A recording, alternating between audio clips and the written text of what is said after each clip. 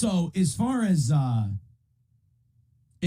third world aristocrat video from today goes, I gotta say, huge win for the toe and a stroke of genius on my part.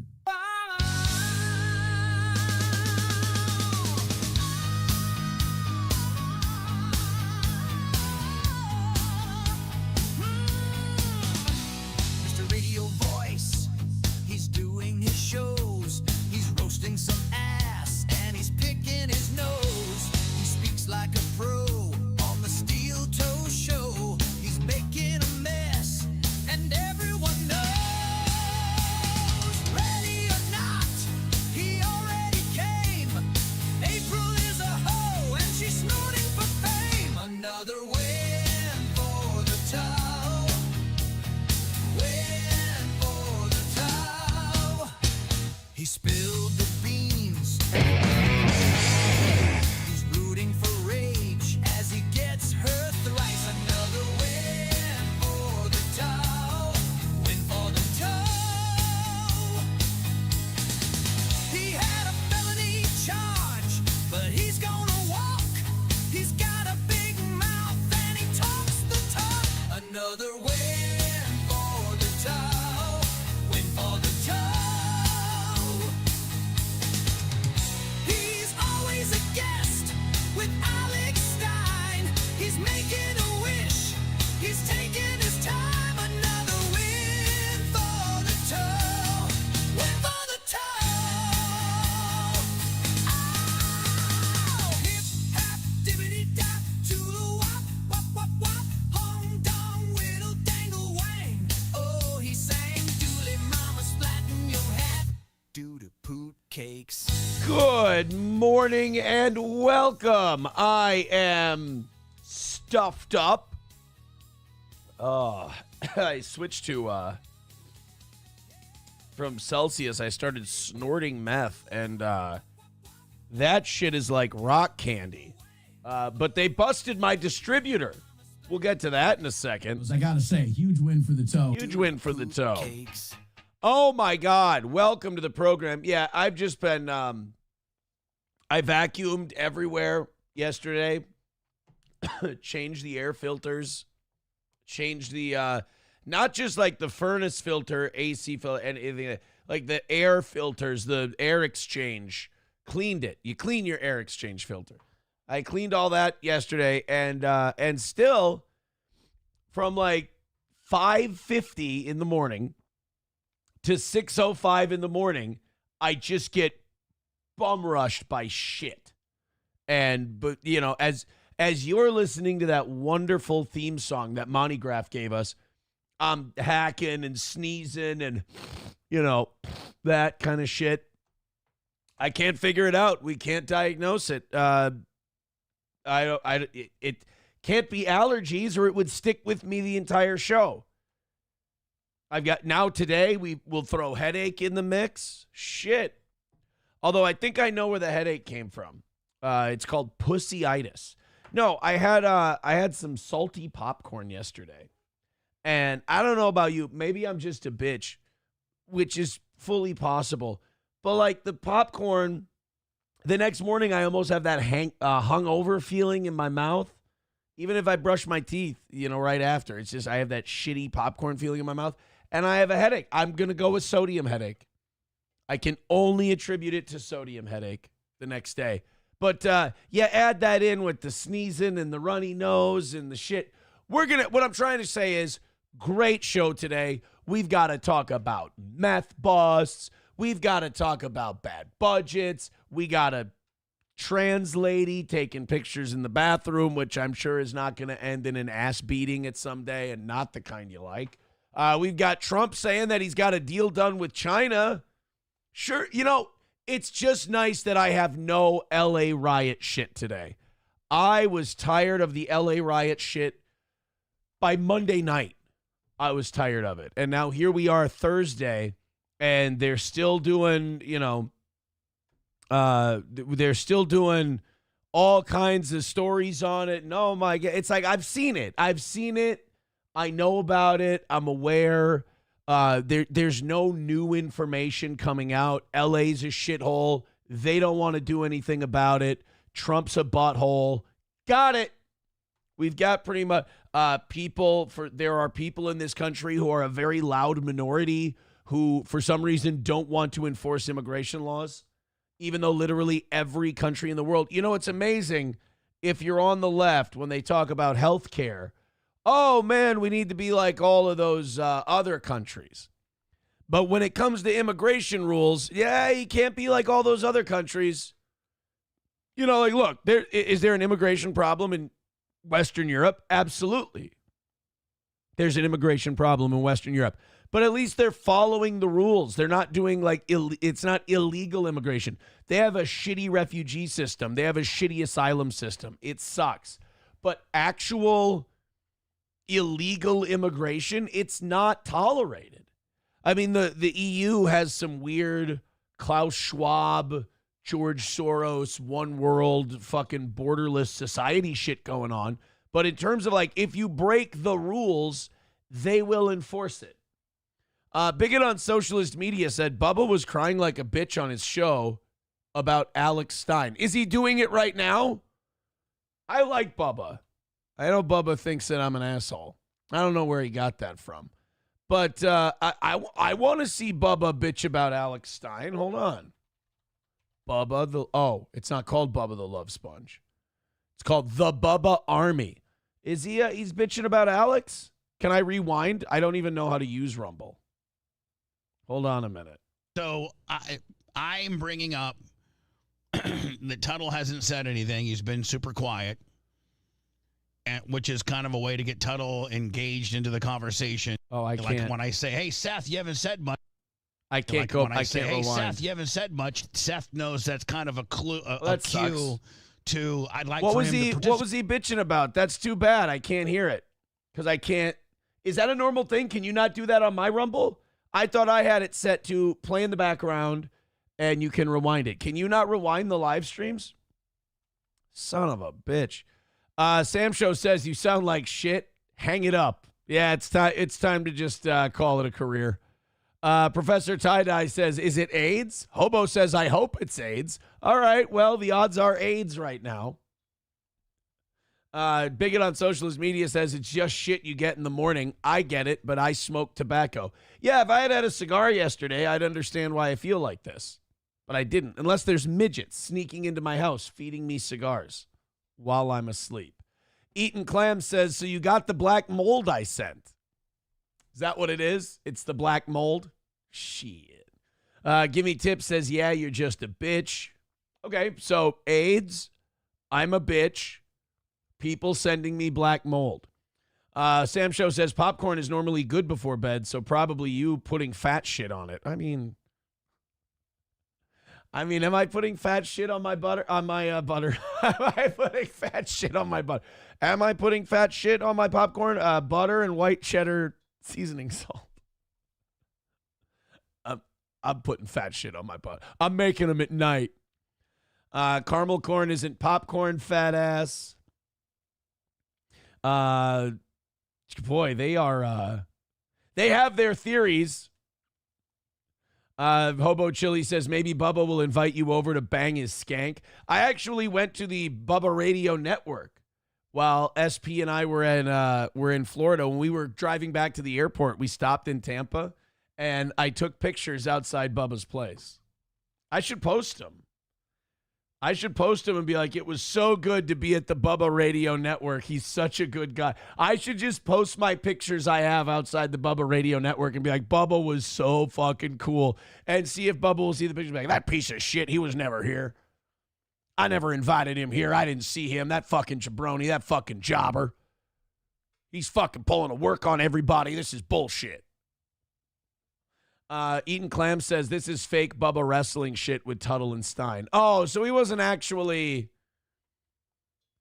Oh, Bigot on Socialist Media says yesterday Alex was calling Tuttle a beta for getting molested. That sounds like a thing Alex would do. Like, hey, aren't you a beta? Didn't you get molested? Ain't you a beta?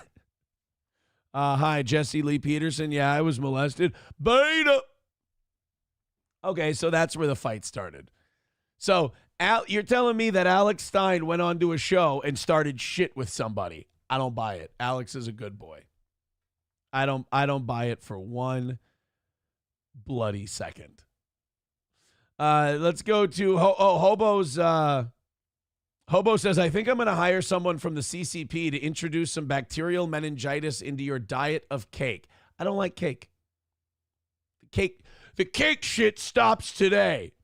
Eaton Clam says, I feel the love in the chat today. It's going to be a good show. It's going to be a great show.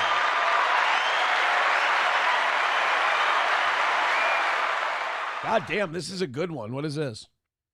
Oasis Vibe Celsius. Sparkling Prickly Pear Lime Edition. Of course, it's got a gay fucking name. And I'm just chugging it down. Hobo Chili Recipe says, bullshit, you don't. I don't like cake. I'm not a cake man. My favorite sweets, you know, this you're going to be mad. You're going to be angry that these are my favorite sweets. I'm old school as all shit, man, like a Hershey bar. I like a good Hershey bar. Sometimes with almonds, but that's just my vibe, dude. When I don't, you know, it's not like a devil's food cake or a double fudge brownie kind of a thing. Just give me a Hershey bar, bro. I'm happy. I'm good. My treats are salty. That's not going to help the rumors. That could have been, holy shit, that could have been put about 6 different ways that would have sounded better than the way I said it. Let's go to Annoyed Wawa Supervisor says 14 hours until we find out which of Nick's kids he recruited to hit his son with that 3D in the Cairo office. Little Ricada, get the tables. The old Dudley death drop at the chiropractor. My God, Ricada just chokeslammed a kid through a table. That poor chiropractor with no table now because Ricada had to choke slam his kid through it. And rumor has it the reason he choke slammed his kid through the table is the kid said, Daddy, I miss Aaron. I wish he was my real daddy. And Nick just, boom, goozle, up, down. That's a real problem because a lot of people are going, Nick is not strong enough to choke slam a kid. And that's true. But he was filled with such retard strength because his son told him that he wishes Aaron was still here and was his real daddy because he actually fed him something more than illicit substances. And that Nick got such a retard rage being reminded of the one who got away that he just chokeslammed him right through the fucking table. Brutal. Brutal, I say. Chips and Diff says, hell in a bunker match. By God. So, yeah, Keanu's going to be on the show today at 9:30 Central Time. It's going to be fun. We've got Keanu on the show. She's going to have Gabe Hoffman today. Gabe's going to have some damning shit. It's going to be pretty bad, and there's going to be a lot of seething. We already got Mick Monsterly seething in our chat. I don't know, Mick Monsterly, I don't know why you feel you need to run cover for these people. You have this thing where if you hate me, which is totally cool, you have to defend other people. You have this weird gay parasocial disorder about you. Just hate my guts. We have enough fun with those of you who hate us. Don't expose what a fucking creep you are so that we can make fun of you more. Why would you do? Let me help you. I can help you do this better than you do it. You've tried it your way. Everything's failed. Melton failed. Carl failed. We took them all down. And now you're here and you're like, no, it's because he lives rent-free in your brain. No, it's because he's going down in a flaming heap and it is very fun and satisfying to watch. You know, it's almost like you got your boot on a guy's head underwater and you're like, I'm going to let him up for air for 3 seconds. And then right back down under. So don't worry, Mick Monsterly. I know it hurts your feelings. I know I'm making fun of your boy. But he doesn't have to be your boy. You can go, oh, that guy's a piece of shit. Aaron's still a piece of shit. I hate Aaron. Mick Monsterly has this idea that somehow he'll hate me less if he doesn't love him. Mick Monsterly, that's fucking gay. You know who's got a set of balls? You know who's got bigger balls than Mick Monsterly? The pretty antisocial girls. They finally snaked Nick and shit all over him and called him a narcissist. And you know what they did? in order to make themselves feel better about it, they made the whole show about how Nick's a narcissist, he's a piece of shit, but you know who's the same side of that coin? Aaron from Steel Toe. So they took their Steel Toe hatred and they combined it with their new dislike, because you can't see all the shit he's done to women and kids and all this stuff and be a mom like those two are and have any credibility if you still suck his dick. So they took the dick out of their mouth. They stopped sending the dirty pictures, and they gave a fair criticism, which I say gives him a lot more balls than McMonster.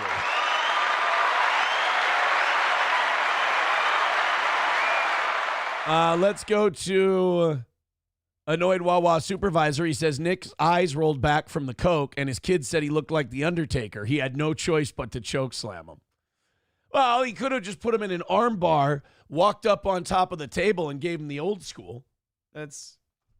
Budman says, does Will Heron have donkey strength? Will Heron is in fucking hiding, bro. It is, I mean, that guy just cannot take the heat. He found out that everyone was like, oh my God, this guy is a shitty journalist. He's giving secret data, information about one of his sources to someone who hates them so he can get on their good side, which is like the biggest no-no in journalism you could possibly do. And he got scared off the internet again. Old Will Heron's pretty sheepish. He gets scared off the internet pretty quick. I think Jim Parker gives him a little talking to and says, look, I can't be your alcoholic drinking buddy if you're going to keep, being a pain in my ass by being openly shitty at your job. So Jim doesn't want to lose his drinking buddy, so he's got to put the saddle on old Will once in a while, like a donkey going up the mountain. Long Balls with $10. This says this is for the chunky monkey. Is that what we're going with? Hey guys, guess what? Long Balls $10. Guess what it made today's goal officially for our final morning show of the week? Our final goal of the week. It's 2:30. Hey! 2:30 for today's goal. Oh my God. 2:30. Let's go to Hobo calling it a SpaghettiOs suplex. John Jamingo. Ooh, John, I've kind of rattled John's cage for no reason. We've always treated John very nice. He tried to ride the steel toe hate wave and do a heel turn. Didn't work out. He said it's fair and accurate when they criticize Nick, but not when they criticize you. How's that work? Because I'm a much better person than he is. Like, I'm sorry, John. It's not an apples to apples thing. Somebody pulled up. Somebody's leaning in. I didn't make the fucking rules, John. I'm sorry that's inconvenient for you, but it's accurate. And I never said it's not fair when they criticize me. It's totally fair. I think, though, I encourage people to hate my guts. I'm just saying, I'm actually trying to help these people by saying, don't put yourself in an untenable position where I automatically kick your ass because you're trying to defend a piece of shit because you feel like you have to because you hate me. No, you can think both are a piece of shit. Just don't get caught being a hypocrite. You don't want to do that because you can't handle it.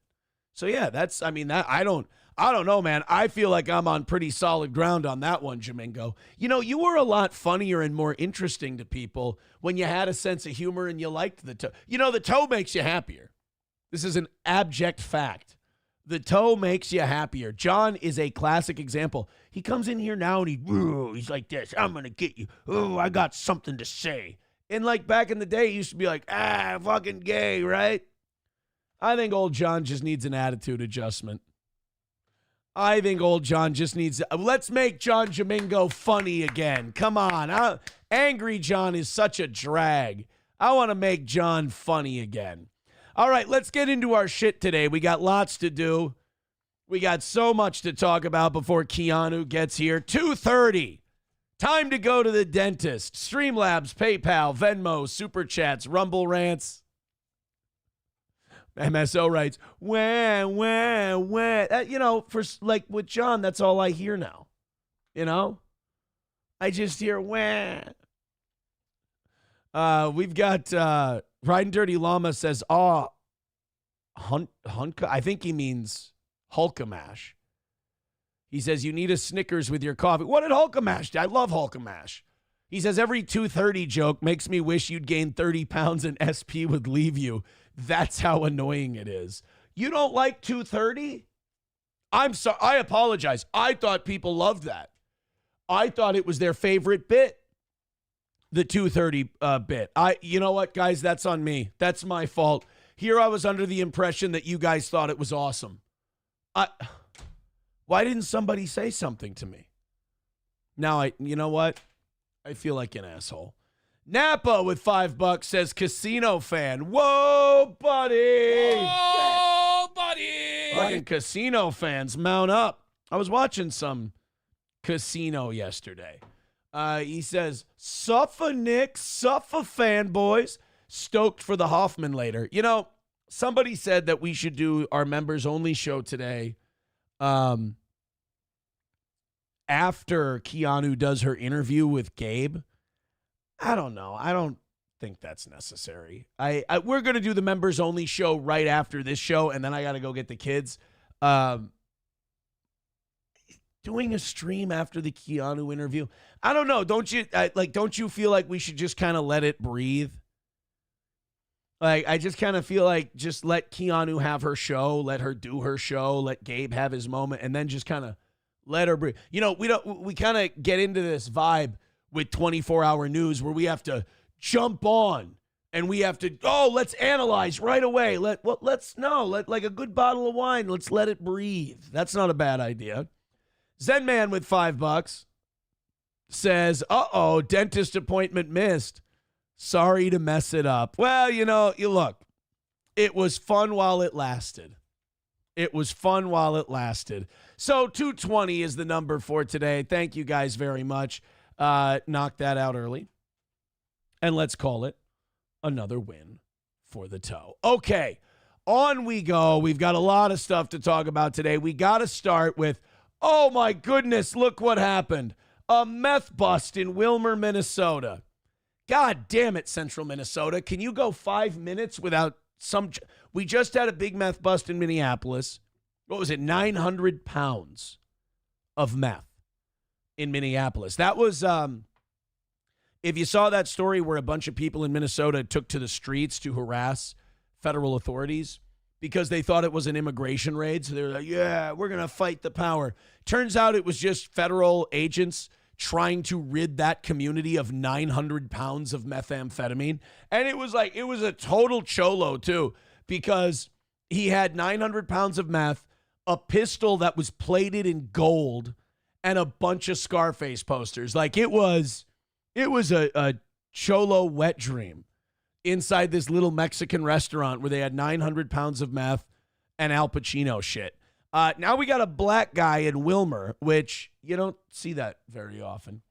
Black guy in Wilmer, Lavelle Anderson, getting busted with meth, a shitload of meth in Wilmer, Minnesota. This was all connected to that Minneapolis raid. It's funny because someone told me on yesterday's show, they were in the chat, they were like, oh yeah, they're taking this Minneapolis thing and they're investigating it all the way to the drug haven of Candy-Ojai County. And I thought they were just making a joke, obviously due to the connections to this show. Nope, that person was 1,000% giving us a spoiler. This meth was traced all the way up to Candy-Ojai. I'm sure they could probably find a bust in Meeker. Meeker County is big on the meth. Maybe even bigger than Candy-Ojai. It's really interesting. And by really interesting, I mean those of you not from the area are not going to give a fuck. But in Minnesota, you have Benton County, which is the neighboring county to Stearns, where I'm at. You have Benton County, and they had a serious drug problem in Benton County. It took one judge. This is so great. This is movie shit. We had one judge. One guy got elected to the bench, and he goes, fuck that. I'm taking care of this drug thing on my own. And he would break the sentencing guidelines to just throw meth heads in prison. Like he would just, first time meth possession. Well, Your Honor, that's obviously probation and they just have to be good. He goes, nope, fuck that. 2 years in prison. They're like, what? You can't sentence him to 2 years in prison? Like, I just fucking did. 2 years in prison, get off the streets. So this one judge in Benton County started sending every meth head and every meth dealer to jail. So then all the meth in Benton County just kind of migrated, and it migrated out to Meeker and Candy Ojai, and that's why they have the problems they do now. Is because of one judge in Benton County who went, fuck these tweakers, get out of here or go to jail. Kind of badass. By the way, speaking of Wilmer, their radio news station has the coolest named news guy ever. His name's JP Cola. Now, I worked for this company in Wilmer for about a month before I did Steel Toe in 101. I stopped for a cup of coffee at Lakeland Media.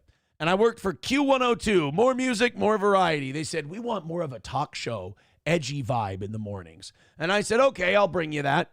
It was a station that was listened to by fucking soccer moms, and they were instantly offended by everything I did. And they're like, well, maybe we can't go that edgy. And I'm like, bro, I'm putting handcuffs on. Well, 101 called me. I had done some work for them the last couple of years, like a 1-hour morning talk show before Lex and Terry, while I was at Litchfield as well. And just grinding. And 101 called me, and they're like, hey, you want to come back and do the morning show? The Lex and Terry deal is up. I'm like, yeah, I want to get the fuck out of here. So I quit. And they said, yeah, I think next week we were probably going to cut you loose anyway. So I wanted to quit. They wanted to get rid of me. It just worked out. But I knew JP Cola, really nice guy.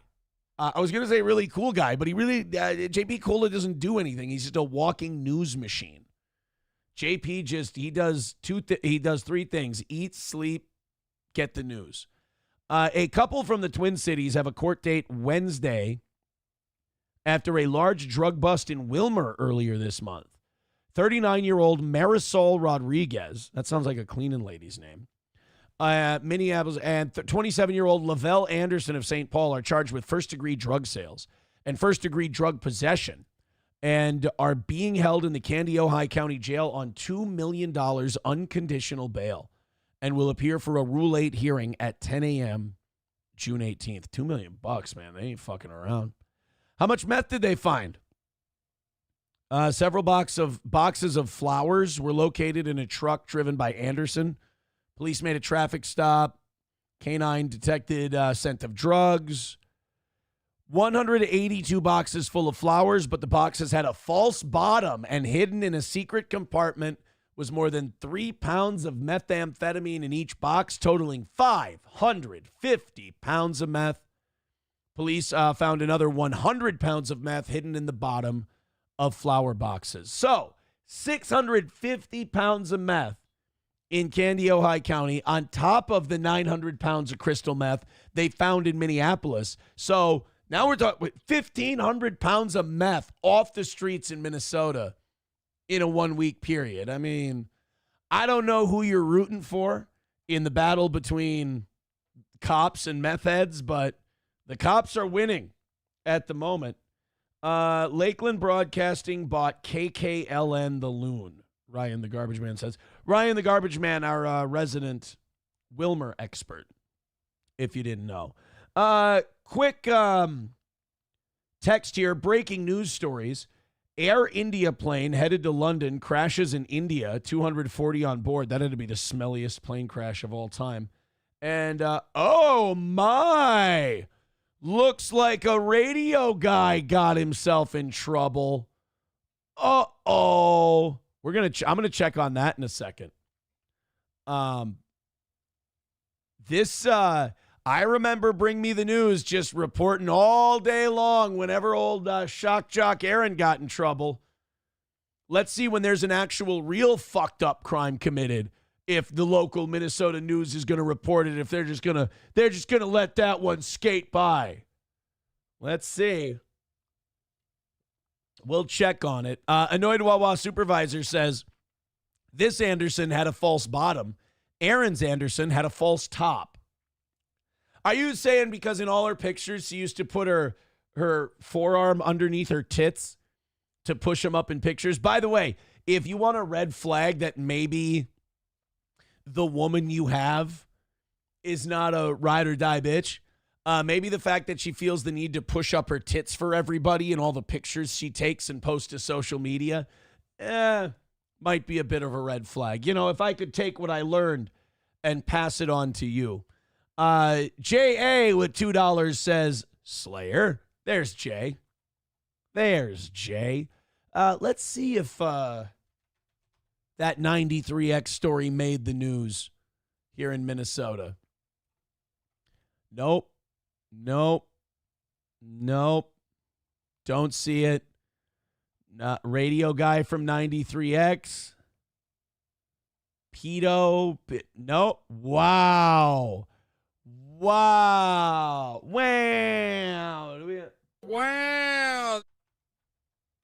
Is anybody reporting this?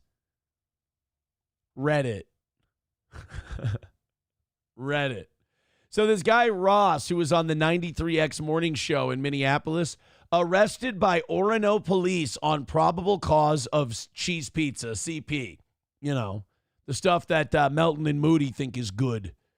No news stories on it, though. Just the Facebook Twin Cities Crime Watch and information page. Boy, I tell you what, these Minneapolis cunts really do look after each other, don't they? I don't see Joe Nelson from Bring Me the News fucking sucking his own dick trying to get this Ross story, trying to report on him and talk about what a piece of shit he is. But boy, when it's me, gotta get. Aaron sent a text to his friend. Holy shit. Front page news.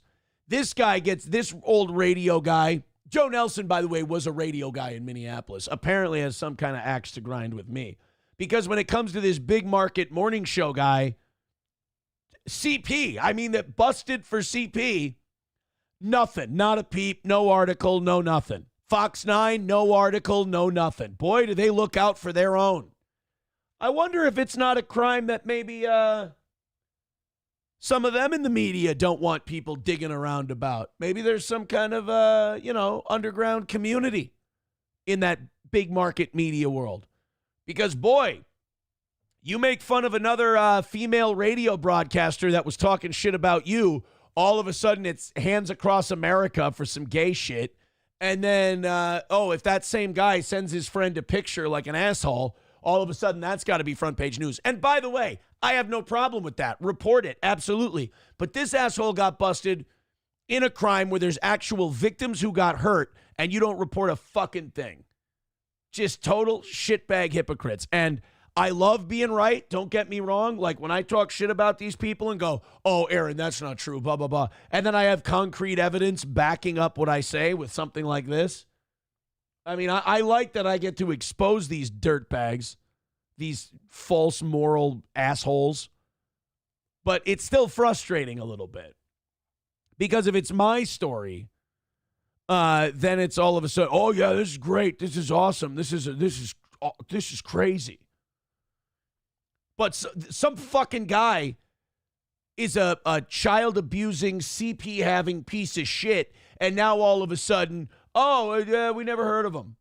Really? Because he was on one of the biggest morning shows in Minneapolis. Nothing? Joe Nelson? Nothing? Fox 9? Weird. Maybe if I get caught jaywalking, maybe they might report on it. There's a chance. Let's go. Hold on a second. I'm sorry. I got a little congestion and I saw a very funny comment and I don't want to make this noise into the microphone. All right. Hobo Chili says, Aaron had more titty and ass than April. This was the problem with the relationship. Physical jealousy. Thanks, buddy. I appreciate it.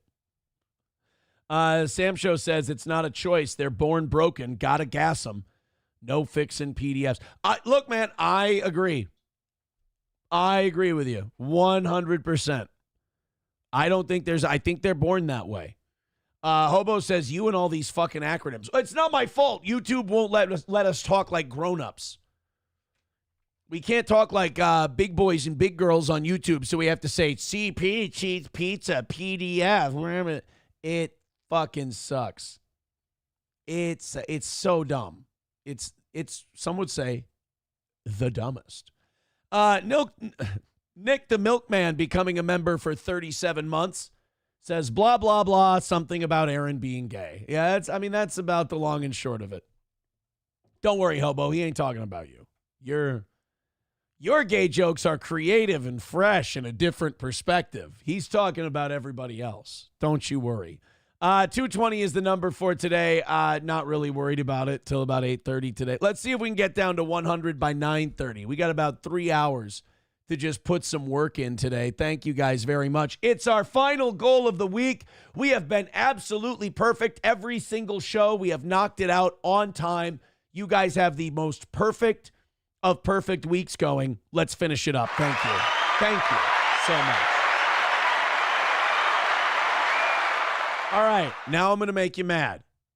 I'm really sorry. I don't want to make you mad. I don't want to get your blood boiling, but there's some shit where if I see it, you got to see it. And do you know who the TikToker Lily Tino is? Lily Tino is a trans TikToker. And, you know, one thing I've noticed about the TikToking. Oh, wow, this is interesting.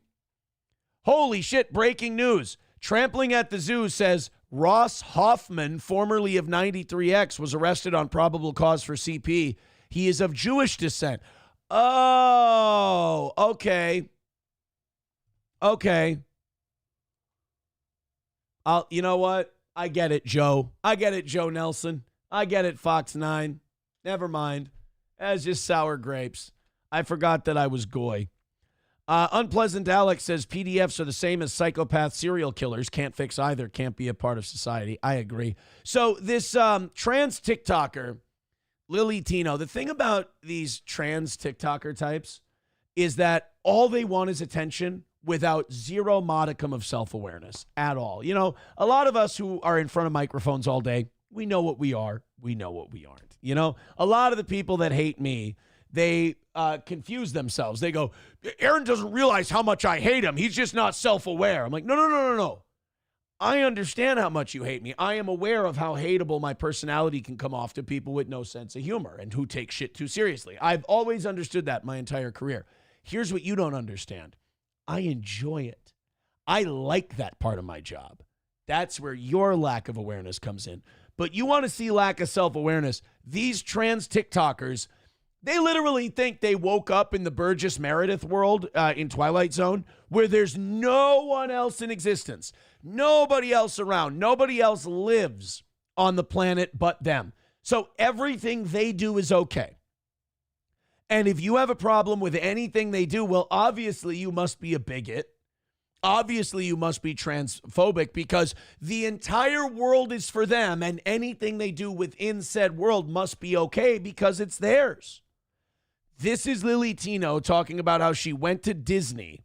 This is a trans woman who looks like Peter Skarsgård in a wig.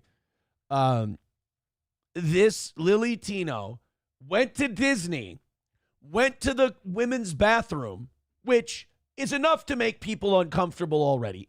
I'm sorry, trans people. We need to talk. Yes, your lifestyle and the way you carry yourself in public and you going into other... See, like, just being trans out in public, it might make people uncomfortable, but it's okay. You get to do what you want. Going into the women's restroom, that's where we start an invasion. That's where you invade people's private space. And that's where they're allowed to be fucking pissed. And that's where they're allowed to think that you're too much because now it's affecting them. But Lily Tino, remember, the entire world is for Lily Tino. Anyone who has a problem with the way Lily Tino conducts itself, they must be bigots.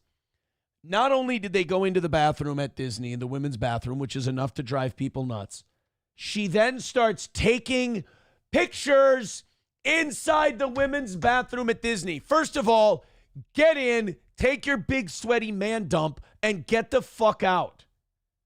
If you're in a public bathroom and there's other people there, put your fucking camera away. Taking a picture in the shitter is weird anyway. You can go somewhere else, wherever you are. It's fucking Disney. There's scenic views. There's a Mexican throwing up over there. There's a black lady fighting another black lady while they're both holding strollers. I mean, there's shit to see. So going into a bathroom and taking photos, and then when people complain about those photos, going, bunch of haters, you guys are all transphobic. It's like, no, they just want to shit and piss in peace. You fucking enraging monster.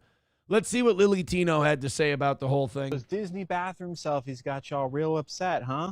Yes, they do. I hate it when people say that as though we're supposed to say, no, we're not upset. Yeah, your Disney bathroom selfies have us really upset. Because you're going into a place, making women uncomfortable, and then fucking bragging about it. Like, no offense, I know that you're told in your circle that you guys are all amazing and you're the greatest and you never do anything wrong. But you're being a dick, which is ironic in this case. You're being an asshole. You know, oh, those Disney bathroom selfies got y'all real mad. Yes, you know why? Same reason if you took a knife out and punctured my tires. Oh, me puncturing your tires got you real mad. Yeah, you're a fucking asshole. You're goddamn right I'm mad. You just broke my shit. You know, being like, oh, got you real upset, huh? That's not the own you think it is. Sometimes people are upset because you're a cunt. And in this case, this Lily Tino going, hey, me, a trans person, making you uncomfortable by going into your crowded bathroom and then just taking a bunch of pictures without any of your consent. You're mad about that, aren't you? Actually, now that you mention it, yeah, fuck you. And oh, Lily, you can't take selfies in the bathroom. It's not appropriate. Well, let me remind you. You know what else isn't appropriate? Chopping your cock off because you have a mental illness. This shit doesn't stop you, does it? I mean, guys, no offense. If you try to make an argument with the Lily Tinos of the world, I mean, you're talking to a brick wall. They're just going to, here's what they're going to do. You're going to sit there and make a well-reasoned argument for why she shouldn't be doing what she's doing. And then they're going to wait until you're done, and they're going to go, yeah, anyway, so I like going in the women's bathroom, and the reason is, but you're just going to, okay, the reason you shouldn't have this conversation with Lily Tino is because you're always going to walk away from it like this. Oh, fuck. You're going to be the, remember the owner of the Dallas Felons in basketball where he tried to talk to Matt Stone about did Shaq get rich playing in Orlando? And he's like, you want me to quit basketball? You want Coop to quit playing? You want Coop to quit playing basketball? Yes, you numbskulls. It's called blackmail. And Matt Stone is so retarded. Doug Reamer's so dumb that Baxter ends up walking away from the conversation going, and he walks away holding his temples because his head's about to explode. That's what it would be like having a debate with Lily Tino about how fucking stupid her behavior is. Oh, shit, I tried to rewind a Twitter video. Now I got to hit refresh. Aaron, you fucking tardo.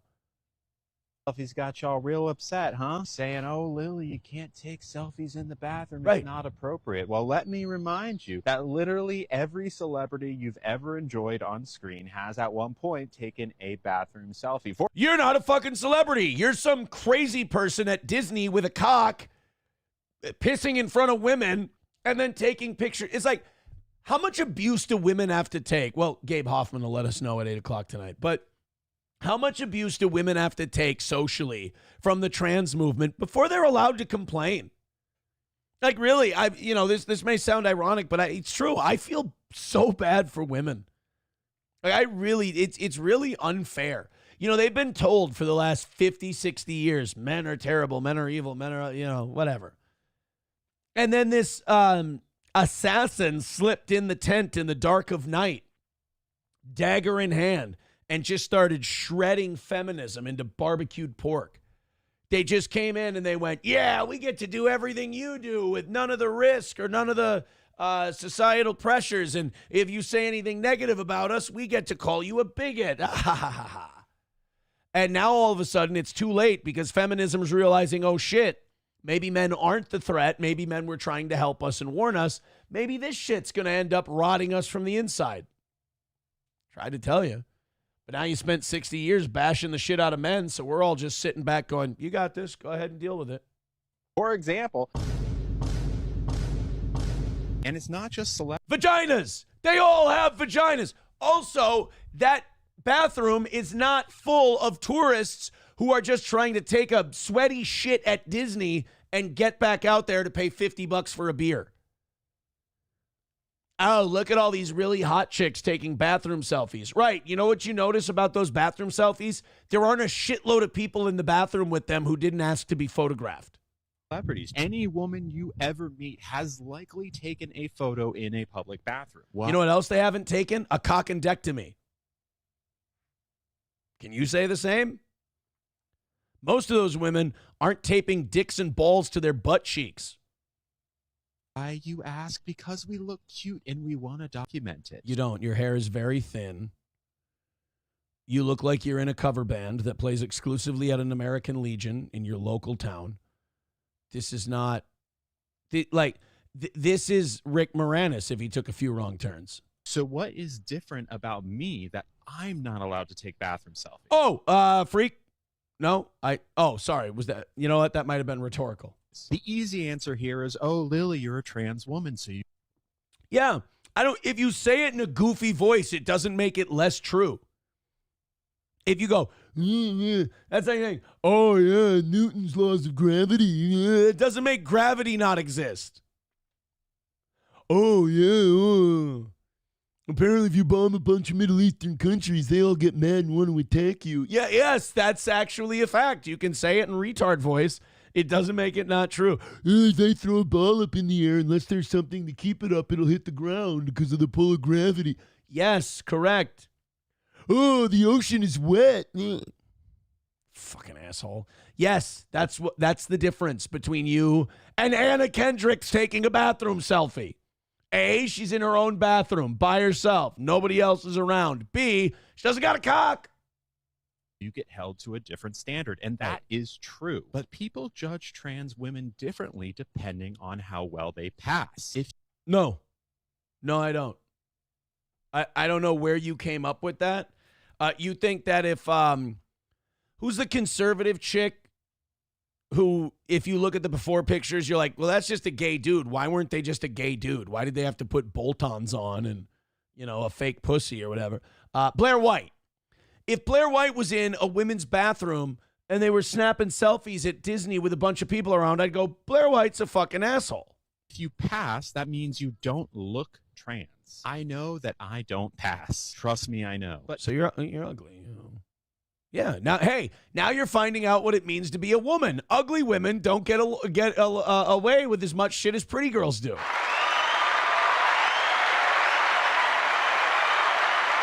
Somebody kiss me, all the pretty girls say. Passing privilege is a real thing. There are some trans women out there who, no matter how hard they try, will never be able to pass. Do those trans women deserve to be treated differently? No. They should be able to. You didn't give me a chance to answer because I would have disagreed with you vehemently.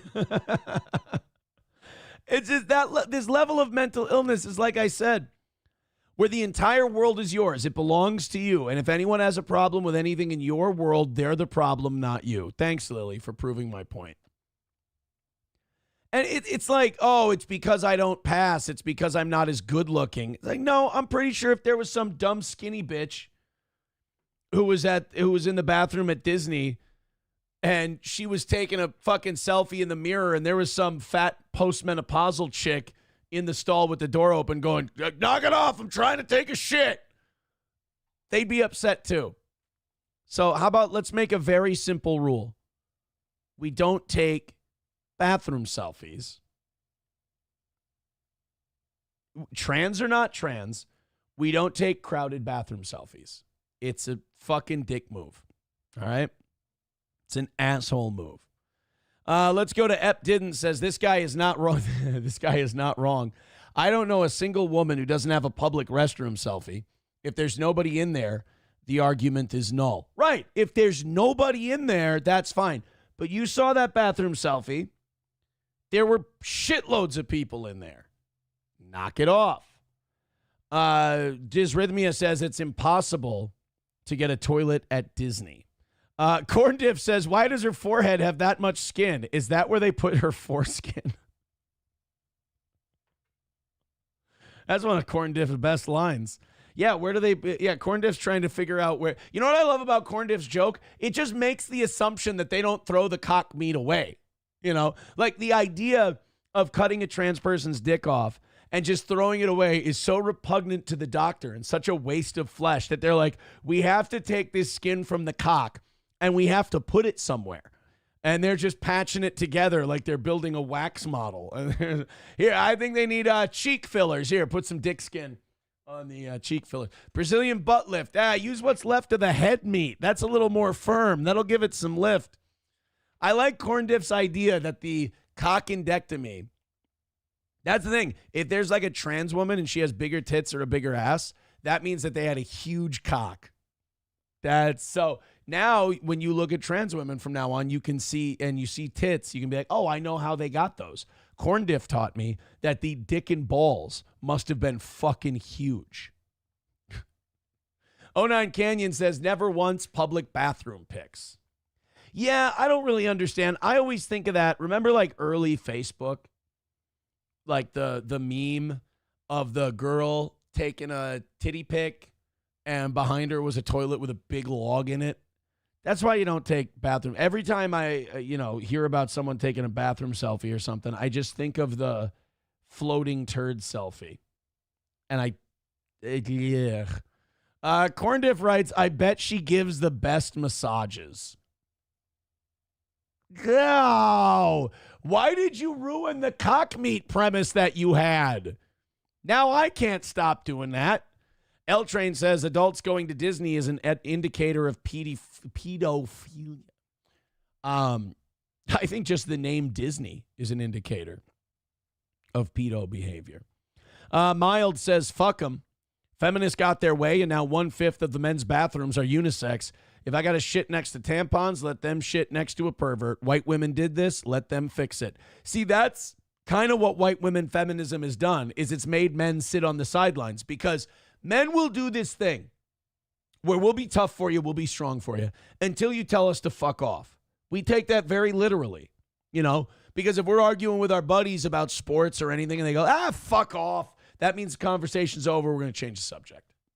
It's not mean, it's not terrible. But we're like, all right, we read the cues. We got it. We'll move on. Vikings starting soon. What do you think? Couple months, preseason. So, like, if feminists are like, we don't need men, and they scream it, they screech it with fucking septum piercings in, so you just want them to stop. They're like, we don't need men. We don't need your fucking opinion. And we're like, all right, cool, then you don't got it. Help, there's trans people in our bathrooms, men. What should we do? I don't know. I thought you were fucking powerful and shit. You don't need us telling you what to do. Good luck. I mean, he's not wrong. White women set the hook. You can reel in the catch. April's missing orgasm says if Aaron had a defined jawline, he'd look like that. No. If I had a real chin, you wouldn't see the skin flap under here. I don't want to talk about it. Chips and Diff says, I love new retard Aaron. Can retard Aaron do the whole show? Why is it that anytime you do a retard voice, anybody, this is universal, you can't help but stick your front teeth out like you're Will Heron? I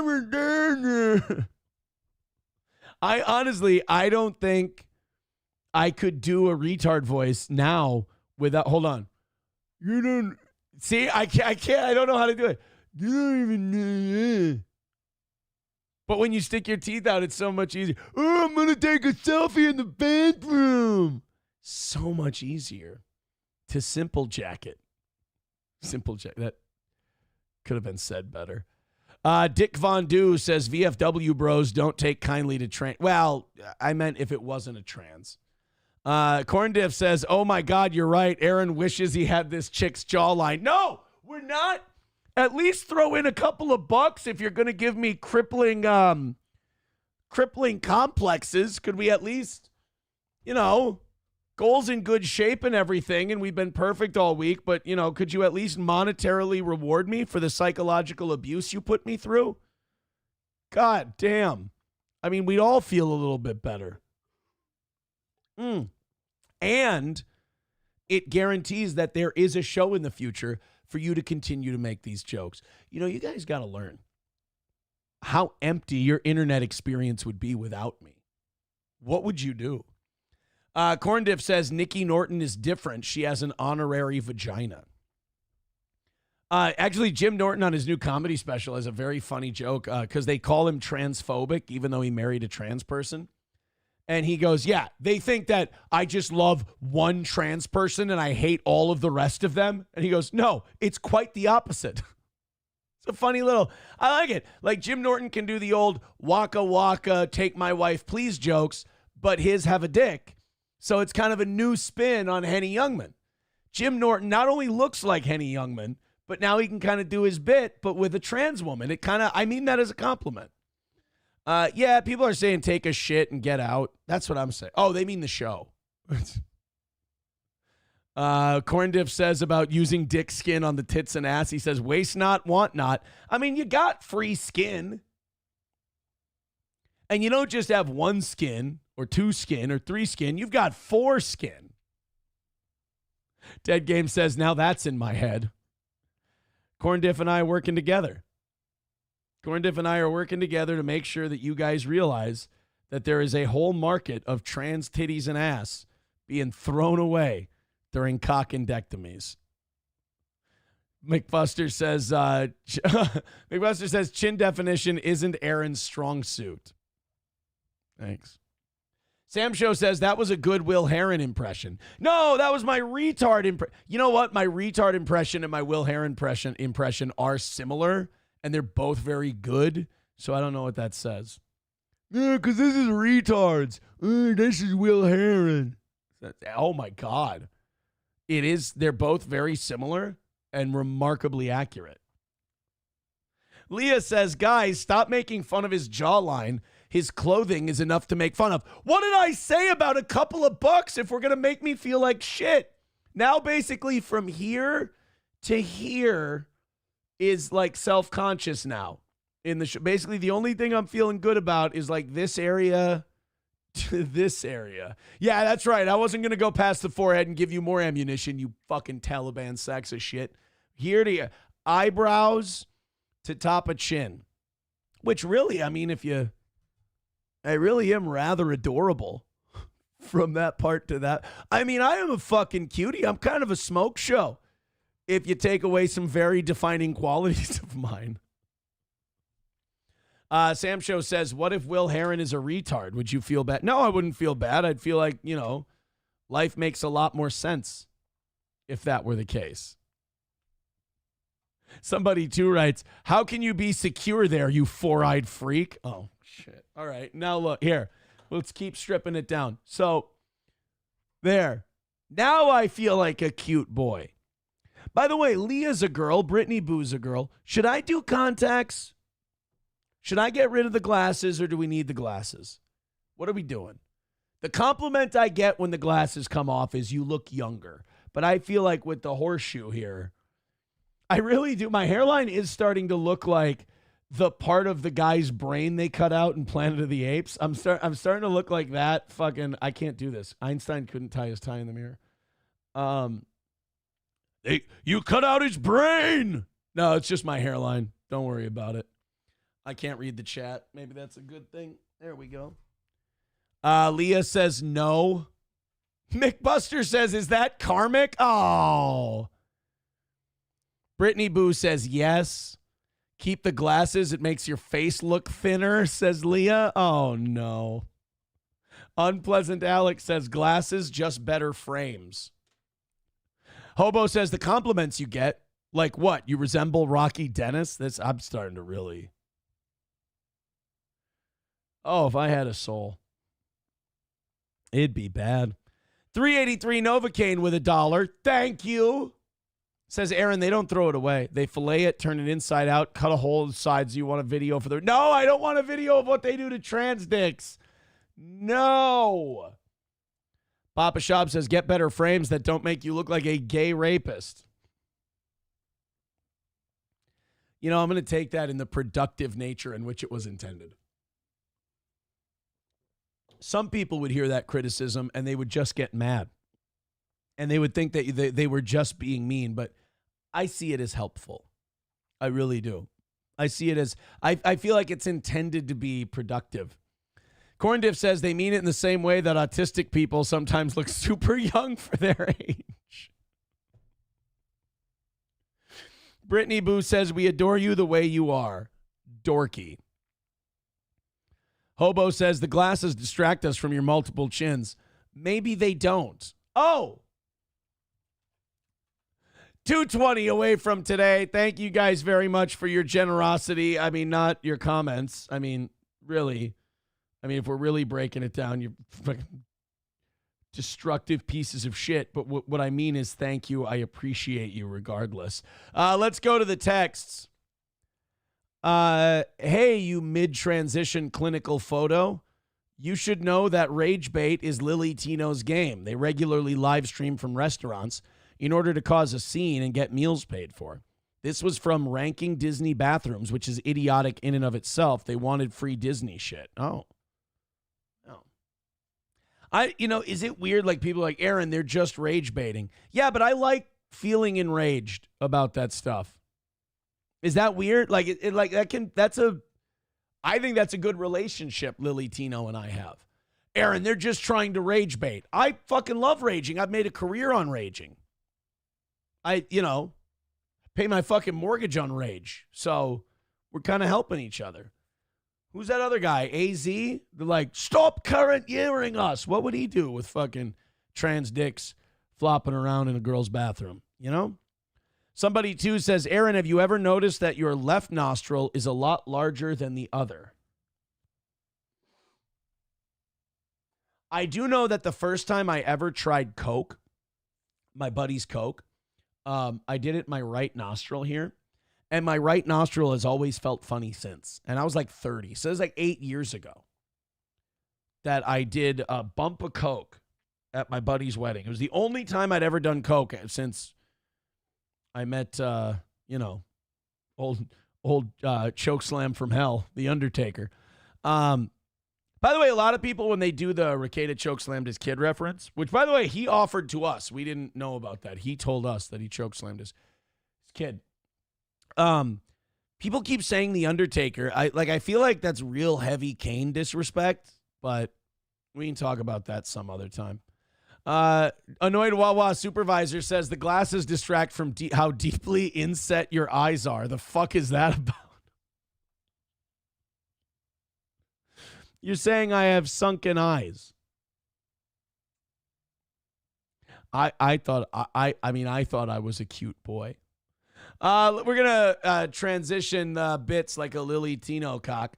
Streamlabs, PayPal, Venmo, Super Chats, Rumble Rants, Coyote NV with $1.99 says way too early. Vikes win-loss prediction 13-4. We're gonna lose 4 games this year. We're gonna lose 1 game to Detroit. I think we'll lose to the Eagles. This is what we've got. This is our schedule this season. We'll do this real quick. We're going to beat the Bears. We'll beat the Falcons. We'll beat the Bengals. We'll beat the Steelers. We'll crush Aaron Rodgers. We'll beat the Browns. We might beat the Eagles at home. 1, 2, 3, 4, 5. Let's give the Eagles that one. We're going to beat the Eagles, lose to the Chargers. 6 wins. We'll lose to the Lions on the road. We'll beat the Ravens here. That's 7 wins. Beat the Bears here. That's 8. Beat the Packers at Lambeau. That's 9. Beat the Seahawks on the road. That's 10. Beat the Commanders here. That's 11. Beat the Cowboys on the road. That's 12. Beat the Giants on the road. That's 13. I've got us at 15 with that count. Let's lose to the Eagles. We'll win 14 games, and let's lose to the Ravens. I'll go with 13-4. Because here's the deal. We've improved this team so much in the offseason. And then on top of that, we improved at quarterback. Everybody's saying the Vikings are going to take a step back this year because J.J. McCarthy is the quarterback. Here's what they don't understand. Sam Darnold has always been Sam Darnold. He's not good. He had an amazing coach and a shitload of weapons. J.J. McCarthy is a naturally more talented quarterback than Sam Darnold is, and smarter. We are going to be improved at the quarterback position. So I don't see a world in which the Vikings are worse than they were last year. We have a better team than we did last year and a better quarterback than we did last year. The Lions lost the only 2 good coaches they have. They lost Aaron Glenn. They lost Ben Johnson. You're going to see this year. Dan Campbell is a fucking caveman retard who doesn't know how to manage a game. He's dumb. He's a big, dumb, sweaty dipshit. And and Jordan Love is garbage. And the Vikings are going to win the North this year, and we're going to make a good run in the playoffs. Please tell me, give me your rationale as to why we wouldn't be better this year. We have an offensive line that's full of Pro Bowlers. We have a defensive line that's full of killers. Harrison Phillips went from our best defensive lineman we have to now he's our worst starting defensive lineman. And that's not a knock against him. That's just how much we improved with Hargraves and Allen. So I don't understand how the Vikings are not an improved team next year. We have a better quarterback and a better everything else, except maybe safeties. Everything else is better. Leah says, wishful thinking. You have a rookie quarterback, essentially. Yeah, we had a rookie quarterback in the year 2000 as well, when Dante Culpepper sat his rookie year and then started his second year, and we went to the NFC Championship game. We've got a good track record on that one. Chips and Dip says 9-8 at best. Son of a bitch. Big John Stud says loss in the first round of the playoffs. Now, look, I can't write that one off because that seems to be our MO. King Kong Dong says, you ain't winning against my birds. Detroit lost. Oh, yeah, that's right. Frank Ragnow retired. So the Lions lost their Pro Bowl center to retirement. So the Lions, I wouldn't say are fucked, but it's going to be hard for Gibbs and Montgomery to run behind that line with basically Penei Sewell. And that's it, because Ragnow's gone, and he was a linchpin. Great pole blocker, too. So I'm going to say the Lions are in a lot more trouble than anybody thinks. J.J. McCarthy is unknown is the only thing, Aaron. Okay, but get my back on this one here, or at least see my point. J.J. McCarthy is an unknown. Yes, the last time we saw J.J. McCarthy play football, he was winning a national championship. Accurate, true, that was college. Sam Darnold going into last year was a known. You're saying, oh, the Vikings are going in with their first-round pick quarterback, and he's an unknown. Sam Darnold was a known last year, and what was the known? He fucking sucks. He's a bust. He's terrible. One of the worst quarterbacks to be taken in the last 15 years in the first round. Total bust. So we knew what we had in Sam Darnold last year, and he became a Pro Bowler. Kevin O'Connell's the guy, man. If you can't have the Rams guy, Sean McVay, if you can't have McVay if you're a quarterback, you want to have Kevin O'Connell. So now I'll admit I'm biased. I loved J.J. McCarthy coming out of Michigan. He was my second favorite quarterback in the draft. I just think the guy's a monster. I think the league's going to get introduced to him this year. Scott Christie Jones with $2 says rugby is better than the NFL. One is for men, and it ain't the latter. Oh, are the Brits? I hate it when the Brits do this thing, and I love you, Scott. But I hate it when the Brits do this thing where they take what is a clear negative about them and they try to defend it to the hilt against something American and more cool. Like, if you're going to try, like, attacking our strengths, attacking football, you piece of shit. Ryan the Garbage Man says our offensive line will be impenetrable. Dude, Freeze and Fries and Kelly, and then Morgan. Is it Donovan Morgan? The guy, or Donovan, God damn, our first round pick. Donovan, Vikings first round pick. Donovan Jackson, I'm sorry, the offensive guard from Ohio State University. And then, of course, Darasan O'Neal on the bookends. That's going to be killer, man. Los Federales with $1 says, Aaron, would you fuck a passable trans if it meant it would cure Johnny?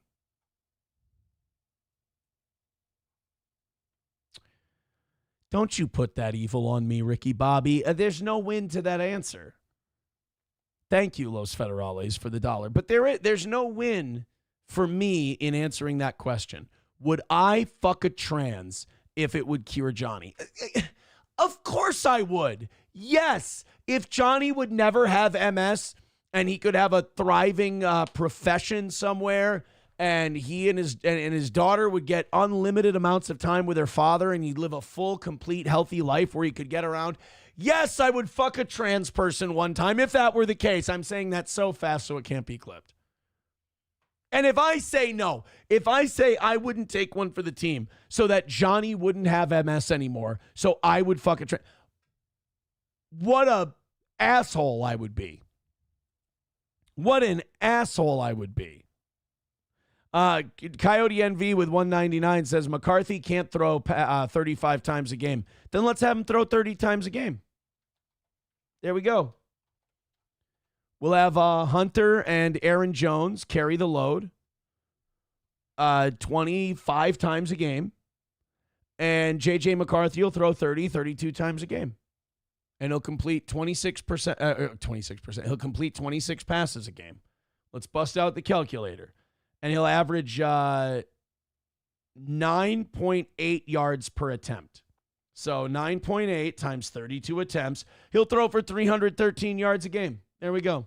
We got it all figured out. Thank you. Your quarterback, if you've got a balanced offense, you shouldn't be throwing more than 35 times a game. Zenman with $2 says, don't worry, rugby won't be a thing in the UK in a few more years. Buzkashi will be their national pastime. Yeah. Picking which plinko hole that the head will roll down when the executions happen. Hobo Chili with $1 says, Aaron, would you fuck a tranny if that tranny's asshole unlocked the secret to Ozempic? I mean, it is bikini season. I'm not doing this. I'm not doing this. I am opting out of this conversation. And it all started with Coyote NV asking me my opinions on the Vikings. Corndiff says, instead of the gayest villain ever. Right. Like, what a bad guy I would be if I didn't fuck the trans person to save Johnny from MS. Brittany Boo says, why does it make sense that the Vikings can't win a Super Bowl? Because they've never won one in the past. Makes zero sense. I mean, it kind of makes sense. I mean, if something's never happened, it does make sense to bet on it never happening. You know, like a sinkhole's never opened up in your living room. So if someone came to you and said, hey, man, I'll bet you a sinkhole opens up in your living room, you would feel pretty secure in the bet that it won't. So if the Vikings have never won a Super Bowl and shoot till you miss, right? Just keep saying, hey, if someone came to me every year and said, hey, Aaron, $20 says the Vikings win a Super Bowl, I would bet no every time. Even though I love the Vikings. Makes sense. Holy shit, I just realized, did Hobo Chili Recipe just donate money to this show? What the fuck? 215 away from today's goal. Wild card becoming a member for 36 months. Says, do you think this is the last year for Hitman? Yeah, I think Harrison Smith is done after this year. But I've thought that the last 3 years, really. Let's go to Kevin's soundboard. He says, okay, that's a good friend. What about a cross-dresser? Rocky Horror Picture Show, Tim Curry, and Johnny's Cured. Yeah, to cure Johnny's MS. Fuck him in the ass, I guess. Son of a bitch. Can we stop? Can we now stop with this line of questioning, please? Because I know you guys, it's just going to keep getting gayer. Like, I'm not going to be able to escape the gayness of this conversation. So we have a lot of stuff to talk about today. Very busy show. And in between stories, I'm going into the chat. And it just so happens that today the chat is remarkably active. Thank you, by the way. Hit like, hit thumbs up, hit subscribe, hit follow, hit share. Oh, my God. We had a 40% bump in viewership when we removed the one Facebook stream and added the X stream. We averaged 780 viewers at a time. Averaged. Which means our peak was in the high 900s, nearly 1,000.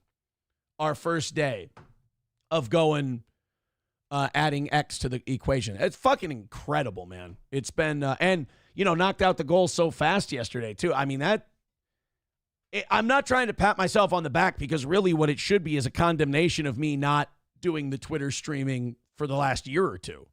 Really. Oh, God. I'm looking at these questions. Sam Show says, would you gas the invalid if it meant you saved $50 on fueling up your golf cart? I don't have a golf cart. I probably should get a golf cart, shouldn't I?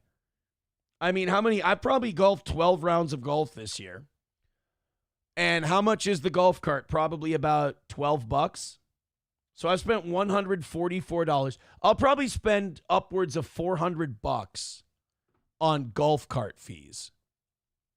How much does a used golf cart cost?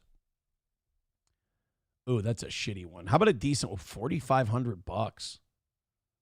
Fuck, golf carts are not fucking around, are they? So it looks like about $4,000 for a decent used one. So that would be 10 years of golf. I'm probably going to golf for at least another 10 years. Nah, I think the better investment is probably clubs. Just adding clubs to my bags or switching out clubs to my bag. I don't know if a golf cart is the best investment. Although the kids would fucking love just tooling around on that thing around the neighborhood. Maybe not. We'll think about it. Leah with $2 says, it makes you a good friend to say you're going to fuck a trans to cure Johnny's MS. I look forward to seeing him healed next week. Whoa. Jane and John Doe with $5 says, looking forward to tonight's expose. A lot of people are looking forward to the Gabe Hoffman expose on Nick Rekieta. And, the only thing we know about it is what Nick has told us. Yeah, Gabe's going to tell you I beat my kid. Yeah, but what if Gabe's got more than that? Like, what? I mean, I wonder if Nick's not, like, admitting to one small thing to get people to not watch so they won't see all the other stuff that he's got. And there's got to be part of Nick that's panicking going, what the fuck does this guy know? That's why I don't lie and hide shit like Nick does. I just like to come out with shit. Because it's like, if I come out with it, then nobody can hurt me with it.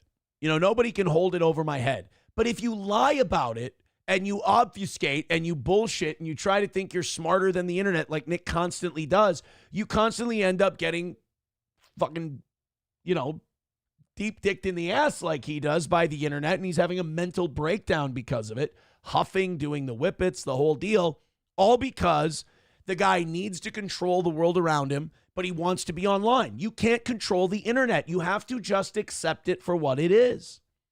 You have to adapt. And he's not a creature of evolution. He's a creature of control, and creatures of control always burn out. Always. Waylon with $5 says, heal Johnny. Now, I don't think you guys understand. If I have sex with a trans person, that doesn't automatically fix Johnny. There's no intergalactic cheat code that if I have sex with a trans, Johnny's going to be fine. You guys are just trying to get me to stick my dick in a trans.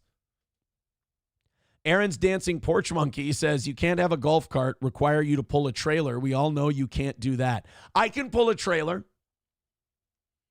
I just can't back it.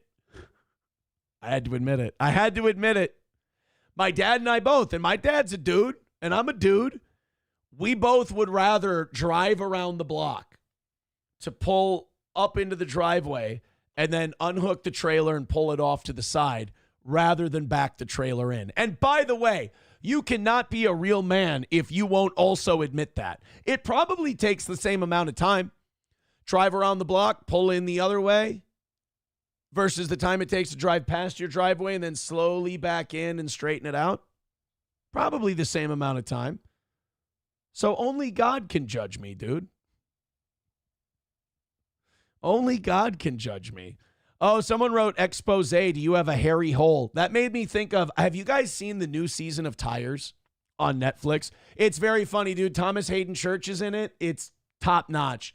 And there was Thomas Hayden Church in one scene tells Will about, because Will has this employee who's on coke and he needs to fire him. And he asked Thomas Hayden Church, who's Shane's dad in the show, and he's run a bunch of successful businesses. And he's like, oh, he's on coke, huh? I had a guy like that. I ran a furniture store in Florida. He was a great salesman. He could sell everything. But one day, he ran through the store naked and was jumping off the furniture. He's damn near putting head prints in my ceiling because he was so fucked up on coke. Well, one day, he did a cartwheel through a plate glass window, and it was a real fucking disaster. And then Will's like, oh, my God. He's like, yeah. But, the good news was that his unkempt pubic hair was so long that it obscured his dick and we couldn't see it. So that's a win. And that hairy hole comment made me think of that.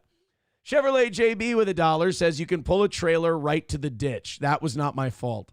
Coyote NV with $1.99 says, how about a cute lady boy? No. King Kong Dong says, you can't back up a trailer? Dude, you're 40. I'm 38. And can't back up a trailer? 10 seconds to back up a trailer max. I didn't say I couldn't back up a trailer. I'd rather not. I'd rather drive around the block. Von Kaiser says, that's a great Thomas Hayden Church impression. Shut the fuck up. Is it or is it not? Are you being a dick or is that a good Thomas? Because if I could have a Thomas Hayden Church impression, I would be so happy. I don't care if, nobody knows Lowell from Wings. If that is a good Thomas Hayden Church impression, that's the nicest thing you guys could say to me today. I mean, because the other things you've been saying to me is that I'd fuck a trans person to heal Johnny's MS. Los Federales with $1 says, let's switch it up. Would you let a gay man take you to Pound Town and deflower you to cure Johnny? I didn't want to get to this conversation. I didn't want to get to this part in the show today. Would I let somebody fuck me in the ass to cure? This is another one of those no-win questions. No, I couldn't do it. I would make Johnny live the rest of his life with MS rather than have my butthole penetrated. I don't know if you guys know this. I've never had anything inside of my asshole, and that is a streak I'm remarkably proud of, and I would like to keep it. That might sound silly to you, but I'm proud of it, and I don't want to break the never been sodomized streak. Thank you. Zenman says it was decent for an impression of Lowell. Yes. Hurtnick says you're just 38. Wow, I'm sorry. Guys, today's show is doing wonders for my self-esteem. Hobo Chelly says you have a great Rip Taylor impression. He was Louis C.K. once said about Rip Taylor. He said, Rip Taylor, he was a confetti-throwing fat. And he said, and none of that is hyperbole. He literally was a faggot who threw confetti. He's not wrong. He's not wrong. King Kong Dong says, wow, you're not a true friend. Kevin Soundboard says, your doctor is not happy about that. My doctor doesn't need to be shoving his finger up my ass. I'm only 38. Dickhead. Sorry, I got angry because I'm very protective of my butthole. Thank you very much. Chips and Diff says, what if fucking Johnny would fix him? I mean, yeah, sure. Sure. I just don't want anyone sticking anything in my asshole. Professor Tie-Dye with $1 says, and people give you shit for bringing a headbutt to a domestic instead of a chainsaw. Wait, what? What's this one? Oh, fuck. He ain't lying. A man armed with a chainsaw was shot by Brooklyn Center Police late Wednesday night after officers responded to a domestic disturbance. Holy shit. An officer-involved shooting. A second caller from the same home told 911 that someone inside was armed with knives. Officers responded and during the course of their investigation requested crisis negotiators to assist on the scene. Oh, by the way, those crisis negotiators doing fucking great. You know, it really works out for these psychos. They had to put him down anyway. It's the biggest waste of money. Is the crisis. We have crisis negotiators now. Oh, really? What do? Oh, they just try to help, with the mental breakdown the person's had. Oh, you mean the guy with the chainsaw who's screaming he's going to cut people up? Oh, you mean he's not too far gone? We just need someone to talk sense into him? Yeah. Or we could shoot him. I think it would take care of the problem. According to police, an adult male eventually exited the home with a chainsaw after being told he was under arrest. Officers first deployed pepper balls and 40-millimeter less lethal rounds in an effort to stop him. When those tactics failed to bring the man under control, officers fired their weapons and struck him. That'll do it. Oh, but he didn't die. Brooklyn Center Police said he received medical aid from officers at the scene and was taken to an area hospital where he remains in stable condition. Oh, well, he gets another day then. I mean, wielding a chainsaw and getting shot, that does seem like a fair trade-off. Coyote NV with 199 says, SP with a strap. Guys, at what point does this bit reflect more poorly on you than it reflects on me?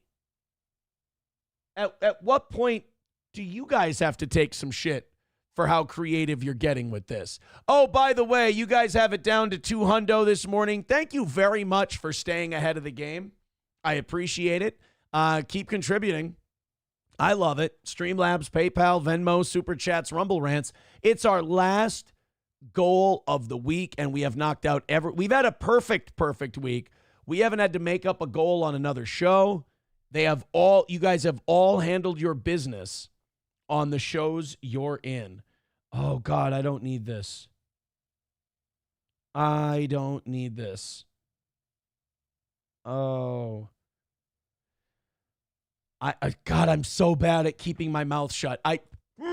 It's like the interview is 12 fucking hours away. I just got an email from someone, and there's info in it, and I don't fucking need, it could be incorrect info, I don't know, but it's got information about tonight's thing, and I don't need to know.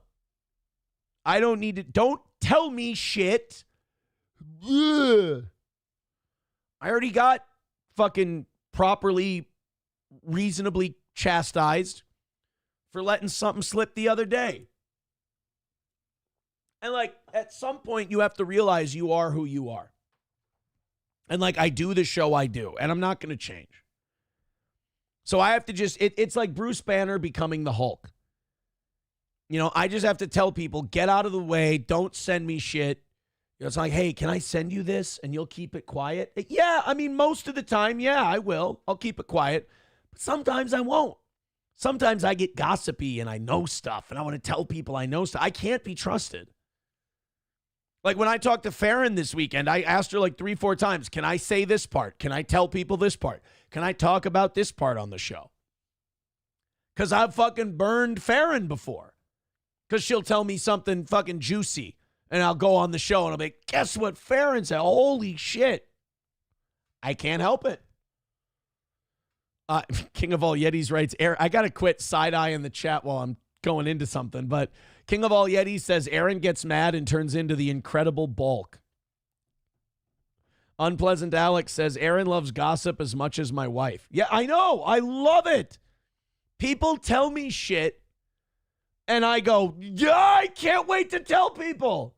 And they go, now, Aaron, you won't tell anyone, will you? And in a way, may I defend myself? In a way, telling someone something really fucking juicy and then right after going, don't tell people. I didn't agree to that ahead of time. You told me something that I can't wait to tell other people, and then you put a lock on it. I don't think that's fair. I think at that point, you're kind of being the dick. But I don't want to ruin the Gabe Hoffman thing. And plus, whatever I just got might not be true. But if it is, Nick might want to get on Twitter right now and start admitting to more shit, because if he thinks what he copped to is going to blunt what Gabe Hoffman's bringing to the table, if this is true, oh buddy. Whoa, buddy. Oh, buddy. What? You better start fessing up to a lot more. All right, shut up, Aaron. Shut up. I'm not. We're going to talk to Keanu at 9:30. We're not going to worry about it. That was one of the gayest hand gestures I've ever made. Sam Show says, Farron does that gay shit where she's got the juicy details about someone but holds them close to her weird tits. Do we have to do that? Because she thinks she's super special for knowing things. A lot of people do that. I mean, I like Josh, but Meme Copium does that all the time. Talks about somebody hitting their kid with a keyboard in the head and then goes, oh, I can't say anymore. And I can't tell you who told me that. And I can't really hold it up. And I like Meme Copium. I think he's great. But he does the same thing. And it's because he heard it from someone and that person doesn't want to be public, but they do want to tell somebody about it. I get it. I understand. Sean, potentially criminal, he does the same thing. And that's because a lot of people feel comfortable telling Sean shit. I do, because Sean 100% doesn't gossip and he respects, confidentiality. He's a fucking attorney, for God's sake. So, like, everybody does that. Everybody does the drip feeding shit. And I know it drives people nuts. That's why I try to go, don't tell me shit. I'm the only guy in this world who's going to tell you the truth. Don't tell me shit. If you tell me shit, you just increase the chance that it'll accidentally get out by about 35 to 45%. Because I love gossip. Love it. King Kong Dong says, just spill the beans to me and I'll tell the chat. Then you didn't tell the audience.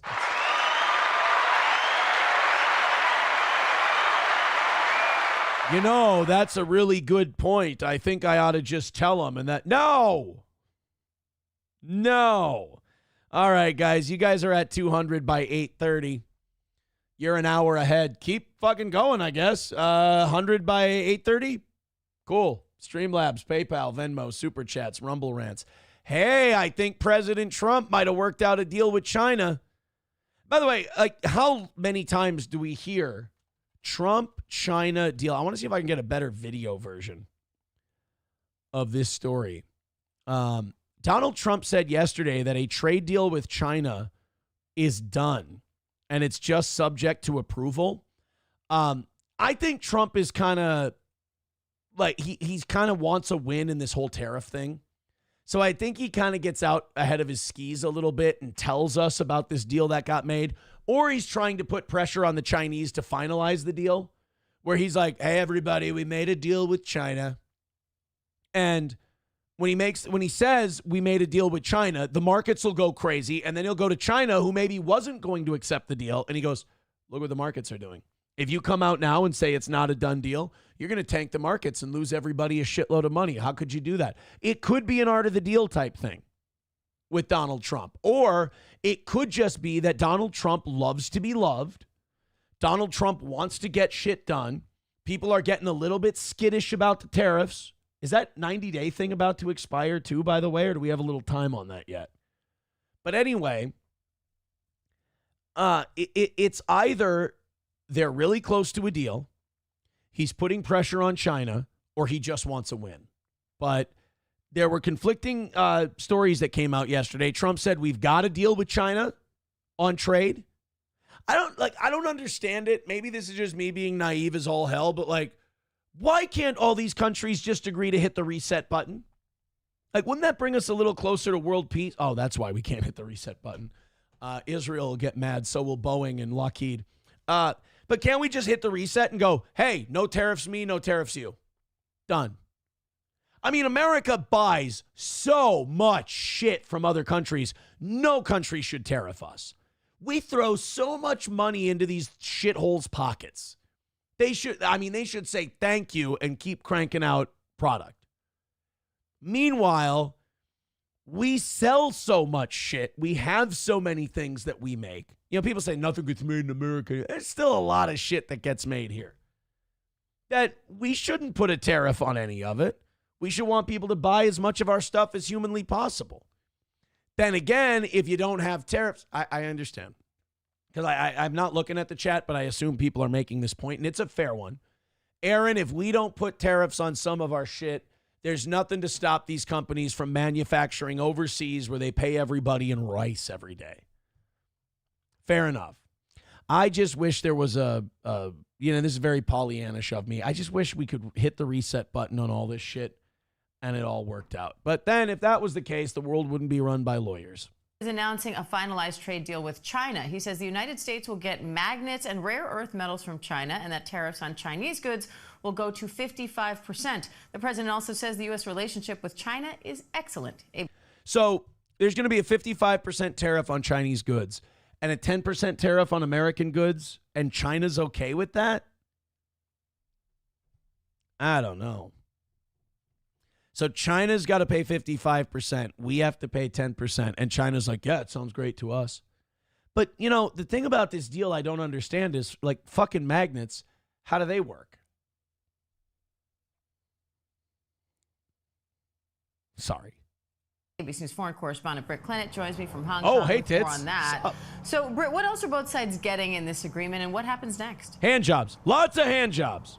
Hi, Diane. Yeah, well, we haven't heard China respond to Trump's comments yet, but it is late in the evening here. China was hoping for an easing of U.S. Lazy, sleepy Chinese bastards. export controls on semiconductors, AI chips, things like jet engine tech, and it's really unclear at this stage what they actually have agreed to at this point.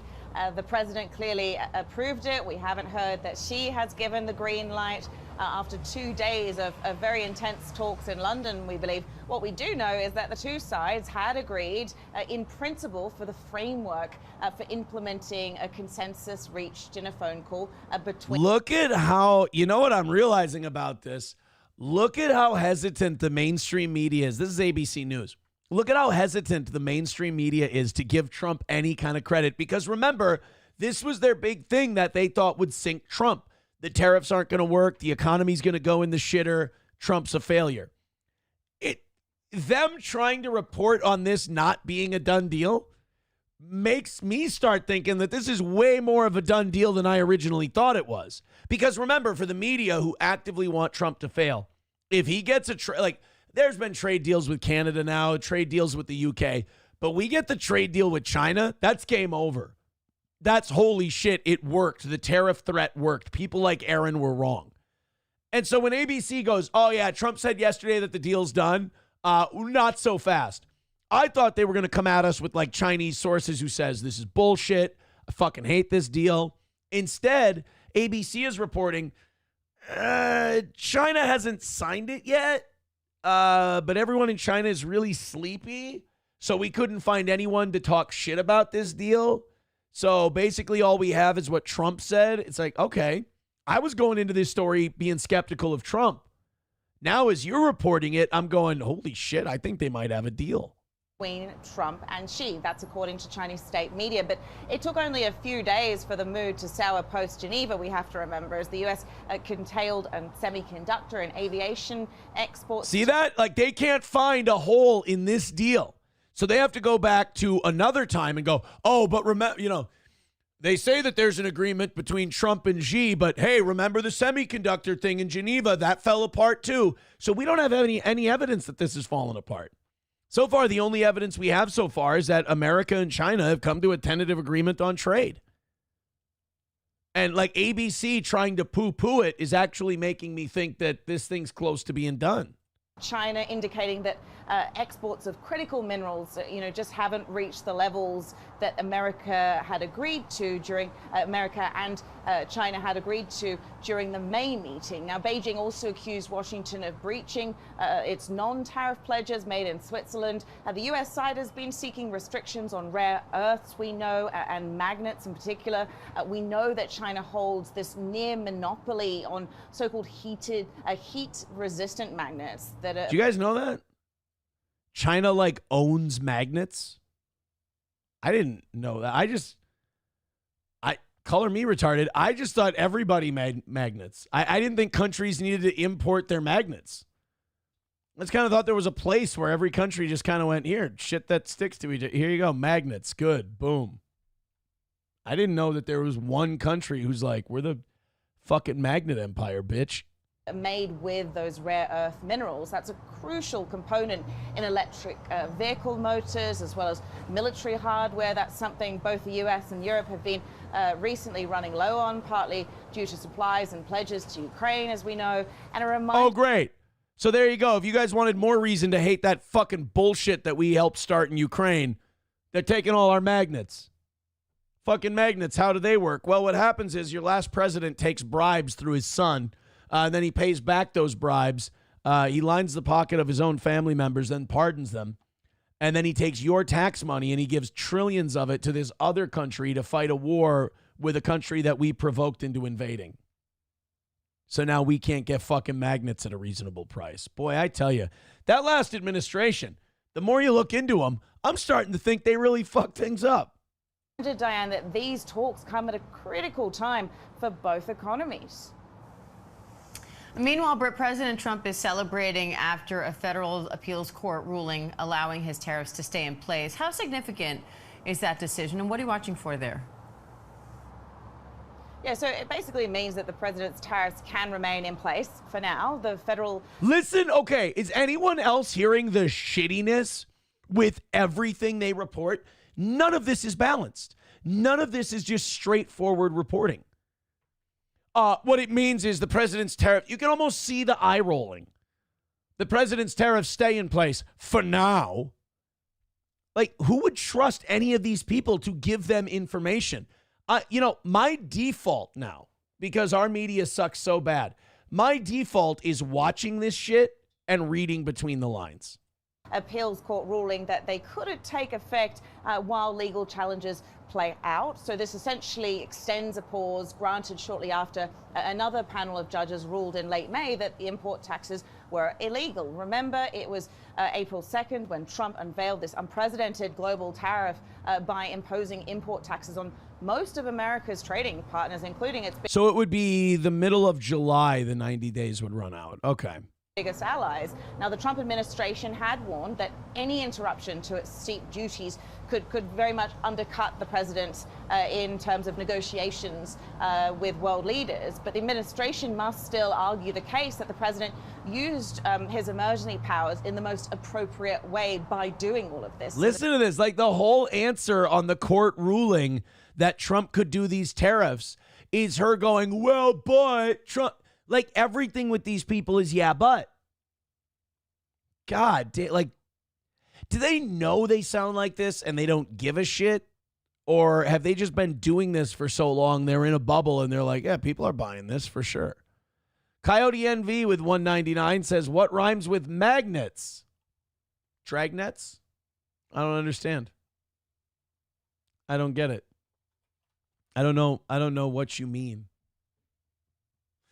Oh, man. A Dead Game says, it's like divvying out our fucking money to people who don't work. Imagine that. Oh, do we do that? I didn't know. Unpleasant Alex says, China doesn't mind. We've had been the 30% with them at 5% for decades. They're fine with swapping it for 4 years and hoping it changes next administration. Okay, so they'll go up to 55 instead of 30. We'll go to 10 instead of 5. And then they'll be like, okay, at least it's not a, what do you call it? What's the, a more like a permanent trade deal, like what's that fucking trade deal that fucked us over? So I'm trying to think of it. NAFTA. So it's not like they're signing a big NAFTA deal. They're gonna get something to tide them by that's acceptable for now. And then when they get another president they can control, like the last one, they think they'll be able to just flip it. I get it. 200 even away from today's goal. Go ahead and keep crushing it, guys. We appreciate your contributions. Thank you so much. Let's go. Oh, no. Seriously, I'm not Gino on Twitter says Aaron gets the first big revelation out of the way for the Gabe Hoffman interview. What did I say? Yes, I would fuck a trans person one time.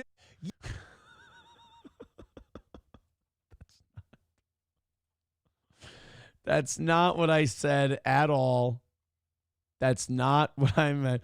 Oh, by the way, Dyslexic Ginger with a very funny tweet now that I'm there. He says, has anyone seen Will Heron? He goes, where is Will Heron? The usually big-mouth journalist has gone eerily silent. I'm worried. We should call Jim Parker, head of news. Missing person. Have you seen me? Last seen teabagging Nick Rekieta. Oh.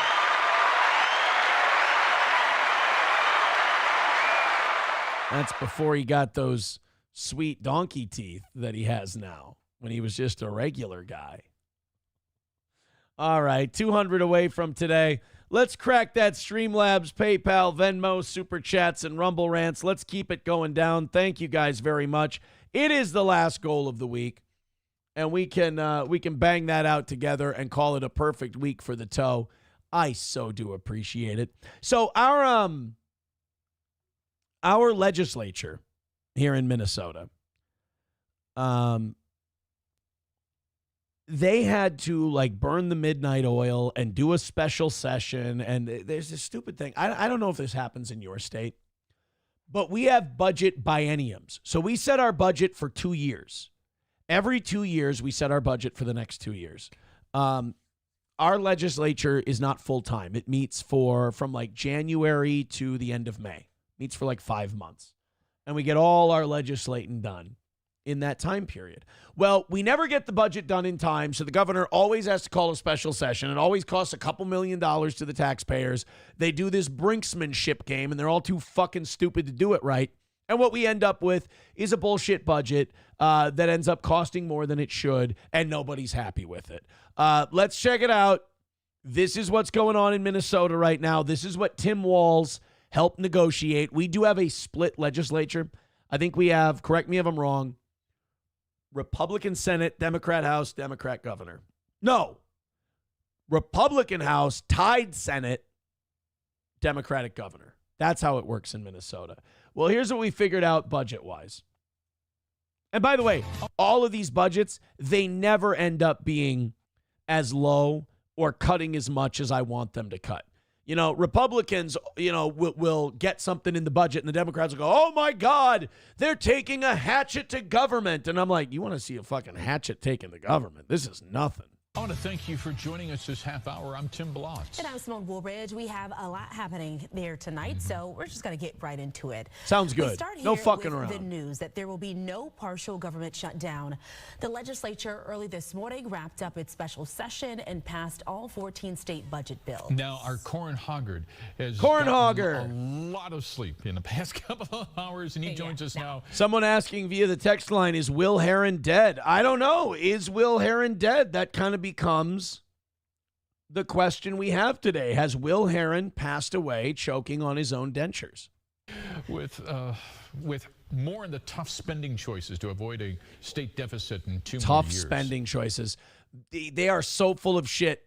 This state has been run by Democrats for so long. Here's what our tough spending choices are. We don't even cut spending here in Minnesota. We just cut the rate of increase. So in our budgets every year, there is like a percentage automatic increase. And then if you go and you're like, let's take it from 3% to 1.5%, they go, oh my God, you're cutting government spending by 50%. And it's like, no, I'm increasing government spending by 1.5%.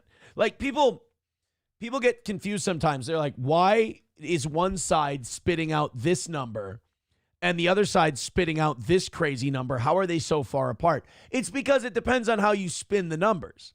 Like, technically, it's not a lie to say if you go from a 3% increase to a 1.5% increase, you cut spending by 50%.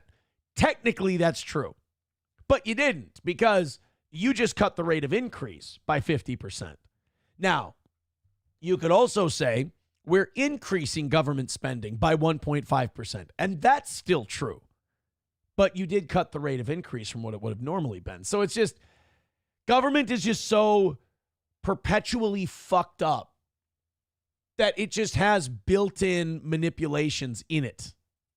The session started. Tell us, Cornhogger. What we saw today was an attempted coup. I am the Speaker of the House, and we look forward to working with them over the next 2 years in a reasonable way. Look at how fucking depressed that guy looked. I think that's Steve Simon, our Secretary of State. I've interviewed him. He was on my show when I was back in Litchfield. I used to do a show at the Minnesota State Capitol every year at the start of the session. We do our show from our local legislator's office. And he'd bring in all the top people in the state government. So some 23-year-old kid could interview him. Cheers. I asked Governor Dayton. Governor Dayton sat across the table for me. And at the end of the interview, I asked him, can I have some money? I just asked him if I could have some money. I thought that was a funny way to, and I did one of my long-winded setups. Even back then I was a hack. I said, Mr. Governor, the most important question I've saved for last. Thank you for being here today. And the state has a lot of truly pressing business. I just wanted to ask you before you left, can I have some money? Retarded. Like I look at 23-year-old me, 3.5 years into radio was like, this is fucking great. That's brilliant. 38-year-old me cringes, but I still I appreciate that kid's moxie. He was going places. And the chamber came after a 23-day standoff The chamber came after a 23-day standoff? They must have hosed him down like the elephant in Freddy Got Fingered. Start the 2025 legislative session. Republicans took control of the tied House and immediately pushed priorities like removing undocumented immigrants from MNCare. Oh, wow. What shithead assholes. Hey, you illegal immigrants can't have taxpayer-funded health insurance. Oh, my God, you're evil. How could you be so dreadful and awful? And that's another disconnect between the political divides in this country. It's like, when one side thinks it's okay to take other people's money and give it to criminals who don't have a right to be here, and the other side disagrees with that, like that's a large gap to kind of close. We already know that over $86,000 of taxpayer dollars have gone to fund people who are here illegally. 86, that's it? I mean, any cut's a good cut, but 86 grand? They have been the backbone of our Minnesota food and farming system for many decades. Oh, there we go. There it is. That's always the Democrat thing. The Democrat thing, whenever you want to take shit away from illegals, who's going to go out in the field and shit in our crops and pick them? Oh, who's going to clean our toilets? Oh, who's going to wash our dishes? Like, Democrats think of minorities as these people who are there to serve them. You know, they're not noble and nice to immigrants. They are the waited on class. And they're like, how are we going to get these brown people to serve us like slaves if we cut benefits and try to deport them? Whereas Republicans are like, we have rules in this country. And those rules are you come here illegally, you got to go the fuck back. Now, also, the Republicans' position is also, these people will never fucking vote for us. Please get them out of the country. Compromise passed 4 months later, keeping only undocumented kids enrolled in the state insurance plan. The GOP also attempted to ban Dude, that's fucking badass. The Republicans are so hardcore. They're like, kick kids off of fucking insurance. Like, Jesus, guys, that's a little hardcore, isn't it? They don't have a right to be here. Take away that kid's insurance. If he gets a cold, go fix it in Mexico. I gotta say, it's pretty fucking based. It's evil and mean, but gotta respect it. I mean, to be able to stand up in front of a chamber of people making laws, and you have to go ask for people's votes, and for you to stand up and go, hey, I think these little snot-nosed brats who are here illegally should have their health insurance taken away. It's like, oh, fuck. That guy's swinging for the fences. Trans girls from high school Hold sport. on, let's go back. Food and farming system for many decades. A compromise passed 4 months later, keeping only undocumented kids enrolled in the state insurance. Yeah, the compromise was the Republicans going, all right, fine, we won't kick the little bastards off their health insurance. Plan. The GOP also attempted to ban trans girls from high school sports. I believe in preserving female sports Fuck teams. yeah. This bill is not about protecting fairness in sports. That bill foundered, and Republicans lost some steam when Bloomington police arrested Senator Justin Eichhorn for... Oh, by the way, we have an update on him today, too. Yeah, this was bad. The Republicans were really starting to feel themselves. We got Trump won. We're going to push the trans sports thing. And then all of a sudden, one of their representatives got caught buying a whore. That's not good. It's like, hey, guys, we're doing great. The Democrats can't stop us. We're getting some momentum. Trump's in office in the federal government. All you guys got to do is not fuck this up, and we can get some, what's that? Oh, he did. Whores. An undercover cop. You say, oh, shit, really? A female cop? Gun drawn? Did the doggo die? The doggo didn't die. Wow, that's really going to fuck us. For allegedly soliciting a minor in March. I am resigning my seat in the Minnesota. Oh, I forgot. Oh, it wasn't a hooker. I'm thinking of somebody else. He was soliciting a minor. I thought he was the one soliciting a hooker. Now, I think that was a California senator who got busted with the undercover cop. You know, all these politicians who are buying prostitutes, I just can't keep them all straight. But a Senate for District 6 effective immediately. Social districts just couldn't round up enough friends. Oh, is that Anoka? Bro, Anoka's got a fun little bar scene, I got to tell you. With a social district, I can take this beer leave the brewery, head out onto the deck, and down to the next business. But that's actually not legal right now. I better get back inside. Well, that checks out. That's a Minnesota thing. A lot of states have that, though. A lot of states have where you can't take an open container out somewhere else. So that's not. I mean, I wish we could walk down the sidewalk drinking a beer, but I get why they wouldn't want you to do it. But, you know, they're like, well, we don't want people getting fucked up on the sidewalk. It's like, well, they do get fucked up on the sidewalk, whether they can carry the beer with them or not. Every liquor bill joins sports betting and even Prince. Well, that's important. Out in the Rain. A bill adding tunes from the Purple One and Bob Dylan as state songs failed. What? What kind of commie fucks do we have in our government that we can't put Prince on the official state song list? And by the way, it should be Raspberry Beret and Seven and Musicology. Stuff. Purple Rain is overdone. Like, if you're a Prince fan and you go, my favorite Prince song is Purple Rain, that's kind of gay, dude. That's like being a Zeppelin fan and being like, oh, I love Stairway. Oh, yeah, you go deep. Life of the Party is a great Prince song. Musicology is fantastic. Raspberry Beret, obviously. Seven. Peach is very good. Cream's decent, but that's another one that people... Darling Nikki is a great song. I Want to Be Your Lover is a great one. And his version of the song he wrote for Sinead O'Connor, Nothing Compares to You. He did a bang-up version of that.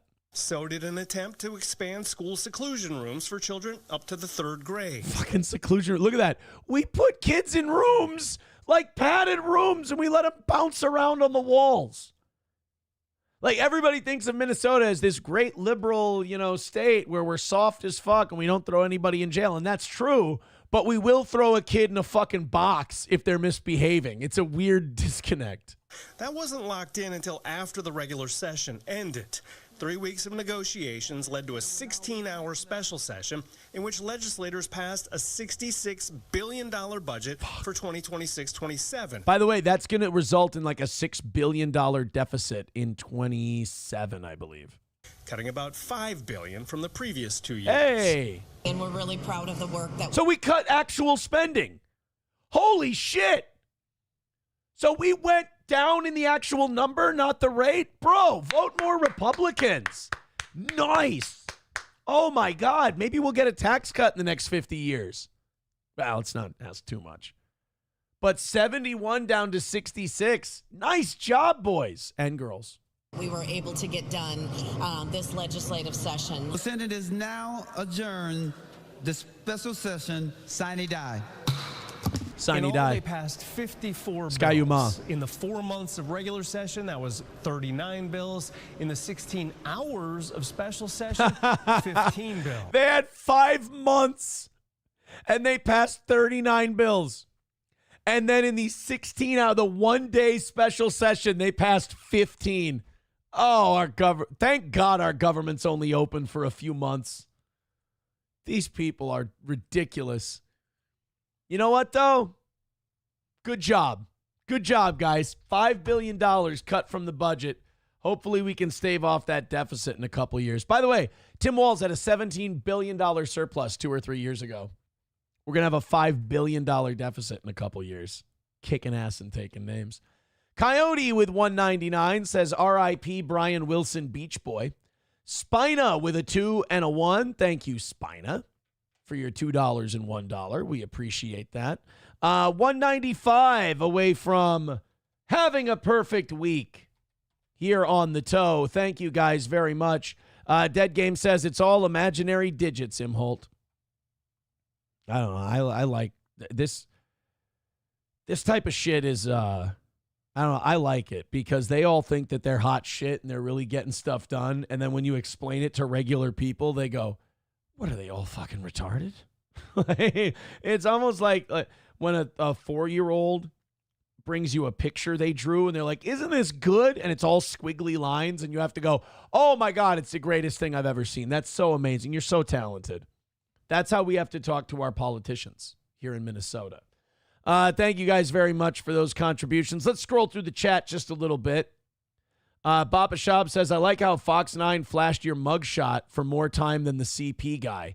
Yeah, so I haven't even seen Fox 9 report on the CP guy. Oh, you're talking about the CP politician. Yeah, Fox 9 did more coverage on me sending a text message to my friend that nobody saw, by the way. Nobody has ever seen it.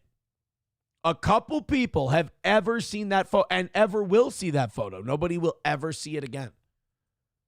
And they put my mugshot up on the news longer than they did a fucking politician who solicited a minor.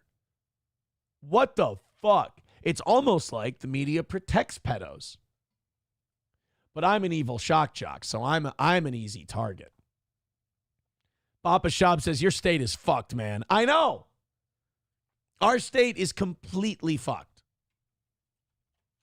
I mean, when that, I think Rickade is a good example. Like, when that body cam footage comes out, when they have to release it because they did so much fuckery to hide it again, you're going to see, like, what a disaster it was. There's going to be kids' toys next to fucking cocaine. And the state didn't throw anybody in jail. That is fucking insanity. Like, when you see what a disaster area that whole thing is, and you're like, really? 5 years probation? Like, if they don't throw him in jail for that 30 days at least, it is the most sweetheart deal anyone has ever gotten. It's such a sweet, but it's not like the state of Minnesota didn't do him a favor. That's what they do for fucking everybody. Our state is fucking dicked. Oh, man. Minnesota is... And, like, when a guy who pretends to be conservative like Nick, I don't ever want to hear him complain about Minnesota being too liberal ever again, because he is the biggest beneficiary of Minnesota's liberal political bias of ever. He should be voting Democrat.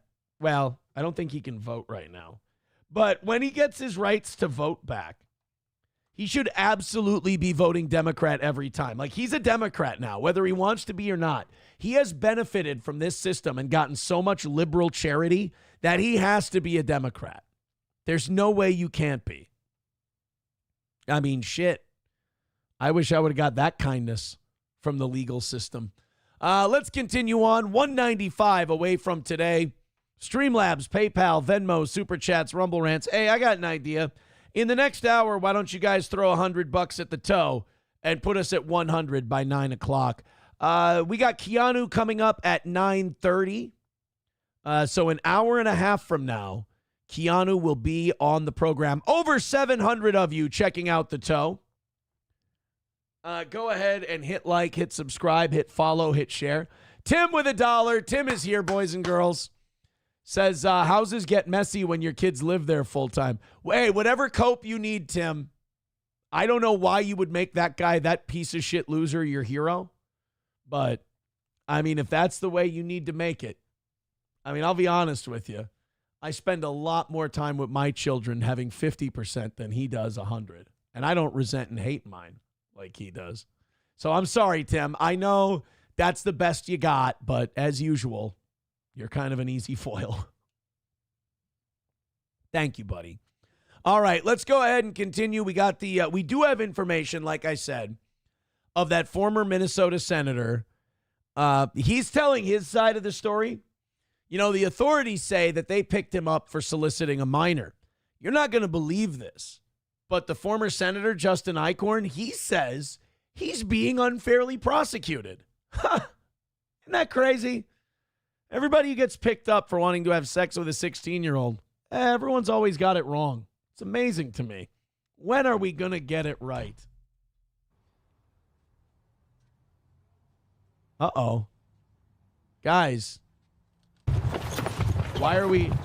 Oh, we're running after the former senator. Oh, we're trying to get him to talk. Hey, oh, he drives a Subaru. Aha, you're a lesbian. Justin, what was on the laptop? Your mom's pussy. He just yells shitty stuff.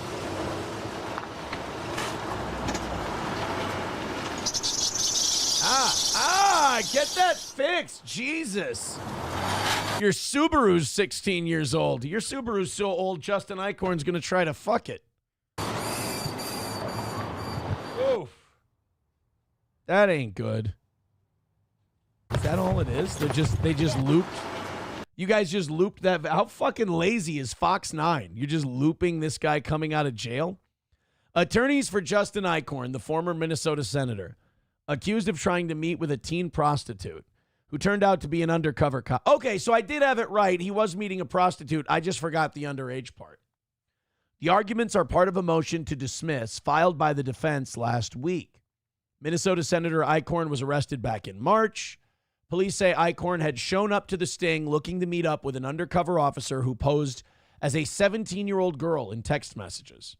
Police say Eichhorn had responded to a prostitution ad online and texted trying to arrange a meetup and a price. Dude, I know he's a piece of shit and I know he's an absolute asshole, but he missed such a great opportunity to make this story even better if he had used a fake name and called himself Ray Finkel. Finkel and Eichhorn, Finkel and Eichhorn, Finkel and Eichhorn. I know it's Einhorn in the movie, but like it's too close to pass up. He served the Senate's 6th district in Grand Rapids, Minnesota. He was initially charged in state court, but the charges were ultimately upgraded to federal charges. Ooh. Federal charges, that's a bad one. Because if it's Minnesota charges, you'll never go to jail. They'll just say, promise us you'll be a good boy for a couple of years and we'll forget this ever happened. Federal charges, they ain't going to be so nice, buddy. So Eichhorn is fucked. He should have probably kept it to, if they would have kept it to state charges, he would have been fine. Dan with $5 says, what's your opinion of Senator Mitchell and the motion to dismiss the burglary tool possession charge? Oh, is that the Senate? So we had another senator in Minnesota, just a bunch of fucking criminals. There was a Democratic senator who broke into her mom or her stepmom's house. Senator Mitchell, Minnesota. She was charged with felony burglary, leading to an ethics panel inquiry. But now they're asking the judge to dismiss the first-degree burglary charge. We got, here, we'll catch up with this, Dan. Thank you for the $5. Hobo Chili with $1 says, food gets eaten when you were at Golden Corral full-time. You're such a foodie, fat boy. Thank you, Hobo. Always nice. Really, we don't have full listener contributions until we hear what Hobo Chili Recipe thinks. Thank you, bud. We're going to get to this story that Dan sent us. And by the way, 190 away from today. Keep it going. $5 at a time. We'll knock this thing out and call it another win for the toe. 190 away. Thank you very much. And of course, it is our last goal of the week, which means perfection for the toe. Thank you. Gifted memberships, PayPal, Venmo, Streamlabs, Super Chats, and Rumble Rants. It's been very quiet on the Streamlabs, PayPal, Venmo front. Let's see if you guys can't crack that egg a little bit. Thanks for your generosity. So we do have an update on the other senator to show you crime is bipartisan here in Minnesota. On ethics complaints filed against embattled DFL Senator Nicole Mitchell and did not take action. That means that they are likely in limbo until her criminal trial concludes. Excuse me. Mitchell faces... Oh, boy, she does not look happy or attractive in that picture. Oh, my God. What was happening over there that was so nice? It's really demanded all of her attention. Probably a cake. 2 felony burglary charges related to a burglary at her stepmother's house last April. Stepmother. As Caroline Cummings reports, lawmakers are divided about how to move forward. The whole truth and nothing but the truth. So help you God. I do. The Senate Subcommittee on Ethical Conduct convened Thursday to consider a new ethics filing against DFL Senator Nicole Mitchell and discuss an... You can stop kicking her. She's dead already. Another ethics complaint? She's got 2 felony charges. Already got an ethics investigation underway, and you want to throw more shit at her. I can't believe the Democrats and Republicans didn't just get together behind closed doors and be like, all right, we'll take our pervert guy. You take your burglary lady, and we'll just cancel this whole thing out, and we'll let the courts handle it. How's that? Like, all right, we'll excuse your pervert. You excuse our burglar. That's a deal. We've really lost the art of bipartisanship in this state. Dated complaint against her. Both allege her conduct violated the chamber's rules. Mitchell now faces 2 counts of felony burglary, and those allegations have loomed over the Senate since last year. Due process is important. However, what the fuck happened to his face? Those are AIDS lesions, my man. You look like Andy Beckett, straight up. Senator Mitchell has blatantly abused due process, attempting to avoid accountability. At the center of a new complaint, GOP lawmakers say Mitchell earlier this year improperly voted on a motion that blocked a debate and later vote to expel her from the chamber. I like her. She's brazen. She's like, I vote no to get rid of that bit. Like, it would have been funny if she wore like the glasses with the Groucho Marx mustache. No, I'm Senator Bob Mitchell, and I'm voting no. We should keep that senator here. We shouldn't get rid of her. Wait a minute. Are you supposed to be able to vote on this? We're voting about kicking you out. Yeah, no, I'm a no. I think that's a bad idea. They point to Senate rules and state law about conflicts of interest. There can be no greater conflict of interest than the threat of losing one's job in its entirety. Mitchell has pleaded not guilty to the criminal charges, and for the first time Thursday, spoke out since then, addressing the ethics panel herself instead of her attorney. I have ladies and gentlemen of the panel, I would just like to say this is all bullshit, and I'm totally cool. Thank you. growing district, and my district population is estimated now at almost 87,000 people. Damn, bitch. They have asked me to stay and keep. I've picked the locks of each one of their houses and stolen very valuable documents, including but not limited to Social Security cards, copied them, and returned them to their original place so I can get them to continue voting for me. Or I will apply for a shitload of credit cards. Keep working for them, and they deserve representation. The panel is evenly split along party lines, so the outcome was expected. GOP members wanted to move forward with an investigation, but DFL members disagreed, so they... It's fucking shameless, dude. They're all just covering for each other. The Democrats said this is bullshit. The Republicans said, nah, we need truth, justice, in the American way. The Democrats said, what about your pervert senator? And they said, we'll talk about that tomorrow. It's not what we're discussing right now. Bapa Shab says Aaron's hairstyle is very popular in Minnesota. It's the weather that does it. That's what it is. It's the weather. All right, 190 away from today. Go ahead and drop in a couple of bucks. Give us a win for the toe. I woke up today. I was like, we got one goal left. Yesterday's was nice and easy. The evening show was nice and easy. We're going to do it again today. I woke up believing in you guys. Hey, you remember the guy who shot Cecil the lion? You remember that guy who paid a bunch of money to go to a thing and have them walk a lion right up into the muzzle of his gun so he could blow its head off? He was a Minnesota guy. People forget about that. He's been arrested now for DUI. He got accused of drunk driving earlier this week. A couple weeks ago. I'm sorry, 2 weeks ago. Walter Palmer was charged earlier this week with DWI, careless driving, and obstructing the legal process in connection with the May 26th incident. Palmer was arrested at his home, an address that matches the same Walter Palmer that killed Cecil the Lion back in 2015. People had sprayed lion killer on his garage door. Oh, at his Florida home. So he has a home in Florida too. Damn, someone's doing well. And they spray painted lion killer on the garage door. Is it just me, or is that kind of a badass thing to have someone graffiti on your garage door? Like, I wouldn't be too upset about that one. Oh, man, they graffitied your garage door. Oh, really? What'd they write? Like queer, Nazi, whatever. No, they wrote lion killer. Holy fucking shit. Lion killer, really? That makes me sound awesome. Nobody's going to fuck with that guy. He's got lion killer written on his garage. I ain't breaking into that guy's garage. He'll blow a lion's head off. What the fuck will he do to me? Jesus Christ, monkey balls. So Walter, poor Walter, he can't catch a break. Killed a lion, which should be like the coolest thing you do. But it turned out to be the bane of his existence. Holy shit.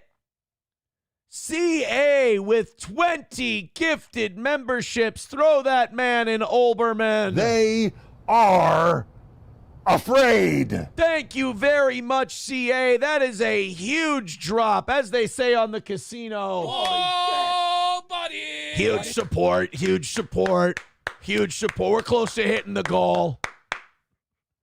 Huge support with the 20 subs. Let's fucking go. I love those guys. 145 away from today. That's a big one. Thank you, pal. Thank you, CA, so much. If you got gifted a membership on YouTube from CA, you go ahead and pass that along. We could probably knock out today's goal if you guys just, all the 20 people who got gifted memberships, all just gift them back. Thank you very much. $145 away from today. We are in good shape. You guys are doing great. Thank you so much. Again, Streamlabs, PayPal, Venmo, Super Chats, Rumble Rants, etc., etc., etc. And, of course, if you don't have any money on you, you can't afford to support the show. There's other ways to do it. Hit like, hit subscribe, hit follow, and let's keep the good energy moving, shall we? Let's go to the Elon-Trump relationship repair. Apparently, these two guys, they didn't wash their balls. Somebody smelled like vinegar. So one kind of accused the other one of being a pedo and covering it up. And then apparently they had a discussion. They had a little talk. Now they're pals again. You know how it goes. You and your buddies get into an argument, so you have a disagreement. One of them's a ketamine addict, so they go ahead and publicly tweet out to hundreds of millions of people that you're probably part of an undercover pedo ring, and you're covering it up by not releasing the information. And then you guys just have a little talk, and then everything goes back to normal. It's totally cool. Well, Trump and Elon apparently made up. They spoke privately on the phone Monday night, and then it was Tuesday or yesterday, Elon tweeted out, he's like, look, I went a little too far. I said some shit about Donald Trump that wasn't true. I take it back. I feel terrible, and I don't want anybody to assassinate me. I'm paraphrasing that last part. You know, Donald Trump needs to learn a few lessons from this. You know, like, for example, maybe employing a crazy 100-billionaire ketamine addict might not be the most stable partner for a presidential administration. It's possible. Or fuck it, just keep giving the guy chances until ultimately he burns your entire administration down from the inside. I am not an Elon guy. I mean, I think this guy is unreliable. I think the guy's a loose cannon. I don't think you can trust him. I think he's 1,000% in it for himself. Really, I think Elon's too much like Trump to work under Trump. I mean, these are both billionaires with giant egos. It's not going to work. Thank you very much, Hurt Neck, for the $5 over on PayPal. Thank you, Hurt Neck. That's fantastic. Thank you, buddy. 140 away from today's goal. We are moving. Thank you so much. Lander says, Aaron, have you seen the individual people selected for political positions? Musk is the least of your worries. Yeah, but they don't come out and just accuse the president of being an Epstein guy. Did you see how uncomfortable that made, what's his name? Trump's little FBI guy, Patel? He was on Rogan when they found out about the Elon tweet about Trump being on the Epstein thing. And he just did not know how to respond to it. He didn't know. Because he had spent the whole interview going, nothing to see here on the Epstein stuff. The Epstein stuff is total bullshit. There's nothing that you want to see is on there. And then Rogan was like, hey, I just saw this tweet from Elon. He says that he just said that Trump is on the Epstein list, and that's why they're not releasing it. And Kash Patel is like, it's totally, don't worry about it. Here's the clip. Since we were talking about fake news, this is going to come up because it's been going on since we've been recording here. Elon and Trump seem to be in a bit of a spat, Joe. You want to check the tweet that Elon just put out a little bit ago? Time to drop the really big bomb. Donald Trump is in the Epstein files. That's the real reason they have not been made public. And by the way, while this tweet is out there, Kash Patel has been fucking soft shoe snake charming dancing on Rogan, trying to say there's nothing in the Epstein files. Don't worry about it. We're going through it right now. It's not what you think. And then Elon Musk just goes, boom. Trump's in there, bitch. That's why it's not coming out.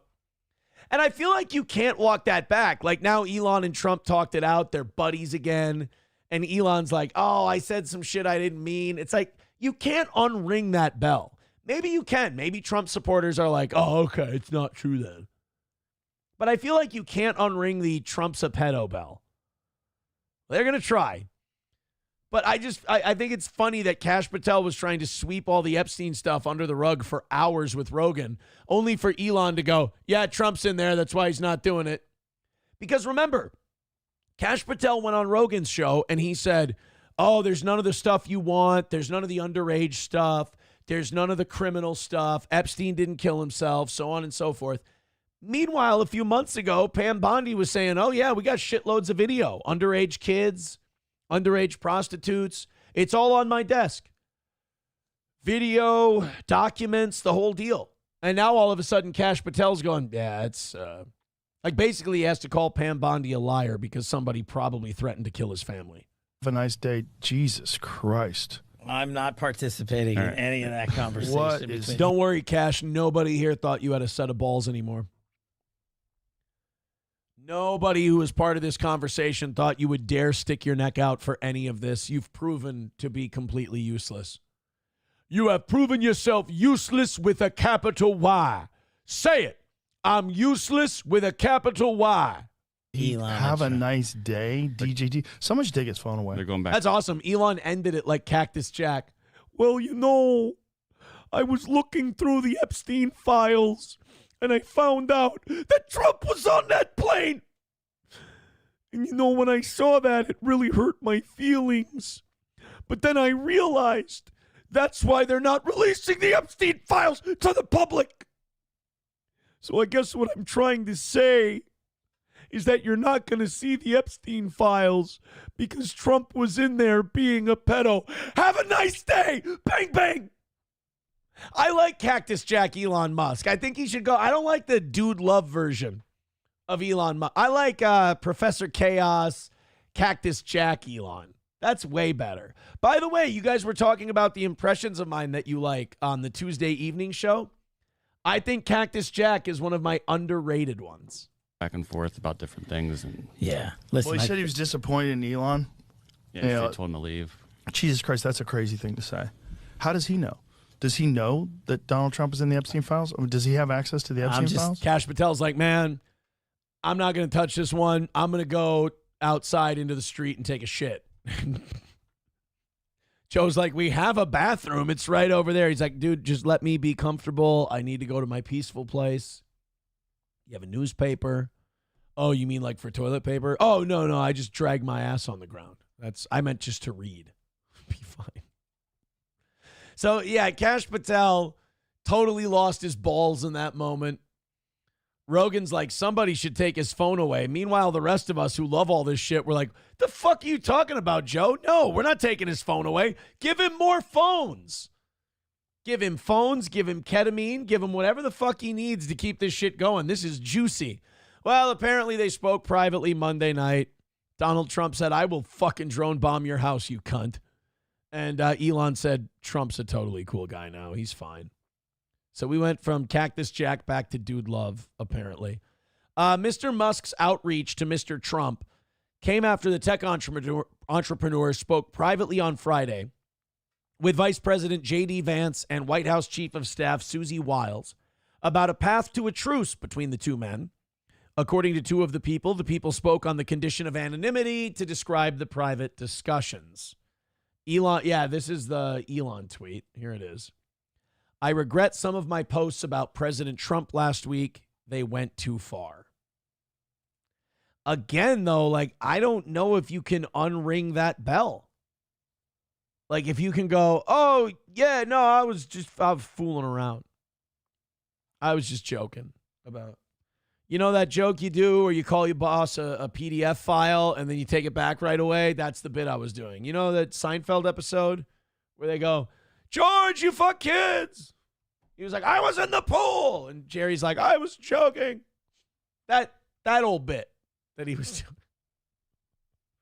doing. Sam Show says, we can't get a straight answer out of Cash, Bondi, Bongino, or even Trump. Trump probably thought he was more careful with scrubbing his name than he actually was. I think there's a lot of Israeli influence, too, on why this stuff isn't coming out.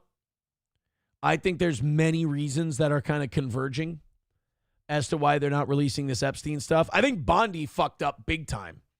I think Bondi going, oh, yeah, I'm ready to go. Bang, bang. You know, we got this shit on lock. We're going to release all the Epstein files. I got them on my fucking desk.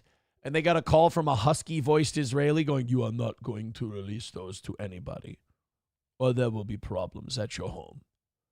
It will start with the power being turned off. All right, I got it.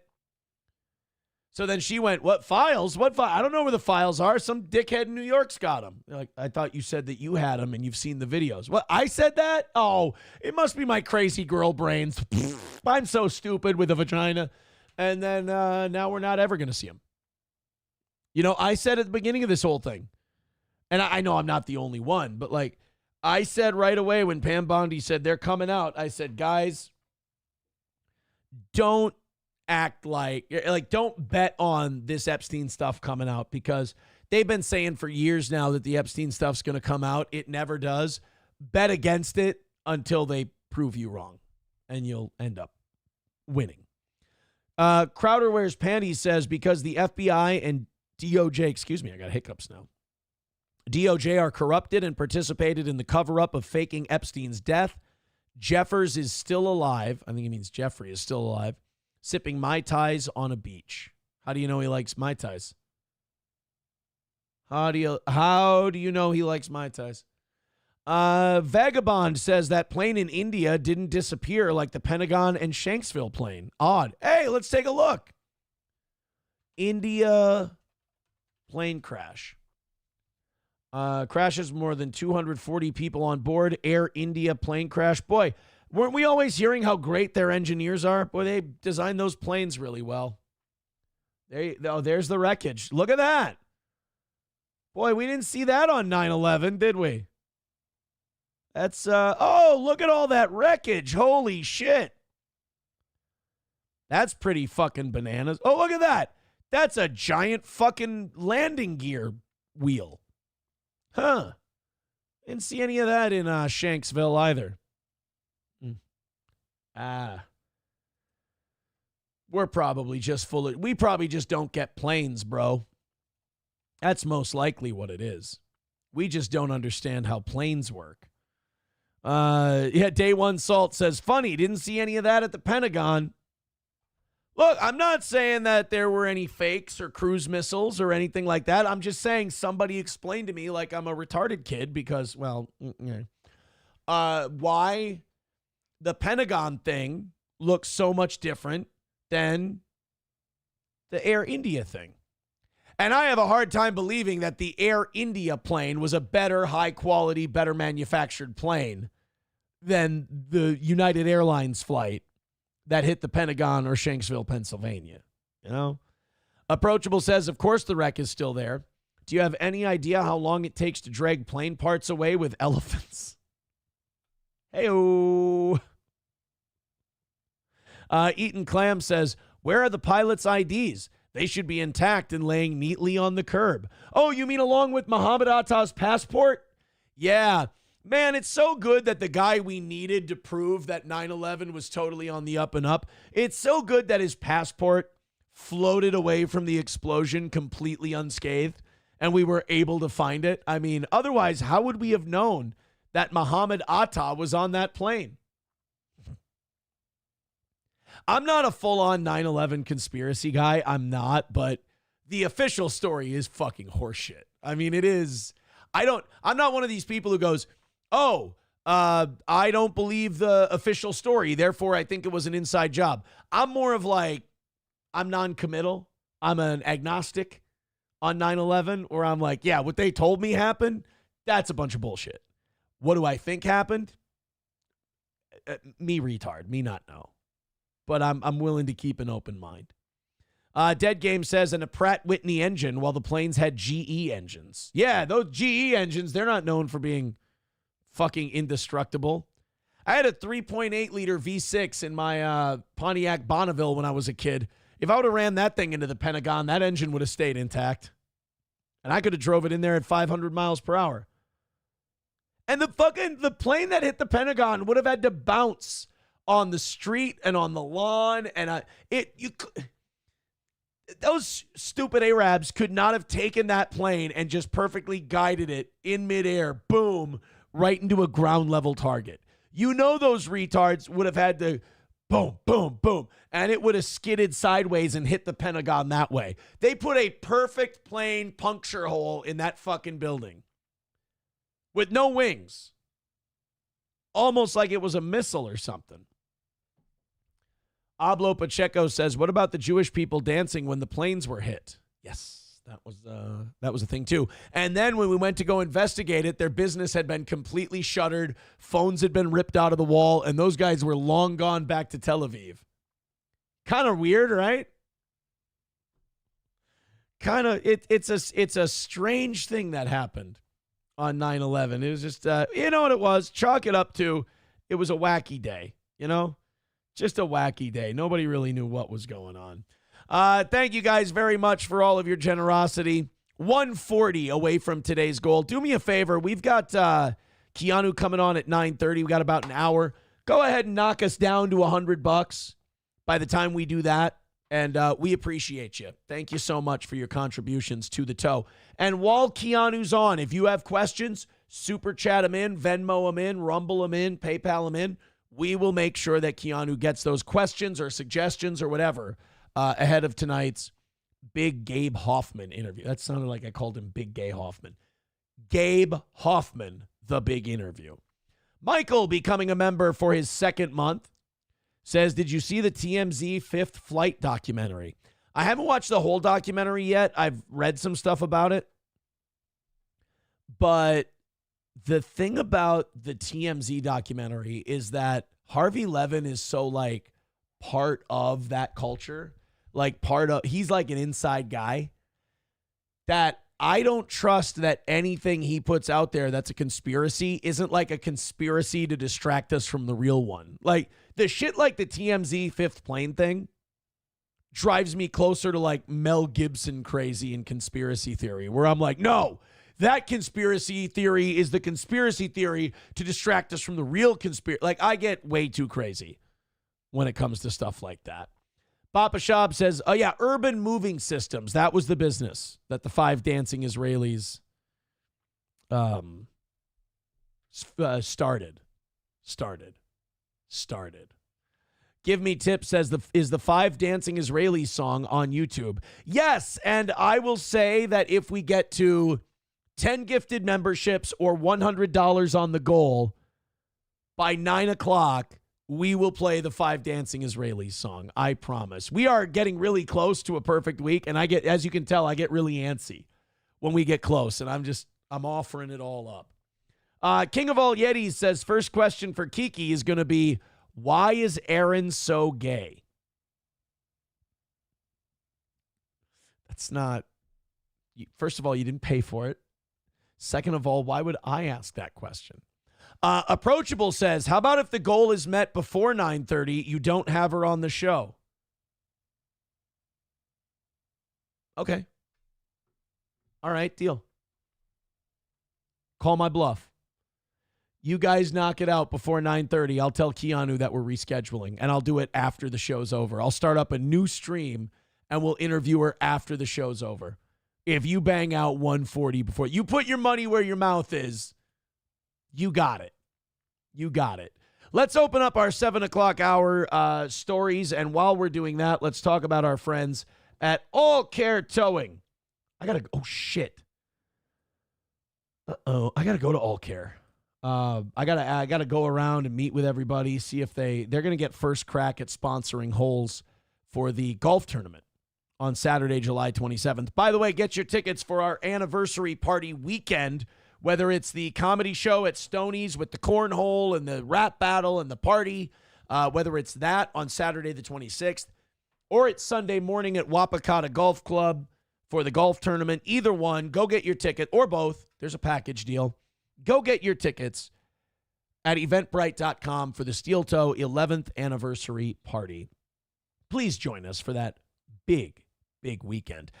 Midland Armory in downtown Foley, Minnesota, midlandarmory.com. Whether you're looking for something for hunting, carry, personal protection, home protection, not only do they have it all, but they have all the advice you need to make the right call at Midland Armory. Downtown Foley, Minnesota, midlandarmory.com. You can make your order there as well.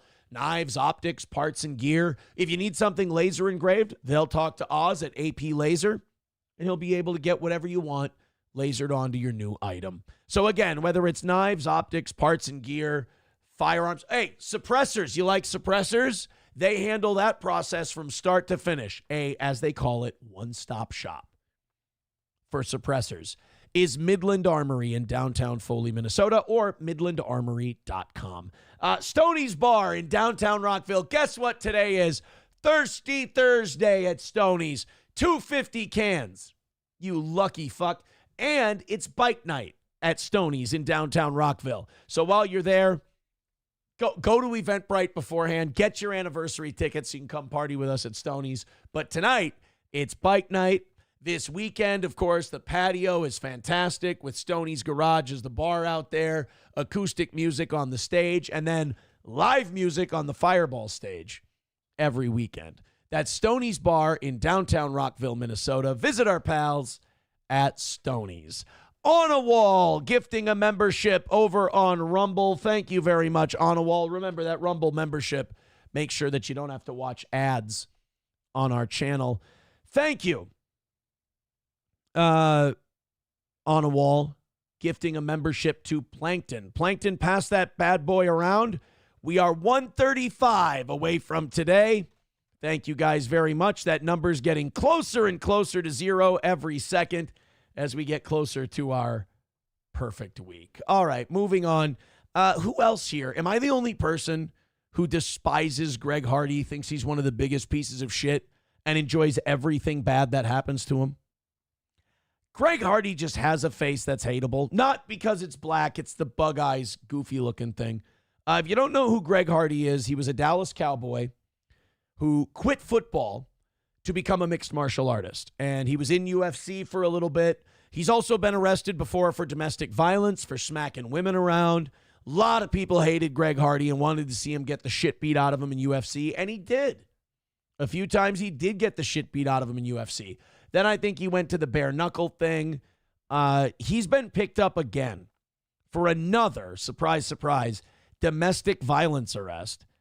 He insists that he and his family are all perfectly fine, despite the disturbing allegations that were made against him. You know, what is it about these pieces of shit, these fucking asshole woman beaters and kid beaters who always tell everybody, hey, who are you going to believe? Everybody who has the information, or or me, the guy who has a vested interest in lying to you? All these fucking scumbags not only deny the abuse, but they say, everything's perfectly fine. You're just mad that everything's fine over here. To me, that kind of shit, right after the domestic violence stuff comes out, means you're a lying bag of shit. And Greg Hardy is a woman-beating, lying bag of shit. It's like these guys have a phenotype and a script that they follow. Hardy took to his Instagram page to share the update with his followers on Tuesday, just less than a week after he was thrown behind bars for allegedly getting physical with his girlfriend during a dispute at their home in Richardson, Texas. Now, this is fucking gross. Look at that. He did an Instagram post. Well, at least he stayed, right? Which might not be, maybe isn't a good thing. My family and I are all perfectly fine. Please stop spreading lies and rumors and give our family the time and space to work through it all in private. But, okay, where did it come from? Like, you got arrested. And Daylaw is trying to cope with $2, says, you're in court documents for DV and deny it. No, I'm not. I am not in court documents for domestic violence. Never once.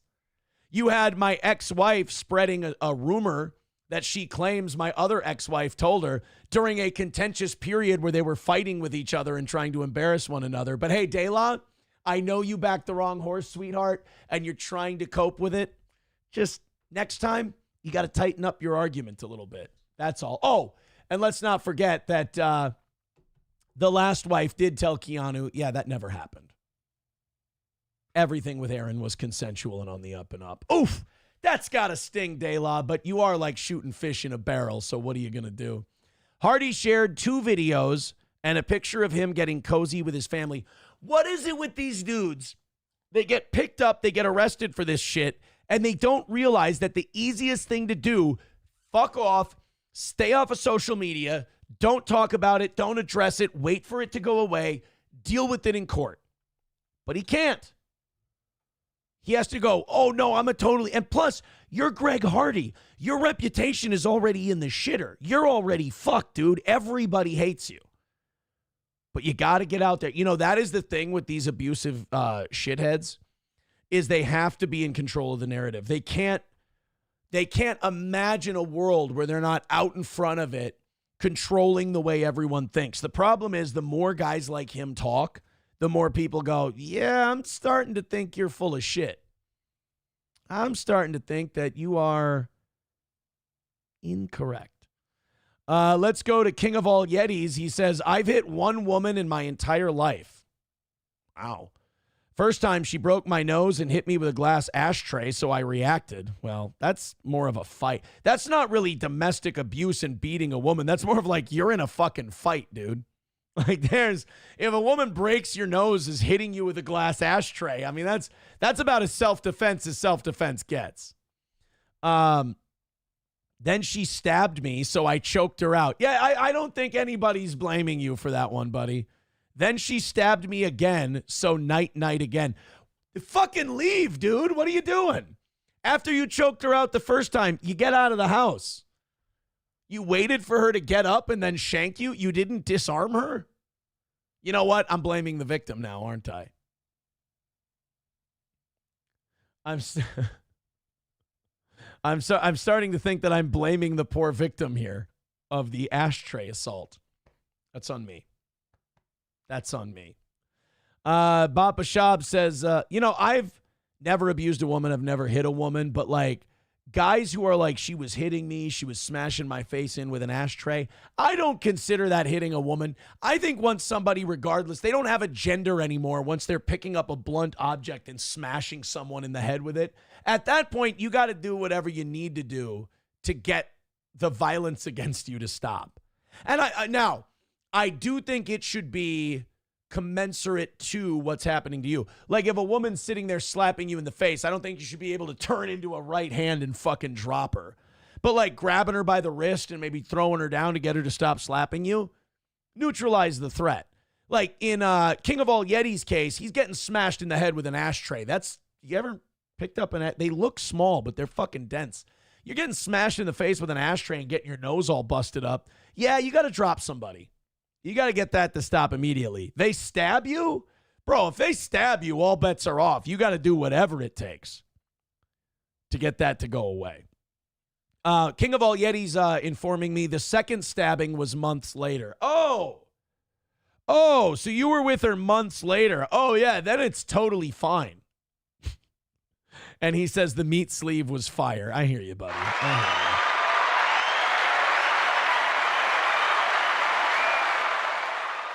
And then King of All Yeti says, I still miss her. It happens, man. It happens. I'm not going to lie. There's, there's someone, it was a bad idea to get involved with them. It was very short.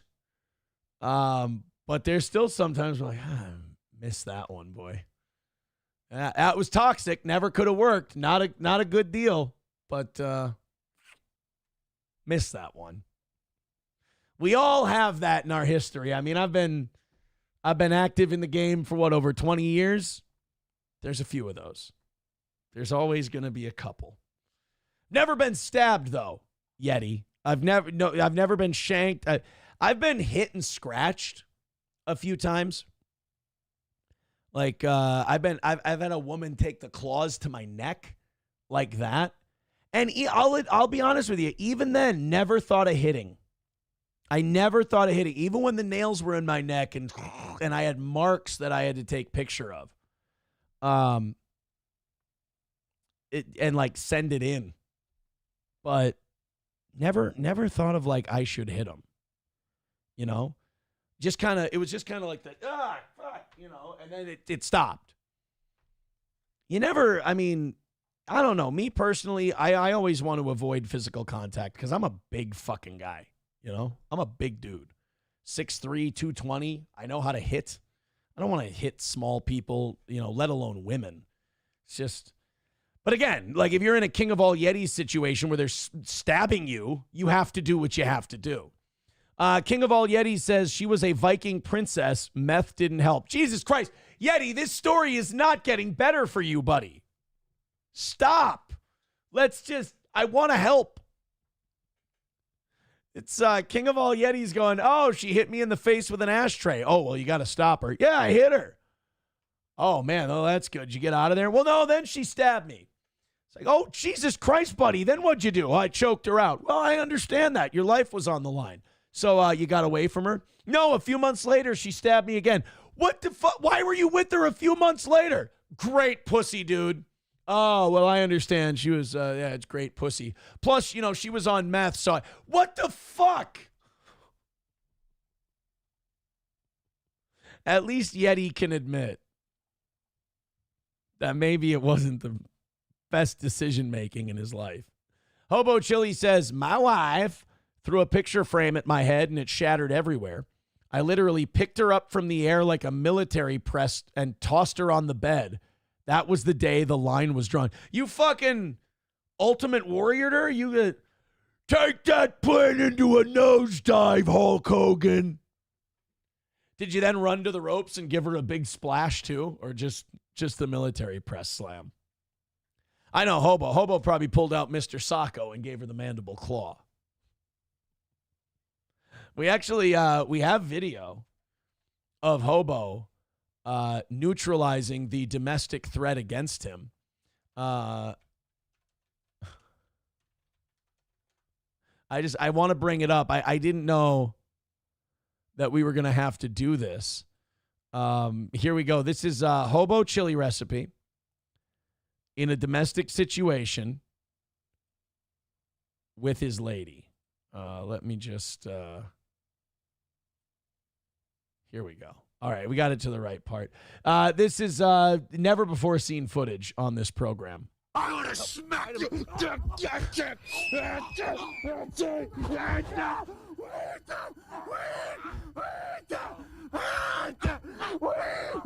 Almost fucking insane. WWE copyright. WWE copyright. Get out of there. Get out of there. You need me more with $1 says when my ex cheated and I found out, he admitted it. I slapped him, and not hard, by the way. He called the cops to report it. They did nothing. That's another scary thing. You know? Especially if you're a dude calling it in. Like, I've been hit. I've been scratched before. I never thought of calling it in. One, I was fine. And two, what are the fucking cops going to do? They're going to look at you like you're a pussy, and they're going to leave without doing anything. So, nah. Hobo Chili Recipe says, if it ain't the Iron Sheik, I don't want nothing to do with it. Yeah, Hobo Chili Recipe and his wife were fighting one day, and Hobo said, I will put you in camel clutch, break your back, fuck your ass, make you humble, bubba. King of All Yeti says, oh yeah, the second time she stabbed me, she called the cops and I went to jail. See, what the fuck? You call the cops because she stabbed you for the second time. You let the first one go. And then you choked her out for stabbing you. I'm assuming you had the fucking stab wound. The cops could see it, and they arrested him. Wow. We've got $20 from Rebecca. Rebecca says, bought the ticket for my significant other last night. Looking forward to spending my birthday at the anniversary show. We're excited to have you, Rebecca, and thank you for the $20. Give her a Hogan. We want the gold, sucker. Hulk Hogan, we coming for you, nigga. Thank you very much. Holy shit, that puts us 115 away from today's goal. Finish it up. Let's get ourselves another win for the toe. 115 away from banging out the last one and calling it a perfect week. 13 minutes left. We will do the 5 dancing Israeli song if we get under $100 by 9 o'clock. I did say that. So keep it going. Streamlabs, PayPal, Venmo, Super Chats, and Rumble Rants. We're right there knocking on the door. I got to make sure that I did that one contribution right, that 20 gifted memberships. I feel like my $45 math might be off on that one. Yeah, that was a $52 deal. My bad. Let's knock another $5 off. I'm sorry. I don't like to pocket anything more than we need. 110 away from today's goal. Thank you very much. Streamlabs, PayPal, Venmo, Super Chats, and Rumble Rants. Keep it going. Keep it moving. King Kong Dong says, no Keanu if you knock out the goal before 9:30. I did say that. But another $15 comes in. And in the next 12 minutes, and we've got ourselves the 5 dancing Israeli song, and then I'll go pee.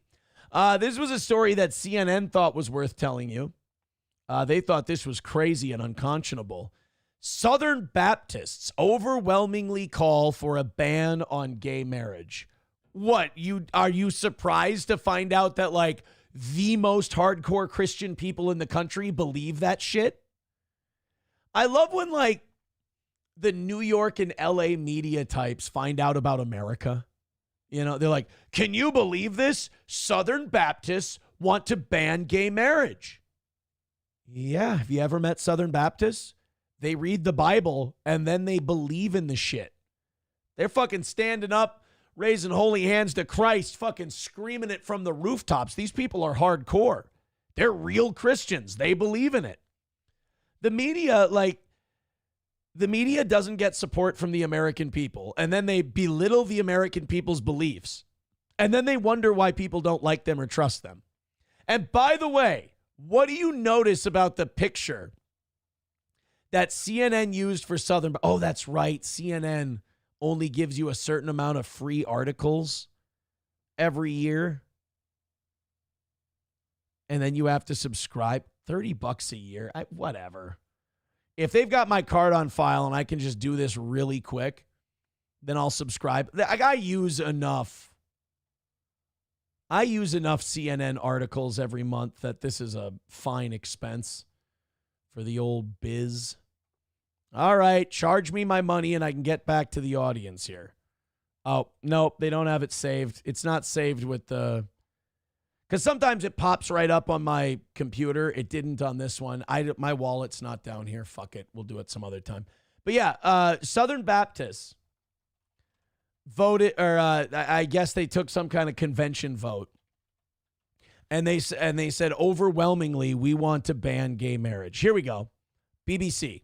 No, that's not the British Broadcasting Corporation. Not like I wasn't looking at, you get the idea. Southern Baptists, whose faith includes over 12 million members in the U.S., have endorsed a ban to end same-sex marriage in America. What I loved about that CNN article, though, did you see the photo they used? Baba Shab says, don't fucking subscribe to CNN. Get an ad blocker. I do have an ad blocker. It doesn't work. They only give you a certain amount of free articles. But anyway,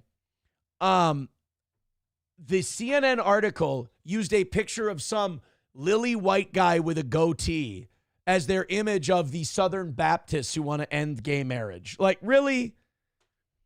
You know that there's a lot of black Southern Baptists, and they don't fucking play that gay marriage shit. They do not. No. In fact, if you poll white Southern Baptists and black Southern Baptists, I bet you the percentage of black Southern Baptists that want to ban gay marriage is higher. But CNN has to make it look like, oh no, it's no, look at all these terrible Southern whiteys, these backwards hillbillies. They want to get rid of gay marriage. Meanwhile, they don't understand the rest of us never gave a shit about gay marriage in the first place. We were okay with it being legalized like in a passive way because we were like, we want you guys to shut the fuck up about it. The problem is, in the 20 years since you've legalized it on us, you haven't shut the fuck up about it.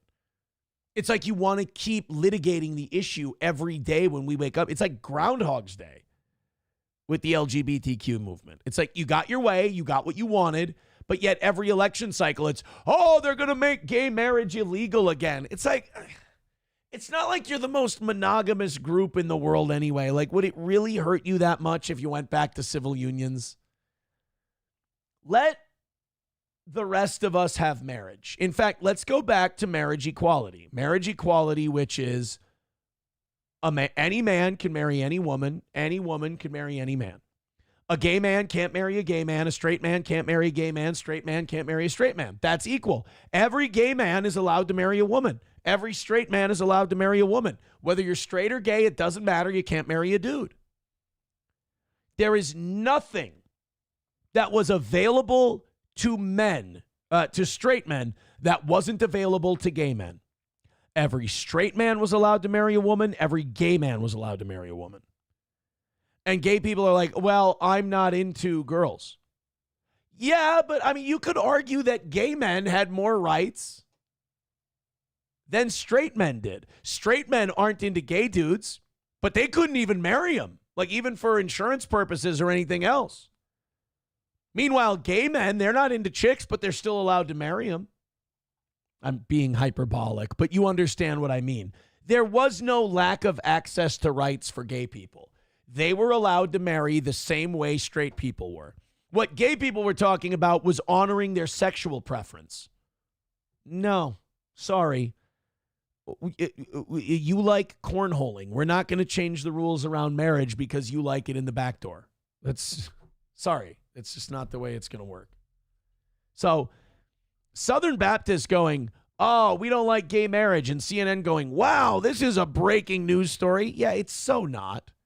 It's so not. Dead Game says, best preacher I've ever heard was black. Yeah, dude, black Southern Baptists, they're the ones who bring all the flavor. Ablo Pacheco says, Aaron is correct. Baptists don't play that bullshit. Not at all. Not at all. It's kind of dumb because America has always been overtly gay, says Sam Show. Oh, damn. Atomic Ray says the toe is mixing God with politics. He's turning Jew. Oh, no. Oh, well, they figured me out. Papa Shab says, are you and SP getting married to hide your homosexual proclivities? Terrible use of the word proclivities. It's a great word. I don't like that you used it in that way. Butt Cheese says polycules should be able to legally marry, right? No, everybody in a polycule should be put to death. It's just a terrible idea. It's just, you're saving everybody if you just wipe out the whole polycule thing. It's a hellfire missile. Boom. Done. Wipe it all out. They're all either fat, ugly, or drug addicts. People in polycules. And I notched 2 of those 3. Riding Dirty Llama says, what part of we hate sin, not the sinner, do you still not understand? Right. Like all of these Baptist churches tell you exactly who they are and always have, and you don't believe them. And then when they come and they tell you overtly what they are, you go, oh shit, that's crazy. But it's not. It's not at all. Let's go to Ed Harlow with $1. Says, let's go back to equality, whereas married couples don't get benefits over single folks without kids. What do you mean? Oh, you mean like wait a minute. Oh, single folks without kids. I was going to say, single folks with kids get plenty of benefits that even married people with kids don't get. Single folks without kids. Well, yeah, no, I agree with you. You're saying like married filing jointly and $2,000 for, no, is it $2,000 for each kid you have? Yeah, I get it. I can understand where single people would be upset about that. It isn't unfair. It's government tax code manipulation to encourage people to marry and have children because we agreed a long time ago that was best for a civilized society. And that's why the government should take a vested interest in marriage. Gay people can't reproduce. Therefore, the government shouldn't be involved in their union. That's why gay marriage shouldn't be a thing. The whole reason the government got involved in marriage is social engineering. We believe that people being married and having children was the best thing to continue on with our society, so the government got involved. But I agree with you. Married people, people with kids, they get all kinds of benefits that single people don't. But you know what benefits single people get? You can go do whatever the fuck you want, whenever the fuck you want, right? I mean, that's the trade-off. Give me tips with $10, says play the song. Well, we're at $100. I said if we got under 100. So in the next 2 minutes, if we get $1 or $2, I'll play the song. I'm just trying to squeeze out of it what I can get. Streamlabs, PayPal, Venmo, Super Chats, Rumble Rants. Look at you guys all ahead and shit today. $100 away from a perfect week for the toe. Thank you so much. Thank you. Give me tips for the $10. We'll have somebody else come in and drop a couple bucks, and then we'll play the 5 dancing Israelis while I go take a pee. Corn Diff says gay people reproduce by sneezing on the straights. What the hell? Tim Bollinger's mad. He's like, $10 counts as $10 now? What's going on? No, we had a few ones before that. You saw Chevy JB. You saw Ed Harlow. Try to keep up, Tim. Try to keep up. Give me tips with $1, says you petty bitch. I had to try. I had to try. Oh, poor Tim being felted by the toe again. You poor baby. He comes here to cry, and all we do is taunt him for his tears. I'm such a bully. All right, let's go ahead and play this clip. This is for Give Me Tips. I'm going to go to the bathroom. You guys have $100 left in today's goal. Go ahead and just do the rest of it. Eric with $2 over on PayPal. Thank you very much, Eric. He says, unfortunately, this means you can't get fag married. Randy Newman, Dancing Israelis song. Here we go. The lost Randy Newman song from Irrational Times. Here you go, guys. I'll be right back. A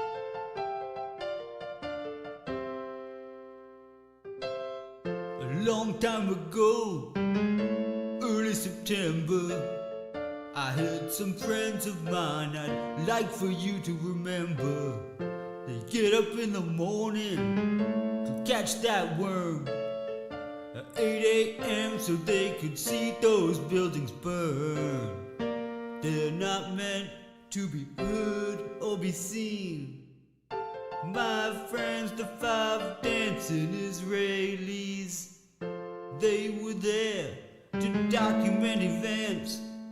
Had some nice fancy cameras and they got the lighters all set.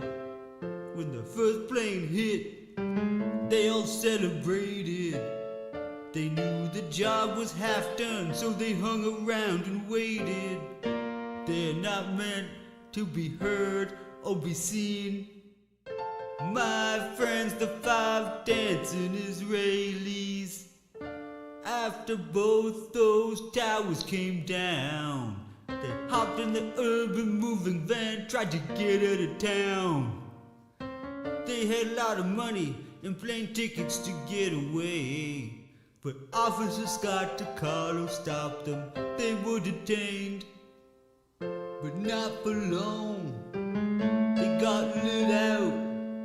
They were back home in Israel after just a couple months. Hey! You'd think after that, they'd lay a little Sorry, I had to wipe my low. nose from all the coke I did. But they bragged about it on their local TV show. Everything in this song, by the way, is They accurate. weren't meant to be heard or be seen. My friends, the 5 dancing Israelis. You know, I think this way about, by the way, great work. Nice.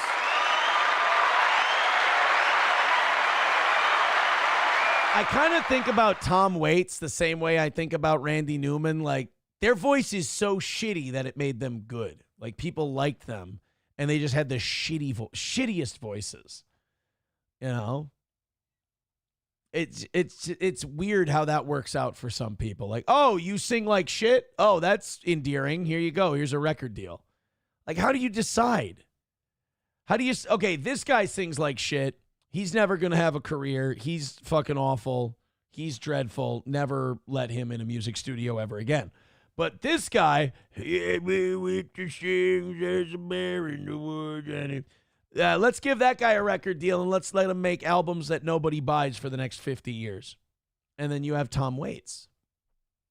I don't understand how the industry makes those decisions. Like, I found out yesterday that a song on Eric Church's new album that I really like is actually a Tom Waits song called Clap Hands.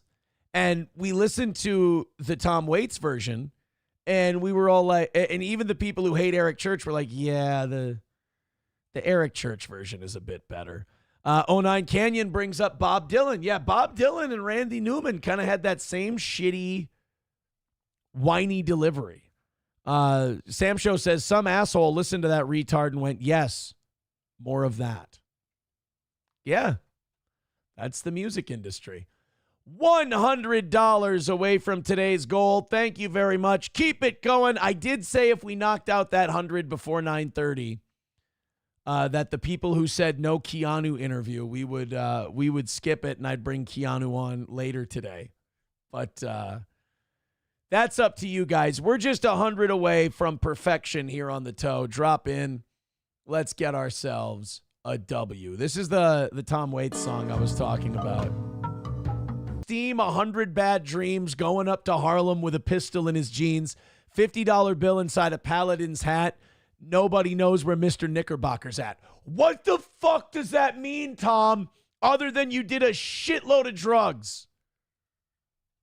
Meaning of the lyrics in Clap Hands. Who knows? It's a darkly surreal and whimsical exploration of the absurdities of life and the human condition. Meaning it doesn't make any fucking sense. I hated that about Tom Waits. Like, hey, Tom, your lyrics don't make sense. They're not supposed to make sense, man. People don't make sense. Fuck you. The lyrics use a playful nursery rhyme rhythm to create a world where things are twisted and exaggerated. The Clap Hands refrain acts as a call to join the madness, a way to embrace. Yeah, see, here's a deeper look at some of the key lyrics. I want to go to the sane, they're all insane. That's understandable. The fireman's blind, the conductor is lame. These lines depict a world of dysfunction where those who are supposed to maintain order are themselves flawed. Or it just rhymed with insane and he's a dipshit. Cincinnati jacket and a sad luck dame. This line is open to interpretation. No shit, because it doesn't mean anything. But Cincinnati jacket could refer. It's always good when you're listening to a song, you go, the retard who wrote this might have meant. But Cincinnati jacket could refer to someone with a criminal record, a play on the word jacket also meaning a coat. Or it could mean they were wearing a Reds jacket. Sad luck dame would describe a woman of misfortune. Hanging out the window with a bottle full of rain. This is both surreal and slightly unsettling, suggesting a world where the everyday is absurd and the boundaries between reality and fantasy are blurred. It's retarded. It's retarded. That's what it is. And they don't even try to break down the rest of the lyrics. They're like, no, it's just a fucking weird song, guys. Okay, fair enough. Numero uno Josh Denny fan says Aaron genuinely thinks that songs about being out by the lake over and over again is a good song. His opinion doesn't matter. I do not unironically like Parked Out by the Lake. Let's get that straight right now. That is fucking slander by Mr. Numero Uno. All right, let's continue on. It's been kind of a weird, loosey-goosey program today. I think we got within a hundo of that goal, and I started to get a little weird on you. Let's get back into the stories. We got beaver murders. This combines a couple of things I like. Pest removal and golf. This is a story in Ann Arbor, Michigan. This is big up there. This is something they're debating. They're having city council meetings over this. Apparently a golf course wants to murder beavers. And good, I'm all for it. They make muddy, sticky, shitty dams. And I'm trying, not only am I trying to look for my ball near the water, but I'm trying to steal balls too. Like, if you have a ball that goes into the weeds near water at a golf course, and you don't walk around a little bit to try and, pocket a few extra balls, you're a dick. What do you want to do? Pay $20 for a sleeve of 3 at the pro shop? Or do you want to find a few slightly used Callaways just hiding out in the reeds, if you will? So yeah, fucking brain a beaver with a baseball bat. I don't give a fuck. I'm here to golf, not preserve wildlife. I saw a goose when I was at Rich Springs on Monday or Tuesday. I saw a goose on the course, and I was like, how great would it be if a lawnmower just ran him over? Like, we're here to golf, not appreciate nature. That's gay. Like, nature sucks. Unless you hit a ball off a tree and it helps you and it bounces back into the fairway, then nature rules on a golf course. But, like, I got itchy legs today because on Tuesday I was walking around in tall grass finding my ball and then trying to find a couple extra. That ain't fun. So let's find out how they're murdering these beavers, attaboys, and how it's helping the golf course. On your time, though, guys. Like, I ain't got nothing to do. Being part of the dental community for... Oh, he's part of the dentist. Periodontalist. I know oh, they snuck a dentist commercial on me. I've got ad block on. From a trusted partner in your health. They embedded a fucking dentist ad on me. I'm a piece of shit. It's very gratifying to be able to restore someone's smile and confidence. So they come over. Or yank your teeth out because you waited too long and it rotted out of your head. Thank you so much. Either one. People love the dentist. They're so nice. Dentists, we're building healthy, smart, vibrant communities. That's one good. Smile at a time. One smile at a time. That's true. Leslie Park Golf Course in Ann Arbor is facing backlash tonight for killing a family of beavers. The rodents took up residence along a stream that can cause flooding and property damage on the course. Tonight, 7 News Detroit reports. Yeah, so if these beavers are damming it up and the water's backing up and the fucking fairway gets wet, I'm going to go in there with a driver and I'm going to take care of the problem myself. So thank you to the golf course for taking care of what needed to be taken care of. And we don't have time to trap them and relocate them. There's a shotgun start at 8:30. Reporter Sarah Michaels is hearing the concerns of residents and explains if this is legal. My initial response is they should have tried other things first. That's Oh, yeah? terrible. Shut up. None of you broads golf. None of you have had to sit there and wait for some retarded animal not realizing that we're trying to hit the ball right where they're crawling. So I don't want to hear about how terrible it is from the fat single cat lady. I got to tee off. I only have 3.5 hours. We got to get through this round in a reasonable time frame. I will put a putter in a beaver's mouth today. In Ann Arbor. They could have just relocated them. They didn't have to kill them. Go play frisbee golf, you fucking moe, and we'll put all the beavers where you throw your little disc. It's really disappointing that that's the direction that the city went with it. What are you? What are you? Tired of these people who don't play golf, sitting there acting like they know. Voicing their... If you ask all the golfers, they're going to totally support what the golf course is doing. Disappointment in the city's recent decision to kill beavers living in a stream at the city-owned Leslie Park Golf Course. Feed them cyanide! Here. I feel like there could have been a more humane way of handling that, getting people in, and... It's fucking humane as shit. They probably didn't feel a thing. Removing them and... Gobs and gobs of greasy slime or beaver guts. Putting them somewhere better that they could actually thrive, not just outright killing them. You can still see... Fuck it. Out of sight, out of mind. Oh, hi. Hello. Hi. Do you like twice divorced out of shape men with 3 kids? Tiny bit. Pretty fun. Anyway, what was I saying about murder? Oh, yeah, I got to get back into murdering animals mode. Okay, the beavers didn't feel anything. They're dead. Everything's peachy for them. See here at the golf course what looks to be remnants of beaver activity, but no beavers in sight. Yeah, same thing with like the Cherokee, right? You go to certain parts of Florida, you're like, oh, that used to be one of their shitty wood forts they made. It's not anymore. Now it's next to a Wawa. definitely would advocate for any solution that doesn't involve euthanizing animals. Yeah, we can tell there's nothing about your beaver that's been beaten or killed in years. Especially wild animals that are just doing what wild animals do in their kind of natural habitat. It's not their natural habitat. That's my fucking golf course. You think grass is cut like that normally? Dick. Why are they only asking animal rights advocates? Why aren't we asking the golfers what they think?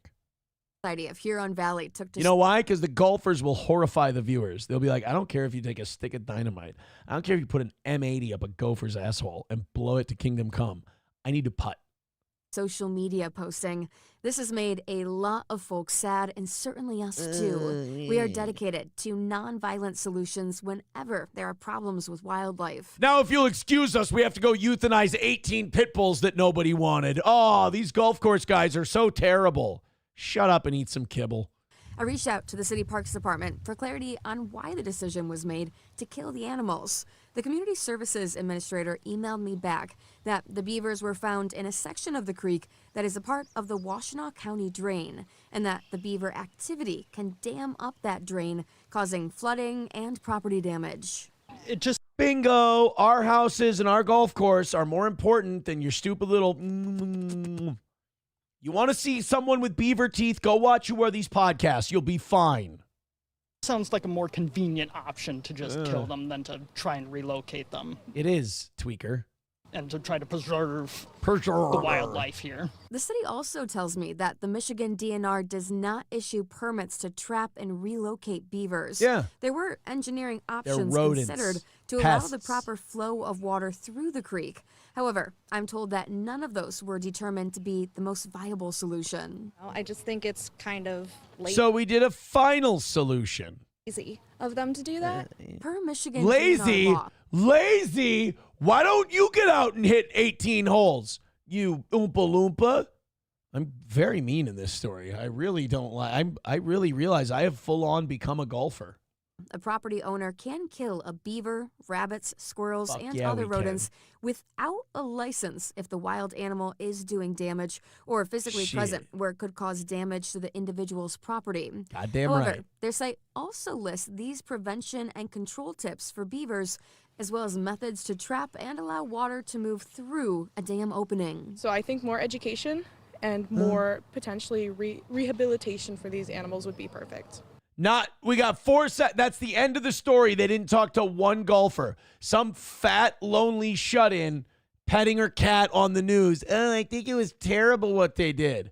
Dude, do you know how many guys you could have talked to that were taking off their glove, getting off the 18th green, and they would have been happy to explain to you why those monsters needed to die? But nope. Fuck them, I guess. We're all the assholes. Thank you very much to Chevy Fan with $1. Says, I'd rather preserve wildlife than care about midlife crisis men trying to avoid brushing their teeth with a 45. It's called golf for short. Don't be a smartass. Thank you very much. Let's go to Approachable. Says, God damn it, Aaron, no. Don't you remember the last blonde big forehead you chased? Do you learn nothing? Good point. Good point. Coyote with 199 says, Roadrunners on course in Las Vegas. They are mean. Well, you're a coyote. Strap a rocket to your ass and go get them.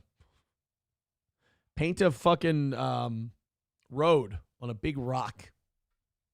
Meep, meep. Carlos Cameo, whoops. Says Aaron's third wife. Easy there, future Misha Gimholt. Atomic Ray says, you don't need a skin color to know taking dick is a woman's job. What? Toad Climbs Mountain says, that bitch had a 6 head. Really? So I just I'm forehead blind. Apparently I am completely forehead blind. Go back. I got to go back into this story. Did she really have a big forehead? Because I thought she was fucking gorgeous. I did go tits first, though. Being part of the dental community. Oh, God damn it. That's right. We got to listen to the fucking dentist. We'll listen to the fucking dentist. And while we do that, after we do that, I'll take a look at this woman again. You guys are telling me that she had a fucking billboard of a forehead. I thought she was my dream girl. I'm an asshole. $100 away from today's goal. Knock it out. Let's call it a win for the toe. Thank you very, very much. Here we go. Let's fuck around here. And Leslie Park Golf Course in Ann Arbor is facing backlash tonight for killing a family of course here. I feel like there could have been a more humane way. Shut up. And if not just Here at the golf Here. course, what looks to be remnants of beaver activity, but no beavers. Yeah, I get it. It's bulbous too. It sticks out. Boy, I really was just staring at her tits the entire fucking time, wasn't I? I have a problem. I really should. I need treatment for a sex addiction. I'm just staring at that girl's tits and I'm like, she'll do. It's, you know what? First step is admitting you have a problem. You guys are right. She does look like Worf a little bit. But I saw tits. I swear to God I saw tits. Let's go to Grand Poobah with $2. Says the mayor in a new beaver fur top hat says, why is everyone so upset? What's the problem with killing a few beavers? See? Exactly. $95 away from this morning's goal. Guys, knock it out. If you knock it out before 9:30. Approachable has said no Keanu interview, but we're going to talk to Keanu at 9:30. If you want to ask her some questions about the Gabe Hoffman thing, throw in a few super chats, Rumble rants, Venmo, Streamlabs, PayPal. Get that $95 down to zero, and we've got ourselves another win for the toe. Our final win of the week. Thank you so, so much. All right, we have one more story we can do before we bring Keanu in. Let's do that. I got a feel-good story for you. It's a feel-good story. If you guys try to make this gross or bad in any way, you're the evil ones, not me. It's a baseball story. It's a story about perseverance and bravery. Iowa high school student is defying the odds by making a miraculous return to the baseball diamond. This is unbelievable. Carter Henning had to have his leg amputated after a snowmobile accident, but thanks to a... This is why, sometimes high schools, they'll almost be like pro, depending on how prestigious the high school is, they'll almost be like the pros, and they'll make you sign like codes of conduct where like you can't do certain dangerous things during the season. If they would have had one of those for this guy, he might have kept his leg. But holy fuck, like we've seen pitchers who lose hands and they can still play baseball. I've never seen somebody lose a leg and still be able to play. Prosthetic leg and a whole lot of heart. He's back in action. Henning got his prosthetic leg 3 weeks ago. This is him right there getting ready for baseball season. He can't hit. He plays second base and pitches for Calamus Wheatland High School. That's in far eastern Iowa. Coaches say his work ethic has gotten him where he is today, and he's working around. That was him with the fake leg. I mean, he throws like shit. I mean, his fastball ain't got no smoke on it, but like he got the out. Good for him. On the clock to make it back. Not only in practice, I also have a batting cage at home, and I hit in that quite a bit. And rich kid. I get it. Rich kid. And I come early, get some ground balls and stuff once in a while, and just working my hardest to get back to it. If there's a kid you know what? That wasn't a bad pitch. I got to remember it's high school, not the pros. it's going to do it, it's going to be Carter Henning. The work he puts in on the field and off the field, you just can't ask for more than a player, especially at his age as a freshman. Nice. You know what? And again, he got his prosthetic. Oh, that was him walking. I was like, that pitcher had a little smoke. 3 weeks ago, and this is him in action now. He can move pretty good on that fake leg. They are doing some crazy shit.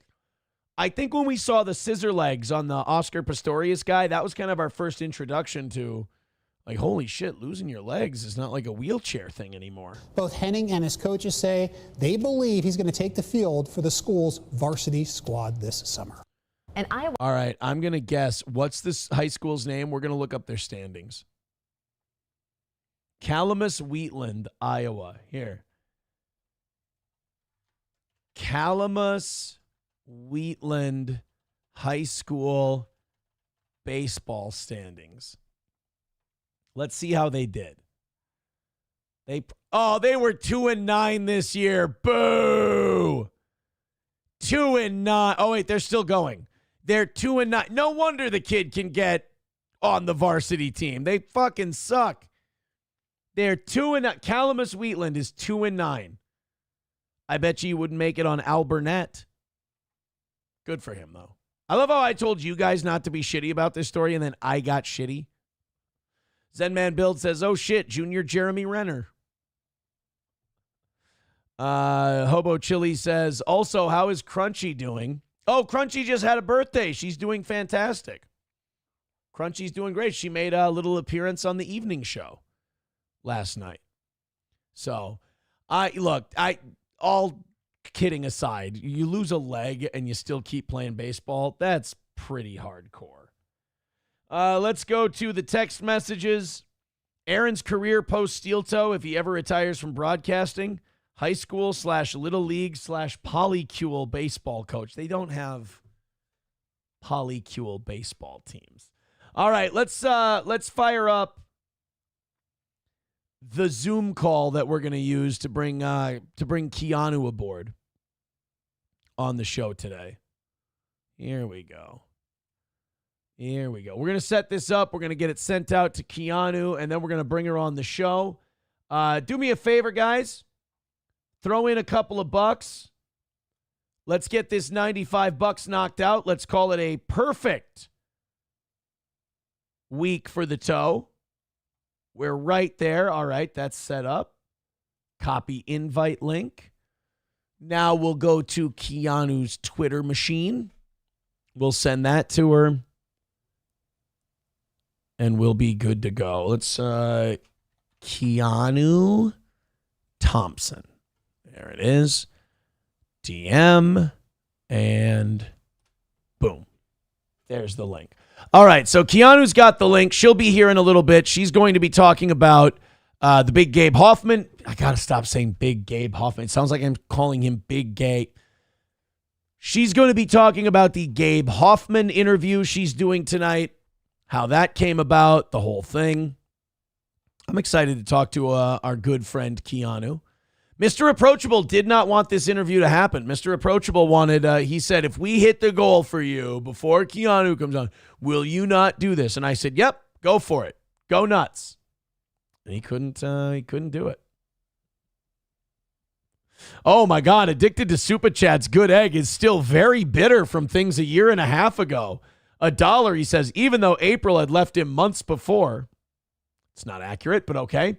Aaron kept lying to us that she was still living with him, but he has never lied about a donation he received. Oh, is that what this is about? Guys, they really don't like that we've been knocking out our goals and they've been trying to lie and say we aren't. And they say, oh, it's all fake donations. Guys, this is what late stage denial and loss does to people. Addicted to Super Chats, good egg, all of them, Muttering Jay, So Thorough, Joe Burrow, Melton, all of them. Dude, we killed them. We crushed them. It's fucking over. So, guys, here's what you got to do. Streamlabs, PayPal, Venmo, Super Chats, Rumble Rants. Get your fake donations in.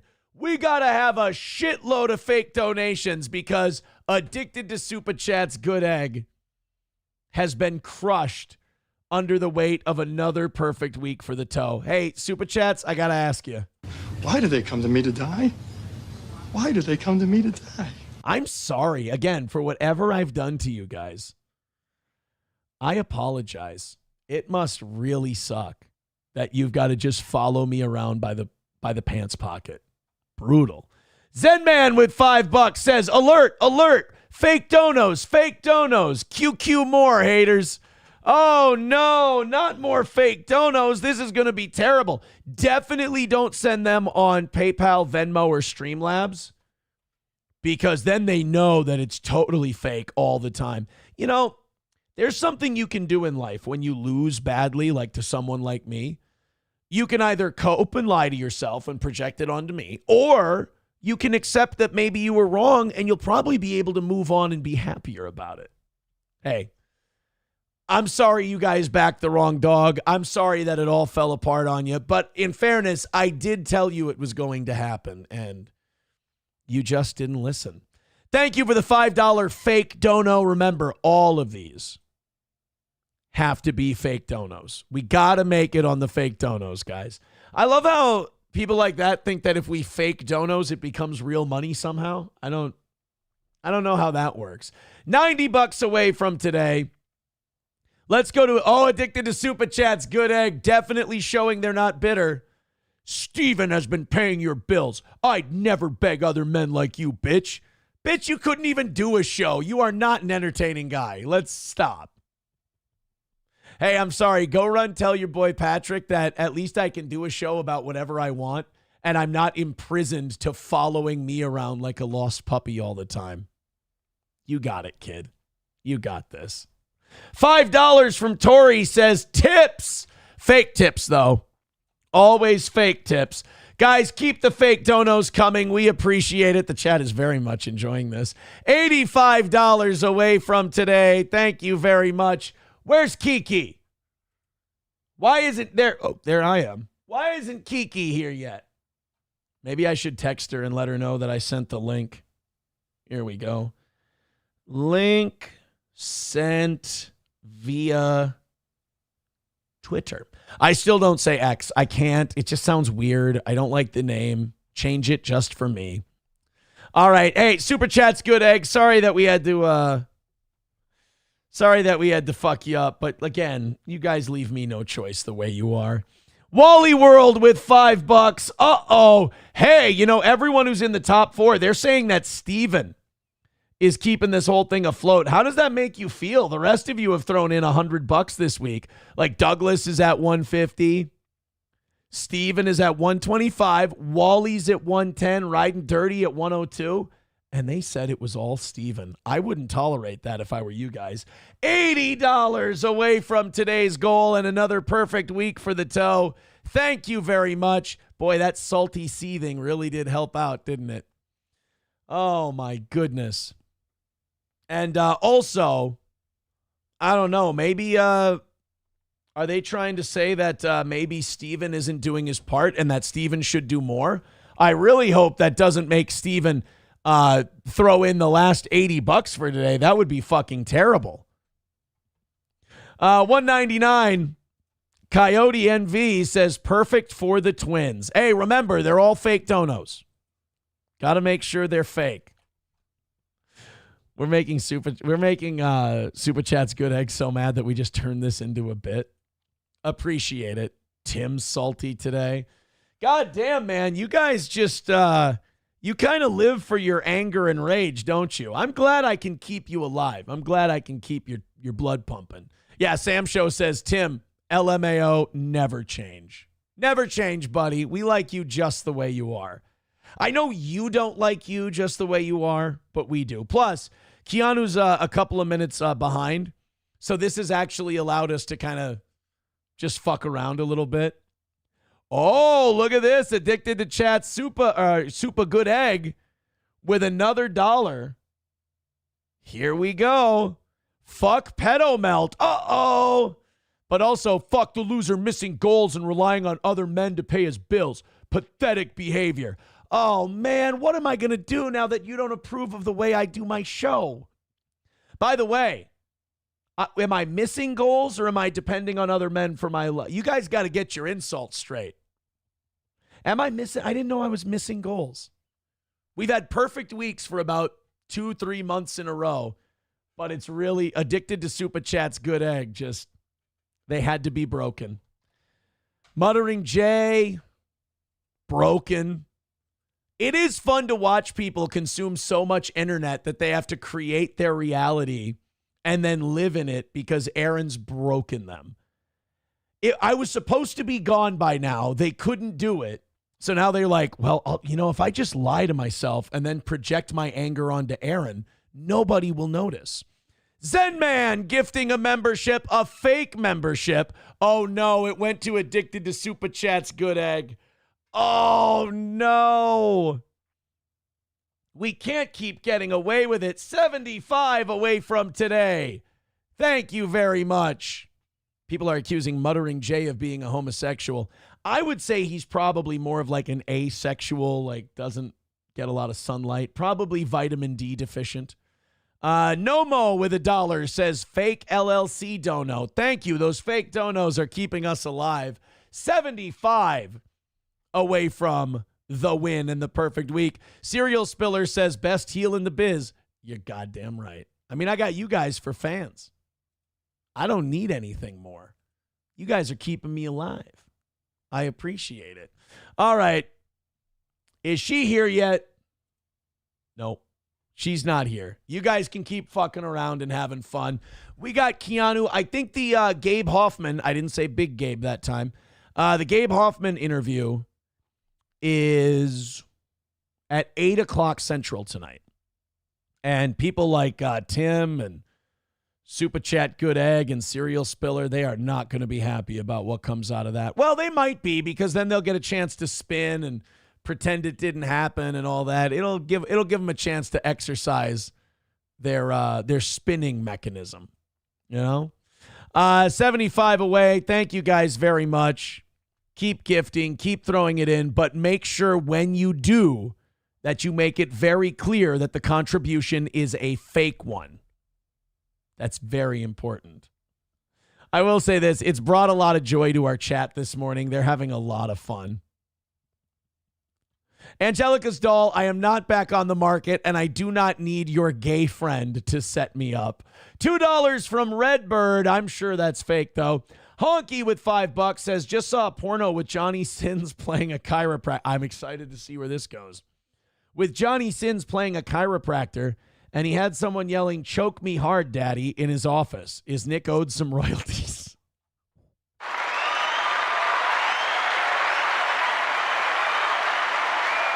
You took a long road to get there, but it was worth the punchline. 70 away from today. Uh-oh, you guys are inching closer to the finish line.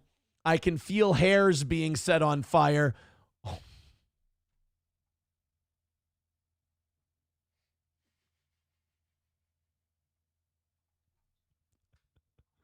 Oh boy. Hold on a second. I need to update something. Addicted to Super Chat's Good Egg. You're going to be really mad. Douglas is now in second place. Wally World is now... Oh, I didn't get his last one. He's now at 115. Thank you, buddy. Steven with $70 says, fake, LOL. Am I not a real person? Nope, Steven, you are fake as fuck, dude. In fact, you're probably me, just giving myself my own money back. Give Steven an Olbermann. They are afraid. You know what really sucks for Addicted to Super Chats and these other guys? Is that they desperately want to find out who Steven is, so they'll look into him. I've had people email me and they're like, oh yeah, the Onion people and the anti-steel toe people, they're trying to figure out who I am because they're mad that I give you money. And I'm like, that's better than hitting the goal. And the goal has been hit by Steven.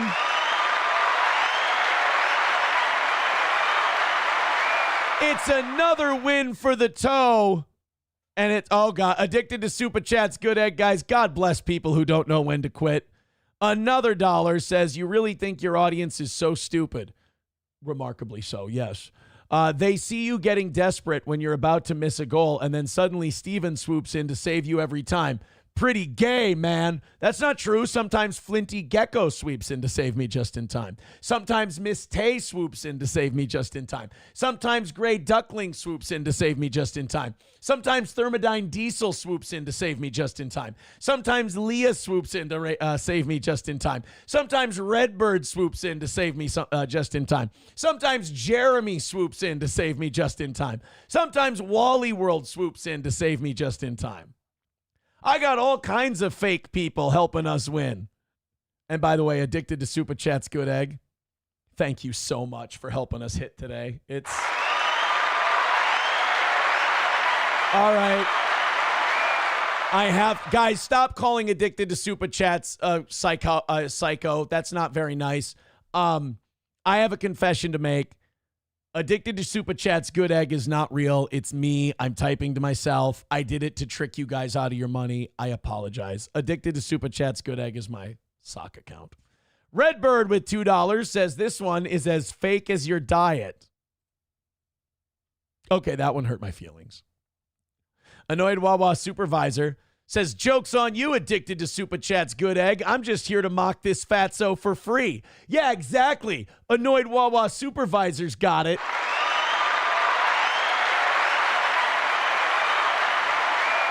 No offense, but how do you not realize that we're just using you for free content on a Thursday because I'm lazy? How do you not get this? How do you not? This is like my favorite part of the day. Redbird with $5 says, we just like seeing him flop like a fish out of water for a few hours before paying up. That's the sad truth of it. This show does fine and we knock out everything, but the audiences learn they can really get me to move and wiggle and shake my titties if they wait until about 10:15. And they're fucking good at it. Do we have Kiki yet? I almost don't want her now. This is too fun. Nope, she's not here. She's not quite here yet. I'm surprised that Approachable hasn't tried to pull the hey, she wasn't here by the time we hit the goal, so technically we shouldn't let her in. I thought he was going to try and play that card. We've got Coach Benjamin becoming a member for 8 months. Says, keep on rocking in the toe world. Thank you, buddy. Honky with $1 says he would dox you, but his name isn't Addicted to Super Tips. That's a good one. I like that. MSO says, won't this be fun having both Pugsley and Morticia together? That hurts my fucking feelings, dude. That one's bad. That one's bad. That one hit. That one, you know what? That one landed. Let's go to, was there a Hoagie Fest mention? Oh, fuck. You know what? God damn it. Why? Now me getting excited about Annoyed Wawa Supervisor making a Hoagie Fest reference just makes me look fatter. Annoyed Wawa Supervisor says, in fact, this dummy won't even mention that Hoagie Fest starts at all Wawa locations on June 26th. He wouldn't dare do a live read by accident. Never. Not in a million years. What am I, a fucking bitch? Veldrain says, one of these weeks, someone should try and get the steel toe haters all on the board. Oh, that's a good point, because you can contribute and then offer it. You can offer it up to somebody else. That would be great.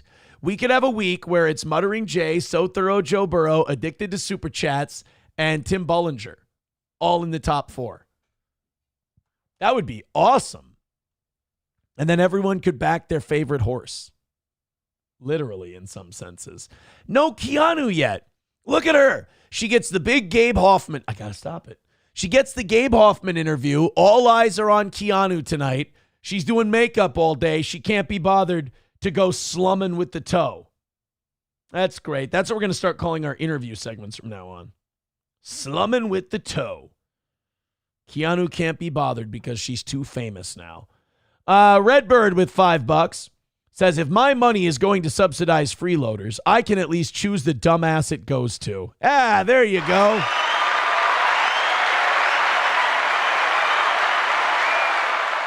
Tim Bullinger seething still. He goes, no, he says, oh yeah, that's another fun game to give Aaron money. Right. Yes. We make it fun for everyone. Oh, you know what? Now I realize why Tim doesn't get it. You see, Tim, we do it to have fun, not be angry all the time. Zenman says, no, we all need to donate in the name of Will Heron. Oh yeah, Will Heron can be one of them too. Pick your favorite steel toe obsessive broken-brained hater and we'll get him up in the top 4 next week. Carlos Cameo says she runs on Bisconti Standard Time. Somebody had a really good line, and I want to be able to give credit, but I can't find it anymore. Someone said Keanu posted a picture of her asshole online. It was a picture of her and Gino. You see, because Gino is her asshole. You understand. It's okay. We just planned on this interview being at 9:30, and we just kind of stopped the entire show to do it now, and now here we are. All right, let's just do something else real quick. Atomic Ray says Quadfather is in the top 3. Oh shit, I forgot about Quadfather. Like the internet did. Rusty. Someone says Carl can be one too. Sure, it can be anyone you want. Somebody posted something yesterday about that Red Scare podcast that talked about Steel Toe, and I like those girls. I thought they were very funny. I thought they did a really good job making fun of that whole situation. I really enjoyed it. I've never heard their show before, and I thought they did really well. But then you could see Carl's stats on Patreon. Someone like compared them because Carl, I guess somebody was whining about like how that podcast is irrelevant, or one of the Friday group therapy session guys was like, that show's irrelevant. They're talking about Aaron. Who gives a fuck? And then they posted the stats, and it's better than all of those guys' numbers. Not only that, I looked into it. In the last 2 years, Carl's show has lost $2,500 to $5,000 a month in Patreon revenue. They've gone down by 500 and some odd Patreon members in the last 2 years. So I saw it and I felt bad for Carl because I was like, now I get why he all of a sudden out of nowhere for no reason went after Steel Toe. I thought it was like an allegiance, like being a Rakeda and Dick Masterson cocksucker, which he still is. And I thought that was it. But I was like, that, we talked football. We were cool. We talked on the phone and shit. We were internet acquaintances. And I was like, it's kind of weird that he just turned. And then I saw that he's lost like 500 patrons in the last couple of years per month. And I was like, oh, you know what? He needs me for the money. Like he can't, like Steel Toe's going to be his meal ticket to getting back to the old days. And it ain't working, unfortunately. So I actually feel a little bad for Carl. And I don't hammer Carl maybe as hard as I could because the move is very see-through. The guy's bleeding and he needs to try and get that number back up because I'm sure what happened was Carl got to this number and then he adjusted his spending to fit that number. And when you're when you're down 30 to 50 grand a year from that number, that stings. That hurts. But I'm sure the kid will bounce back.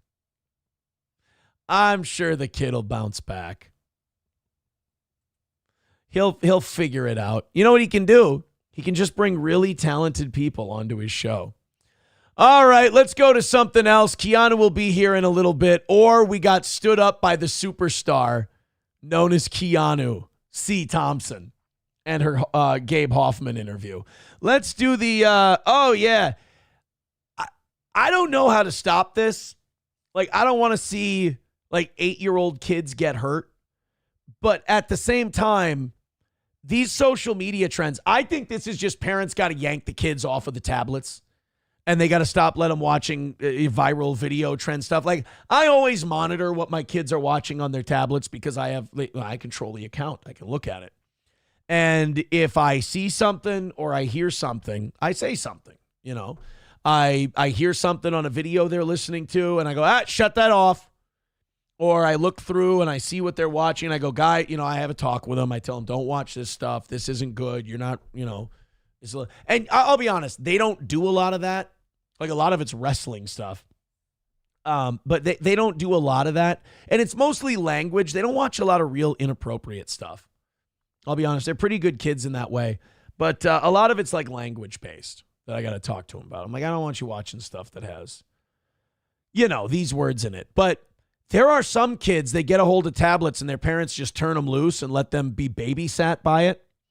And they end up doing these fucking stupid trends that they see on a YouTube video. One 8-year-old kid ended up in the hospital in Utah because he was trying to attempt one of these. And, look, 8-year-olds do dumb shit. That's what they do. I think you got to hold the parents accountable on this. You can't hold the internet accountable because, again, they do stupid shit. There are always new trends circulating on TikTok or YouTube. And one Orem family is raising awareness about how some of those trends can turn dangerous. I can't dunk. What? Well, that's how we know it's a white kid. Well, that and the story being from Utah. I hit the camera. Dude, those are white junior varsity power forward ups if I've ever seen them.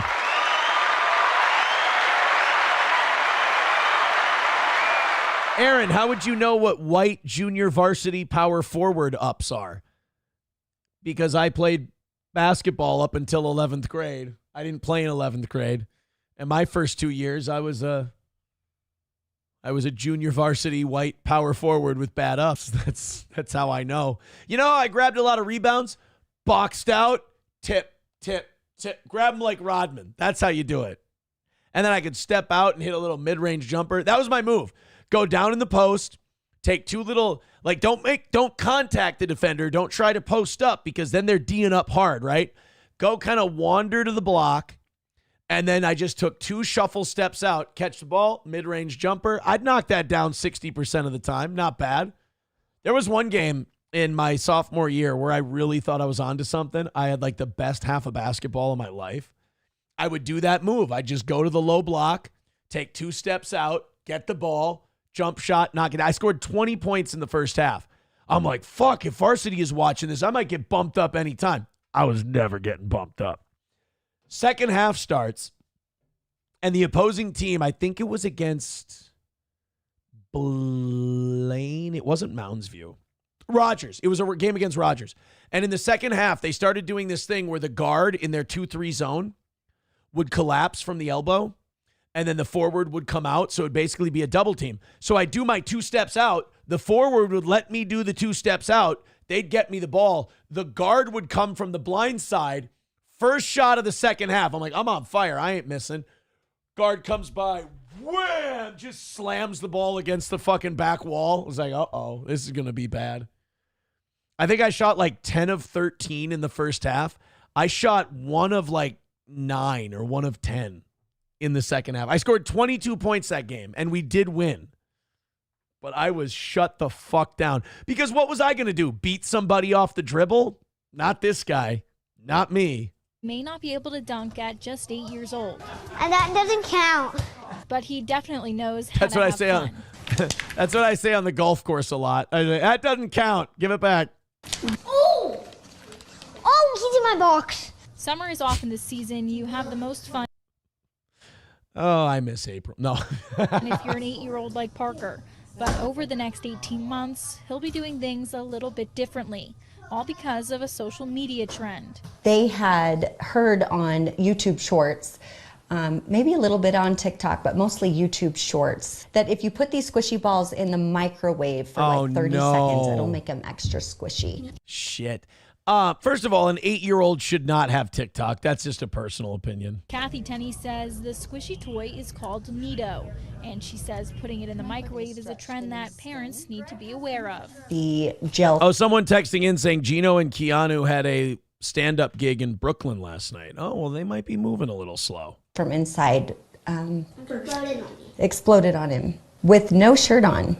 Parker suffered 3rd-degree burns on his abdomen. They first told me, they're like, we're going to need to admit him for at least 2 weeks. We're going to need to do surgeries. Like, I stood up and kind of got emotional. I'm like, wow. After 18 days in the University of Utah Burn Center and 2 skin graft surgeries, Jesus. Parker was sent home on Monday night with a protective vest and a lot of hope. And it will take like 18 months to 2 years to fully heal. So, Fuck. All because you put a squishy ball in the microwave. Damn, dude. Yeah, you got to watch what your kids are. You can't let those tablets babysit the kids. You got to take a vested interest. You got to look at what they're watching. 8-year-olds can't be watching that stuff. I mean, they're going to absorb everything like a fucking sponge. And there's no way that you're going to be able to stop them from doing dumb shit like once they start doing dumb shit. You have to watch what they're watching. You have to see. I know it's probably going to be stupid. It's probably going to be idiotic, and it's going to be hard to slog through, but you got to check on it or dumb shit like this happens. Approachable with $1 says, technically you're right. If the goal was met before she got here, you shouldn't have her on. Tell her to take her self-promotion elsewhere unless she's paying for advertising, because that's all this is. I just wanted to promote the big event tonight. Somebody, too, with $1 says Aaron's peak in basketball. Other team thought Aaron was special needs. Then after the first half, they found out he wasn't and said, well, fuck this guy then. That is kind of what happened. It was 2 steps off the line, boop, knocked down the jumper, and they went, oh, he's not retarded? Oh, well, then block his ass to the wall. Little like, I was about 6'3", about what I am now, 6'2", 6'3". And there was like, yeah, just this little 5'9", 5'10" guard just comes screaming off the elbow. Wham. I was like, uh-oh. Starting to think that this second half might be a little different from the first half. And indeed it was. There she is. There's Keanu. Uh-oh, we can't hear her. Nothing.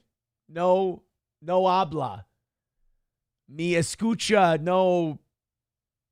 Escucha, por favor. I can't hear you either. This is a gaggle of retards. This is a couple of monkeys trying to fuck a football. Keanu's here. She's ready to go. We just have to watch it be on my end. Ha! It's not on my end. My shit works just fine. Here's the problem. They use StreamYard like the civilized world. I still use Zoom like a boomer. No, I can't hear you either. Hey, we can get two of me. Hey, buddy, how you doing? Not so bad. How are you doing? Oh, I'm all right. What are you going to do today? Well, I got to go pick up the kids. It's all retarded, kids. It's all retarded.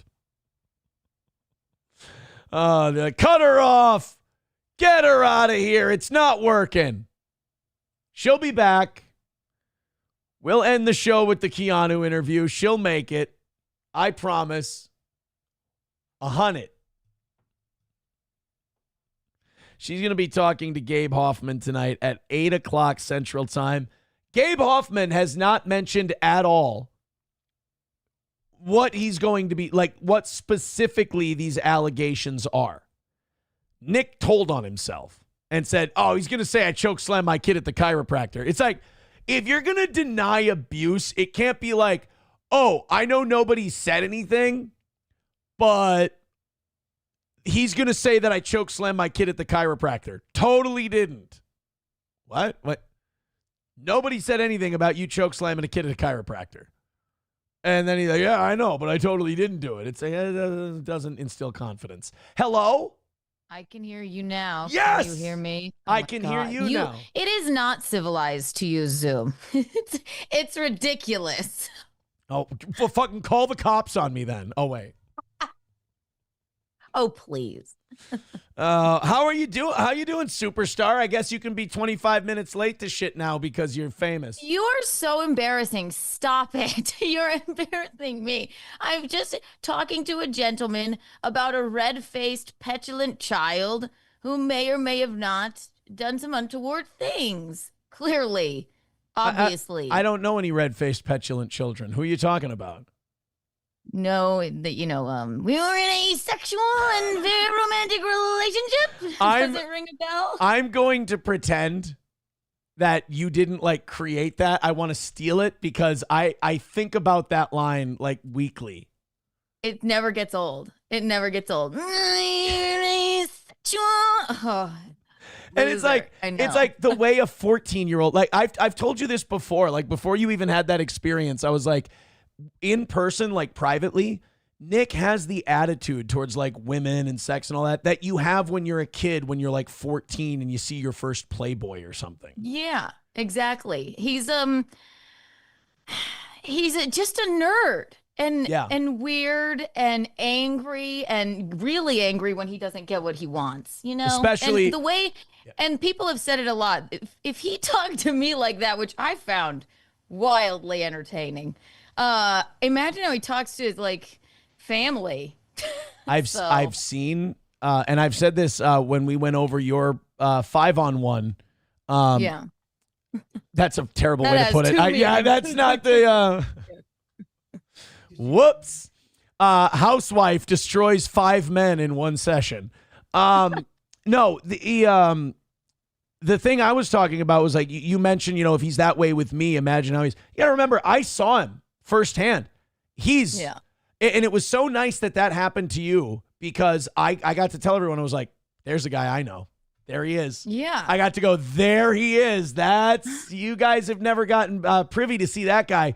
He's like that to family. Yes, it's frightening. There's, I've told stories in the past. I won't tell them again, but I've had to intervene because the guy is just, there's something about his brain that's broken when he tells someone how they should think and they don't think that way, he fucking loses it. It's like he does not compute. He just overheats and just fucking it goes nuts. That took what? All of 2 minutes for him to get red in the face and start screaming? How weird was it? Little old me?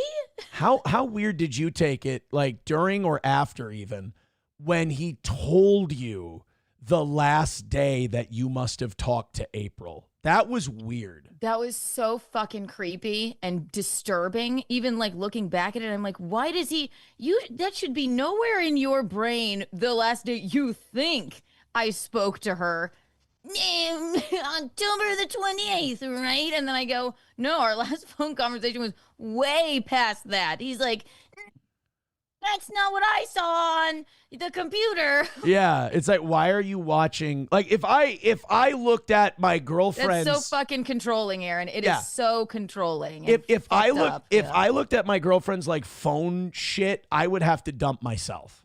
Yeah. I'd be like, you need help. Look at you. You're interviewing superstars. You're drinking out of little fancy cups. You're 25 minutes late for interviews. You are Posh Spice right now. You're Posh Spicing us. Oh, well, she was my favorite Spice Girl. How did I know? Listen, and I just want to do a good job with Gabe. We've been talking. He seems like a really funny guy too. Yeah. So I am really excited. It should be juicy. So to say the least. Yeah. Gabe Hoffman, that's at 8 Central. Is it 9 Eastern? 9 Eastern. Yes. All right. So and listen, we don't all do our shows at 7 a.m. and I was up very late, as I do. So I apologize for being late. I will not be late tonight with Gabe. Knock on wood. Well, that's good because you respect him, right? Yeah.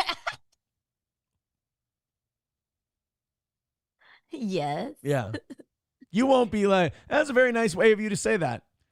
Don't worry, guys. You know, and my friend Amy were listening to you. I'm like, oh my God, shut up, Aaron. You're so dramatic. Yeah, don't worry, guys. I won't be late for my interview with Gabe. I respect him and think he does a good job. He's a really important, funny guy. I won't be late. I only show up late when I think people are total chuds and retards. Take it as a compliment. You're a friend, I would say. So you can't be mad at me if I'm a measly 20 minutes late. You could talk forever. Bag, shake, shake. You just do a few PayPal, Streamlabs, PayPal, Venmo. Streamlabs, PayPal, Venmo, Super Chats, Rumble Rants, gifted memberships. Off we go. No, we took care of all that. We're a very successful outfit here. Yeah, so we just waited on you. No, go ahead, light up that cigarette. That's what guests on Johnny Carson did. I am gonna. Yeah. What else is going on though? I wanted to ask you about this super tip thing. What a nightmare! And have you been up on any of that? No. How do I retract my fucking verbal and non-contract permission for my goddamn talking head? I'm over it. I am over it. Well, I think a lot of people are. They've already backed down to a couple people who have sent cease and desist.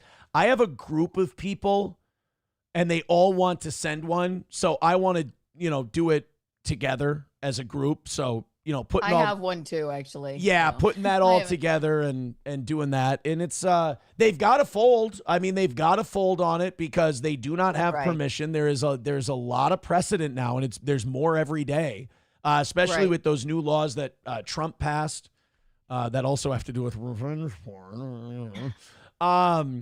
We all make mistakes. Where would Robert Downey Jr. be if we just let him, But no, they have, they've got a lot of complaints coming down. It's not going to work out very well for them. And he had to change the company that runs it because he's worried about lawsuits, and it had to go to Delaware rather than Nevada.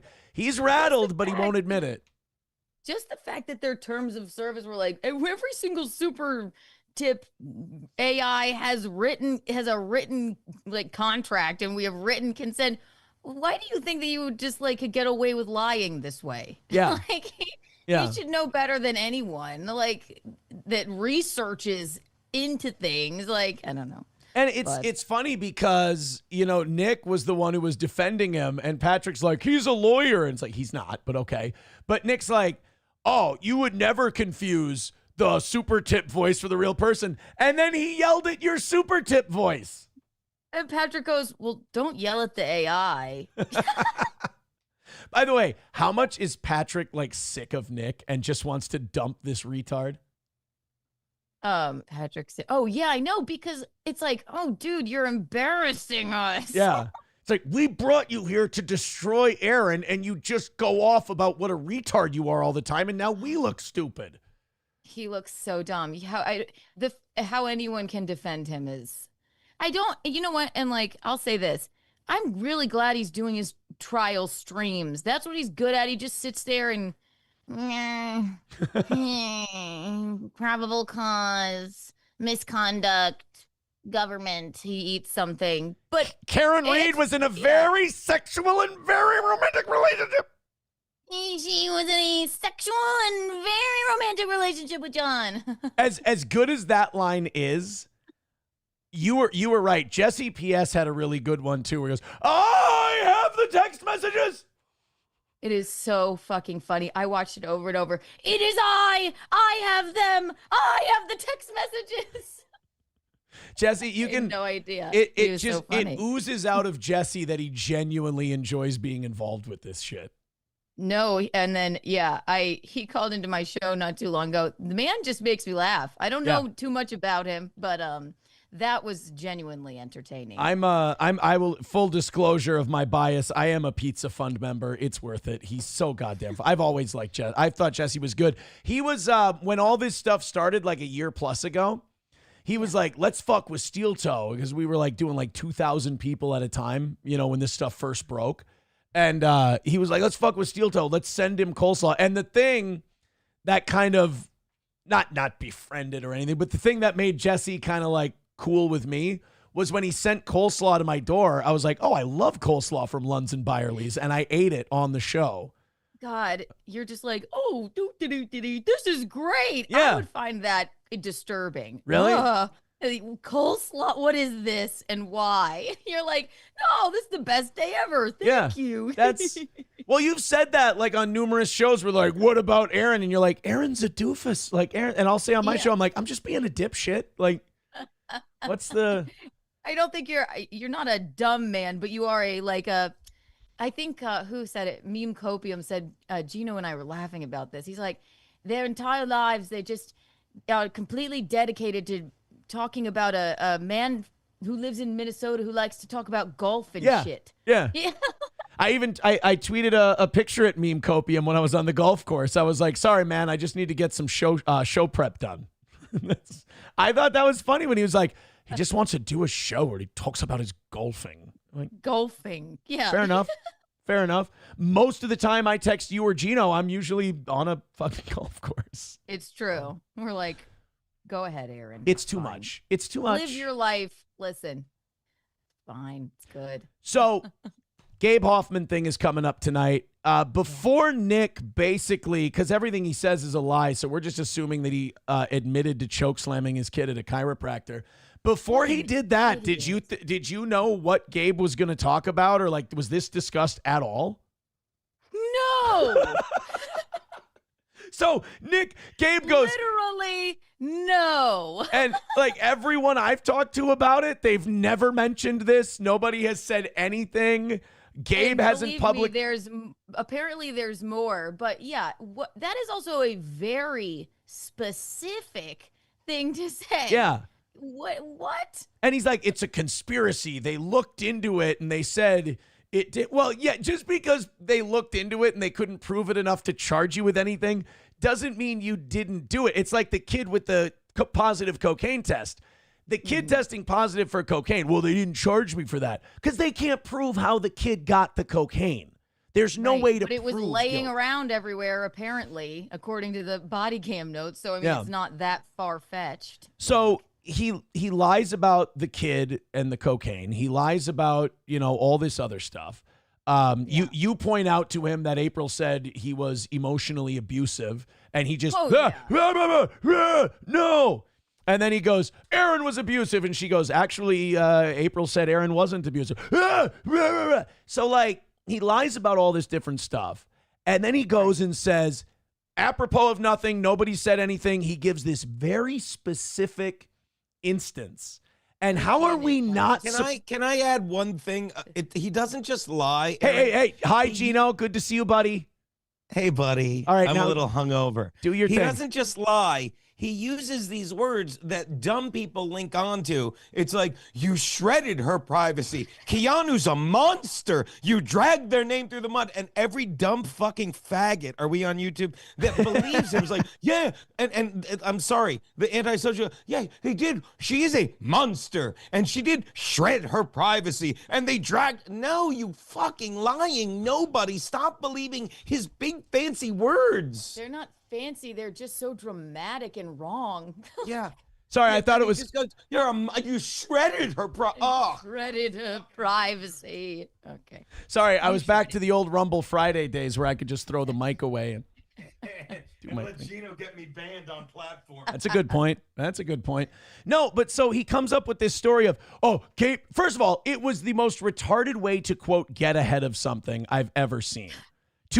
What an idiot. This is why the Whippets have eaten away at his brain, clearly, because you cannot be this dumb. When does he ever spend time with his family? He does nothing but keyboard warrior all fucking night long. Like, who do you think you're changing the mind of? Yeah. No one. Like, yesterday someone tweeted something at me, so I tweeted back. I'm like, yeah, polycules are a fucking disaster. I would applaud anybody who got out of one and, pulled their head out of their ass at the right time. And he retweeted that, and he was mad. He goes, dude, you're 50%. You're only 50%, Dad. I'm with mine all the time. I'm like, and I wanted to write back, but I didn't need to stir him up anymore. I wanted to be like, I'd rather be 50% me than 100% you. Oh, my God. Any day out of the week. Yeah. But so he makes up this story about, he goes, Gabe, here's what Gabe's going to talk about. They said that I choke slammed my kid at a chiropractor, but I didn't. It's like, first of all, terrible idea to offer that up. Second of all, what if he doesn't bring that up? Third of all, that, like you said, that is way too specific. Nobody's going to make that story up. Do you understand, like, for a normal person in central Minnesota, to invent that story to cause all of these problems and to have to be interviewed by CPS and all this other stuff. Nobody's just going to offer that up, dipshit. You're not that important to people. But no. he offers that up, and then he goes, but I never did choke slam him. I mean, who's going to believe him? I never choke slam someone at this specific chiropractor. And also, here's a question no one's asking. Did you know that you were going to do it so that then maybe they could get adjusted by the chiropractor, whoever you choke slammed? Like, did you choke slam somebody that it was having a hurt back? Because that is even worse. It's layered. It's diabolical. Did you choke slam them through the chiropractor table like Kane? Like, was it exactly? How did it? Was there a fat Southern man with Bell's palsy going, by God, he just choke slammed a kid? I don't know. God. Yeah, people are saying in the chat, like the Undertaker, afterwards, did he go, rest in peace? Oh my God. Unbelievable. I don't know. But apparently there's more, and we have a lot to go through. Now, that's what I like about this. Gabe isn't telling you in advance what he's going to bring to you. I texted him in the middle of the night after I saw it. Well, he texted that to me, the choke slamming at a chiropractor thing, which that will never leave my mind. That's unbelievable. And I said, well, that is fucking oddly specific. He was like, you think? Yeah, but no. And then we talked last night. So he's got there are other things to be revealed. Yeah, other allegations. Like Gabe's a real like hedge fund manager and investigative journalist. He's not going to take a shine to this on a whim and just have nothing. Like, this is a guy who, when he picks a topic, he fully invests in it. He's a professional. Yeah. Yeah. So, which, as I've learned, and I honestly knew nothing about him. Actually, I've been up late trying to not research him, but like the whole, like everything, because it's like going back, 5 years of like internet lore and stuff that I had no idea about. So I'm there to learn. I'm excited to learn more. Yeah. So. Like your job is to basically guide the whole thing. He starts going. Yeah. You ask a few follow-ups when you get curious. You're like, wait a minute. Now, are we talking choke slam like he threw the arm over the shoulder and picked him up and the whole, or I love how, you said Nick picks his words carefully. He also like tries to make things sound as ridiculous as possible so you won't believe it happened. They're going to say that I choke slam my kid. They probably are going to, like, the report's going to say he put his hand on his throat and like pushed him against the wall. Or right, like it's so grandiose, and I mean it's horrible either way. But are you trying to make yourself sound horrible? Right, and like the wishing death on people with cancer, and then wishing death on someone who watched your body cam footage. Like, are you trying to just not like? Did he make a bet when he got to like 100,000 live viewers during like Depp and Rittenhouse? Did he make a bet with someone that said in the next decade I can get this down to 0? Yes, I think you know what? I want to have 0 people watching me.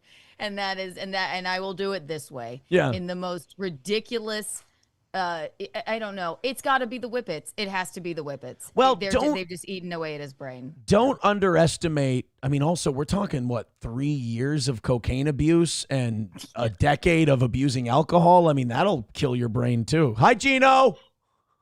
No, I'm just. He's talking to my friend Amy. He says hi. Hey, he's talking to your friend. Your friend Amy is there? Yeah. Keanu, polycule's not even once. Don't do it. It'll end you. Hi, Amy. Where do you want to start a polycule with us? Don't start a polycule. No. Amy, don't do it. She said a what? Oh, thank God. Thank God. Thank God. That's my friend Aaron. That's Amy. Hi, Amy. How are you? Just doing my makeup, being cute. Hey, Amy. Amy, I have a question for you. What's up? Would you take it as a sign of supreme disrespect if your friend promised to be somewhere at a certain time and then they were 25 minutes late?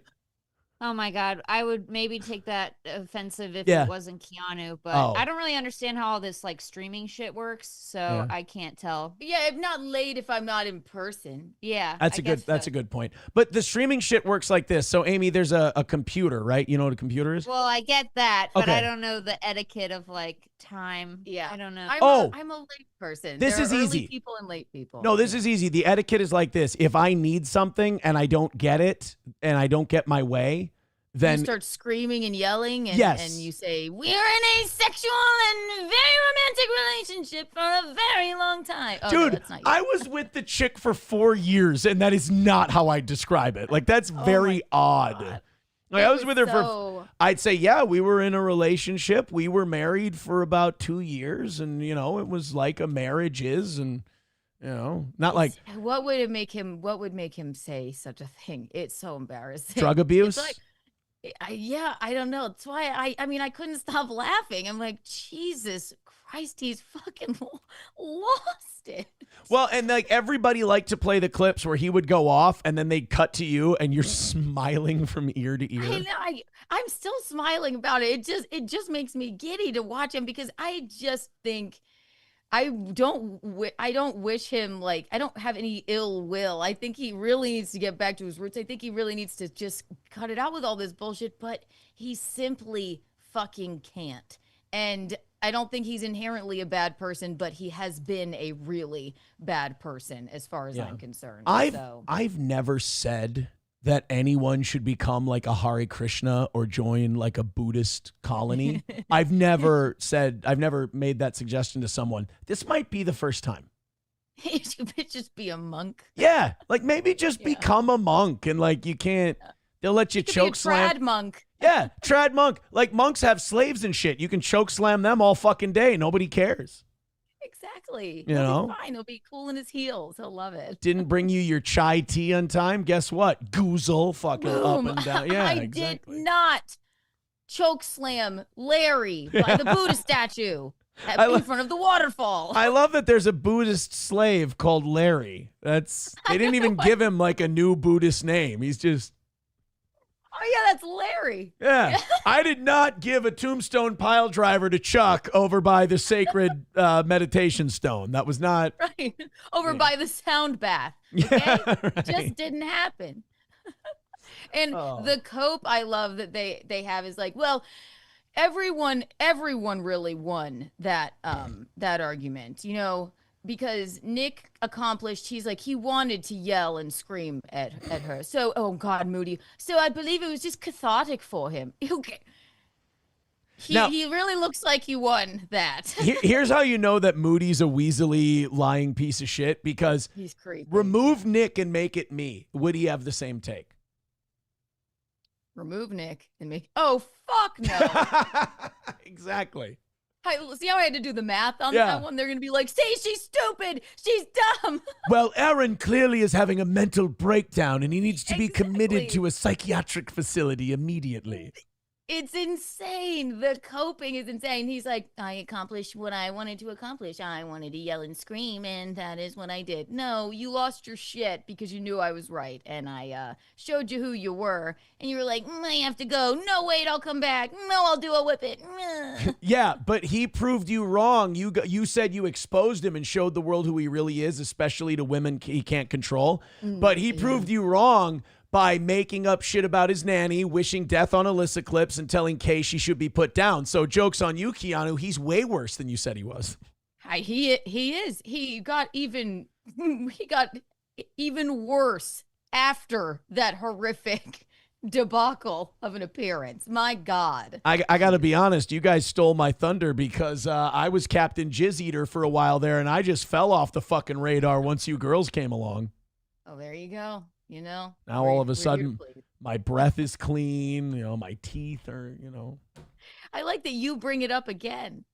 Why not? I mean, it's so ridiculous. Why it not? Is ridiculous. Like I would, if I thought for a second that maybe in some drunken drug binge, maybe I possibly could have done that, I would keep it fucking quiet for the rest of my life. But because it's so ridiculous, I'm like, it is ridiculous. Oh my God. And that they show this bizarro text at this festival of incels with this fridge, and then the body cam notes come out, and then the fridge was covered in blow, and like I don't get, like, it's not, maybe in like 10 years it might be funny. It's not funny yet, Nick. You're like, it's still fucking like really traumatic and awful, I assume, what happened. And it's more traumatic and awful because you won't come to grips with it. Like you say, it could be funny in 10 years. Shit, it's all funny to me now. Why? Because I went through a deep shame spiral of admitting what I did, admitting what happened, and then you work through it. Dude, it only takes like a year for you to be able to like laugh your balls off about it. But he doesn't want to do the work. But if you never take accountability, then, it's just, he left it was fucking Mother's Day weekend. He's like, I'm going to bring this fridge to this festival.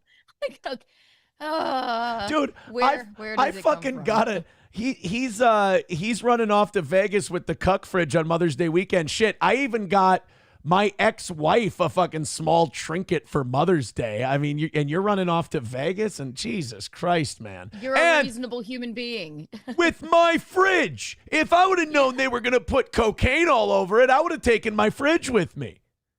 That would have made a nice little garage beer fridge. Exactly. You're like, Jesus Christ, what happened here? And then they watch the body cam footage. They say, oh, yeah, there was a kid's toy right next to the fridge. I don't really have any idea how those kids could have gotten into the cocaine. Oh, my God, it's crazy. They were never around it. No, it was just everywhere. If they lay their head on your pillow, which tested positive for cocaine, I don't know. But maybe Jesus, we're stupid. Yeah. Maybe Nick's just into Barbies, and we don't know. Yeah, right. I don't know. He could be. So what are you expecting? Not expecting, but surely you've thought about it.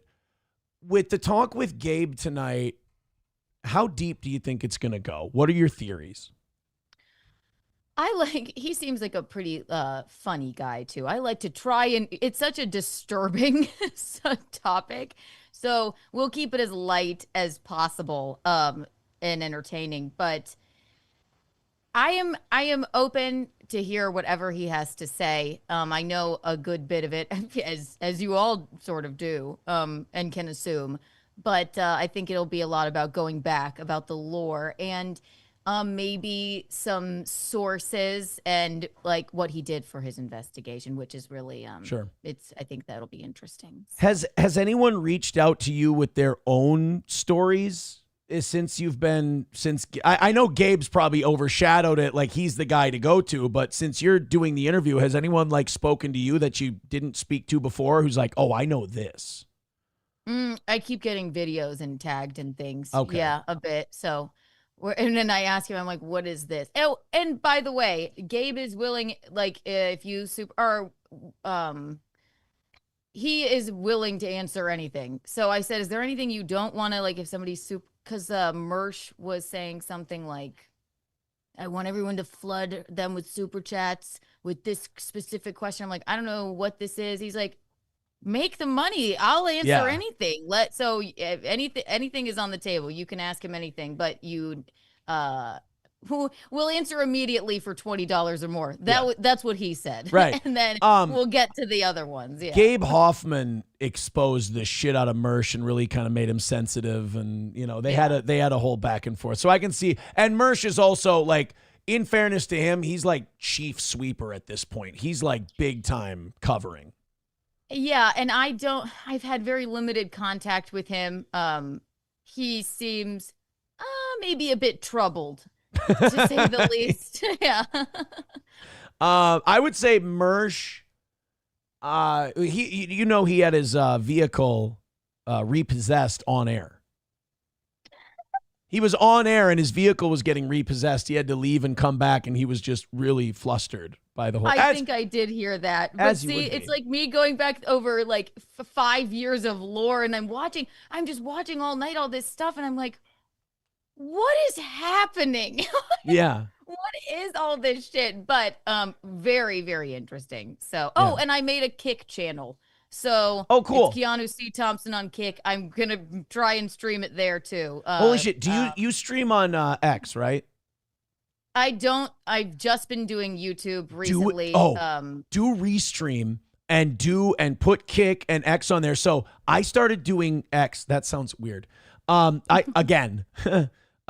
started doing X as one of my streaming things, and the Restream stats they kick out at you after you're done went through the roof the last couple days. It's been fucking crazy. I need to turn that back on. I may as well just stream it to X too. But I just started a Kick. Last night, Gabe said, yeah, you should start one. Why not? And I went, yeah, I guess why not? The nice thing about using them as secondary streaming sources is that you can have 2 viewers at a time for a while and just let it build.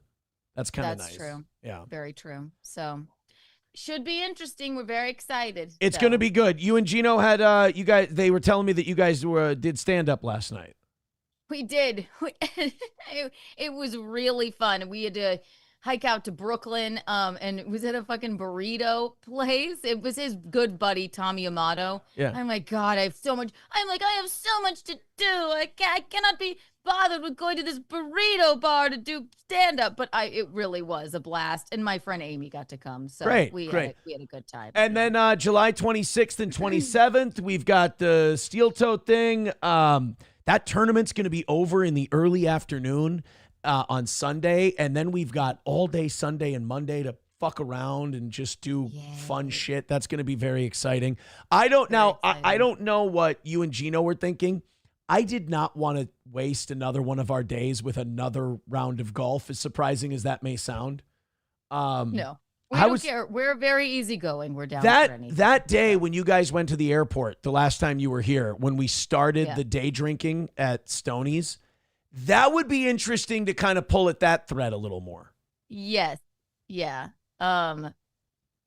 You mean like repeat that? Yeah, like see where that could have gone, like in terms of how much fucking drinking. That was a lot. Were we drinking Chambord even? Gino, no, that was at brunch. We started with Chambord. Oh my God. You know what sometimes I have that video.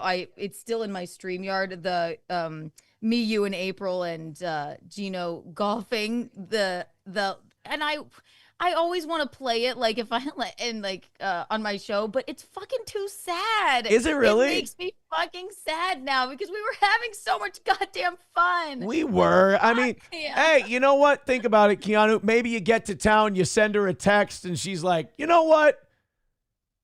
That Aaron's a piece of shit, but the rest of you are okay.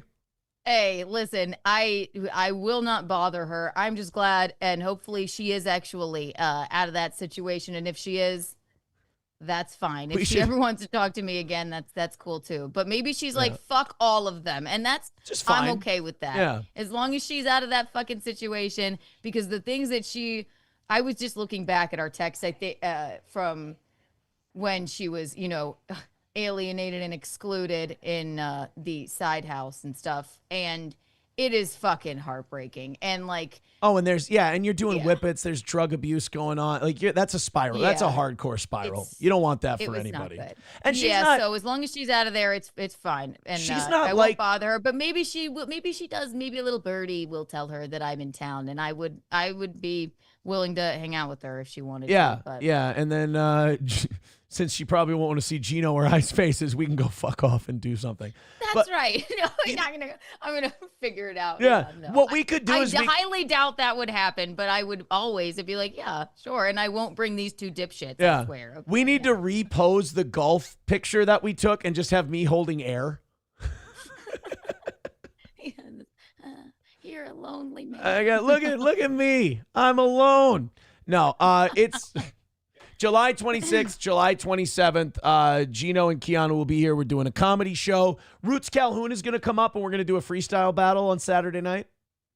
A freestyle what? Battle. Rap? Yeah. I used to do it in high school. I'm going to try again. I have to go move my car. I got to go move my car. Oh, sorry. Yeah, go ahead, Gino. I'm sorry. Miss you, buddy. Miss you too. I smiled. Before I get shredded with tickets from these monster policemen. You know how fucking gay it is that he came on screen and I just instinctively smiled? Jesus fucking. Do you remember everybody used to accuse us? They're like, these people are swinging. We were like, you guys are stupid. And then come to find out, we're like, oh shit. When they said that that the four of us were swinging, my response was always the same. I said I would never put that poor woman through that. I would never put Keanu through that. Can you imagine? It's just God. Just a terrible thing. And it's just like you're staring at these horseshoes looking down, and it's such a ridiculous idea. And then just months later, you guys are just we're like, wait, what? We're swinging like the whole time I would just be thinking, she doesn't want this. This isn't okay. This is and poor April for that matter. Yeah, it's like hey, right. We're hanging out. And then Gino, and then little do you know, you just had to get her hooked on multiple substances, and then she'd be okay with it. You never know, right? Exactly. All right, Keanu, Gabe Hoffman tonight. That's going to be at 8:00 Central Time. I think I might do my members only show right after you guys are done as like a wrap up kind of a deal. Ahead, wrap it up. Because I have to hurry up and go get the kids here in a little bit, so I can't do my members only show now. But I think after you guys are done, we'll do that. But it's going to be 8:00 Central, 9 Eastern. Check your local listings. It's going to be on your channel, and it's going to be the big Gabe Hoffman expose of Nick Rekieta and Choke Slamapalooza and WrestleMania and all that shit. Exactly. It's Keanu C. Thompson on YouTube and on and for stand-up dates, check my Instagram. It's Keanu C. Thompson across the board, and I'm gonna do my best to stream it to Kick as well, which is also Keanu C. Thompson. So we're looking forward to it. It should be as fun as it can be for such a heavy topic. Yeah. But it will definitely be interesting. So I'm looking forward to it. And before I let you go, I want you and Gino to enjoy your very sexual and very romantic relationship. Gino, do we have a very sexual and very romantic relationship or what? He said he's an idiot. All right. I will see you guys in a month and a half or so. Have fun tonight and best of luck. TTYL. Bye-bye. There she is. Keanu's gone. Bye. Let's say really nasty shit about her for the next hour and a half. No. Guys, great show. Thank you very much for joining us. I'm glad you were here.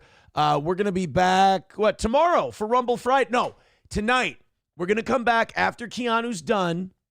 We'll have a few drinks because it's Rumble Friday tomorrow. We're loosey-goosey. We'll have a few drinks. We'll talk about the interview. It'll be members only. Become a member on YouTube. We'll do it premium style on Rumble. So become a member over there as well. And we will be back tonight for the members only. For the rest of you, 6 a.m. tomorrow morning. Thank you so much for another perfect week of the toe.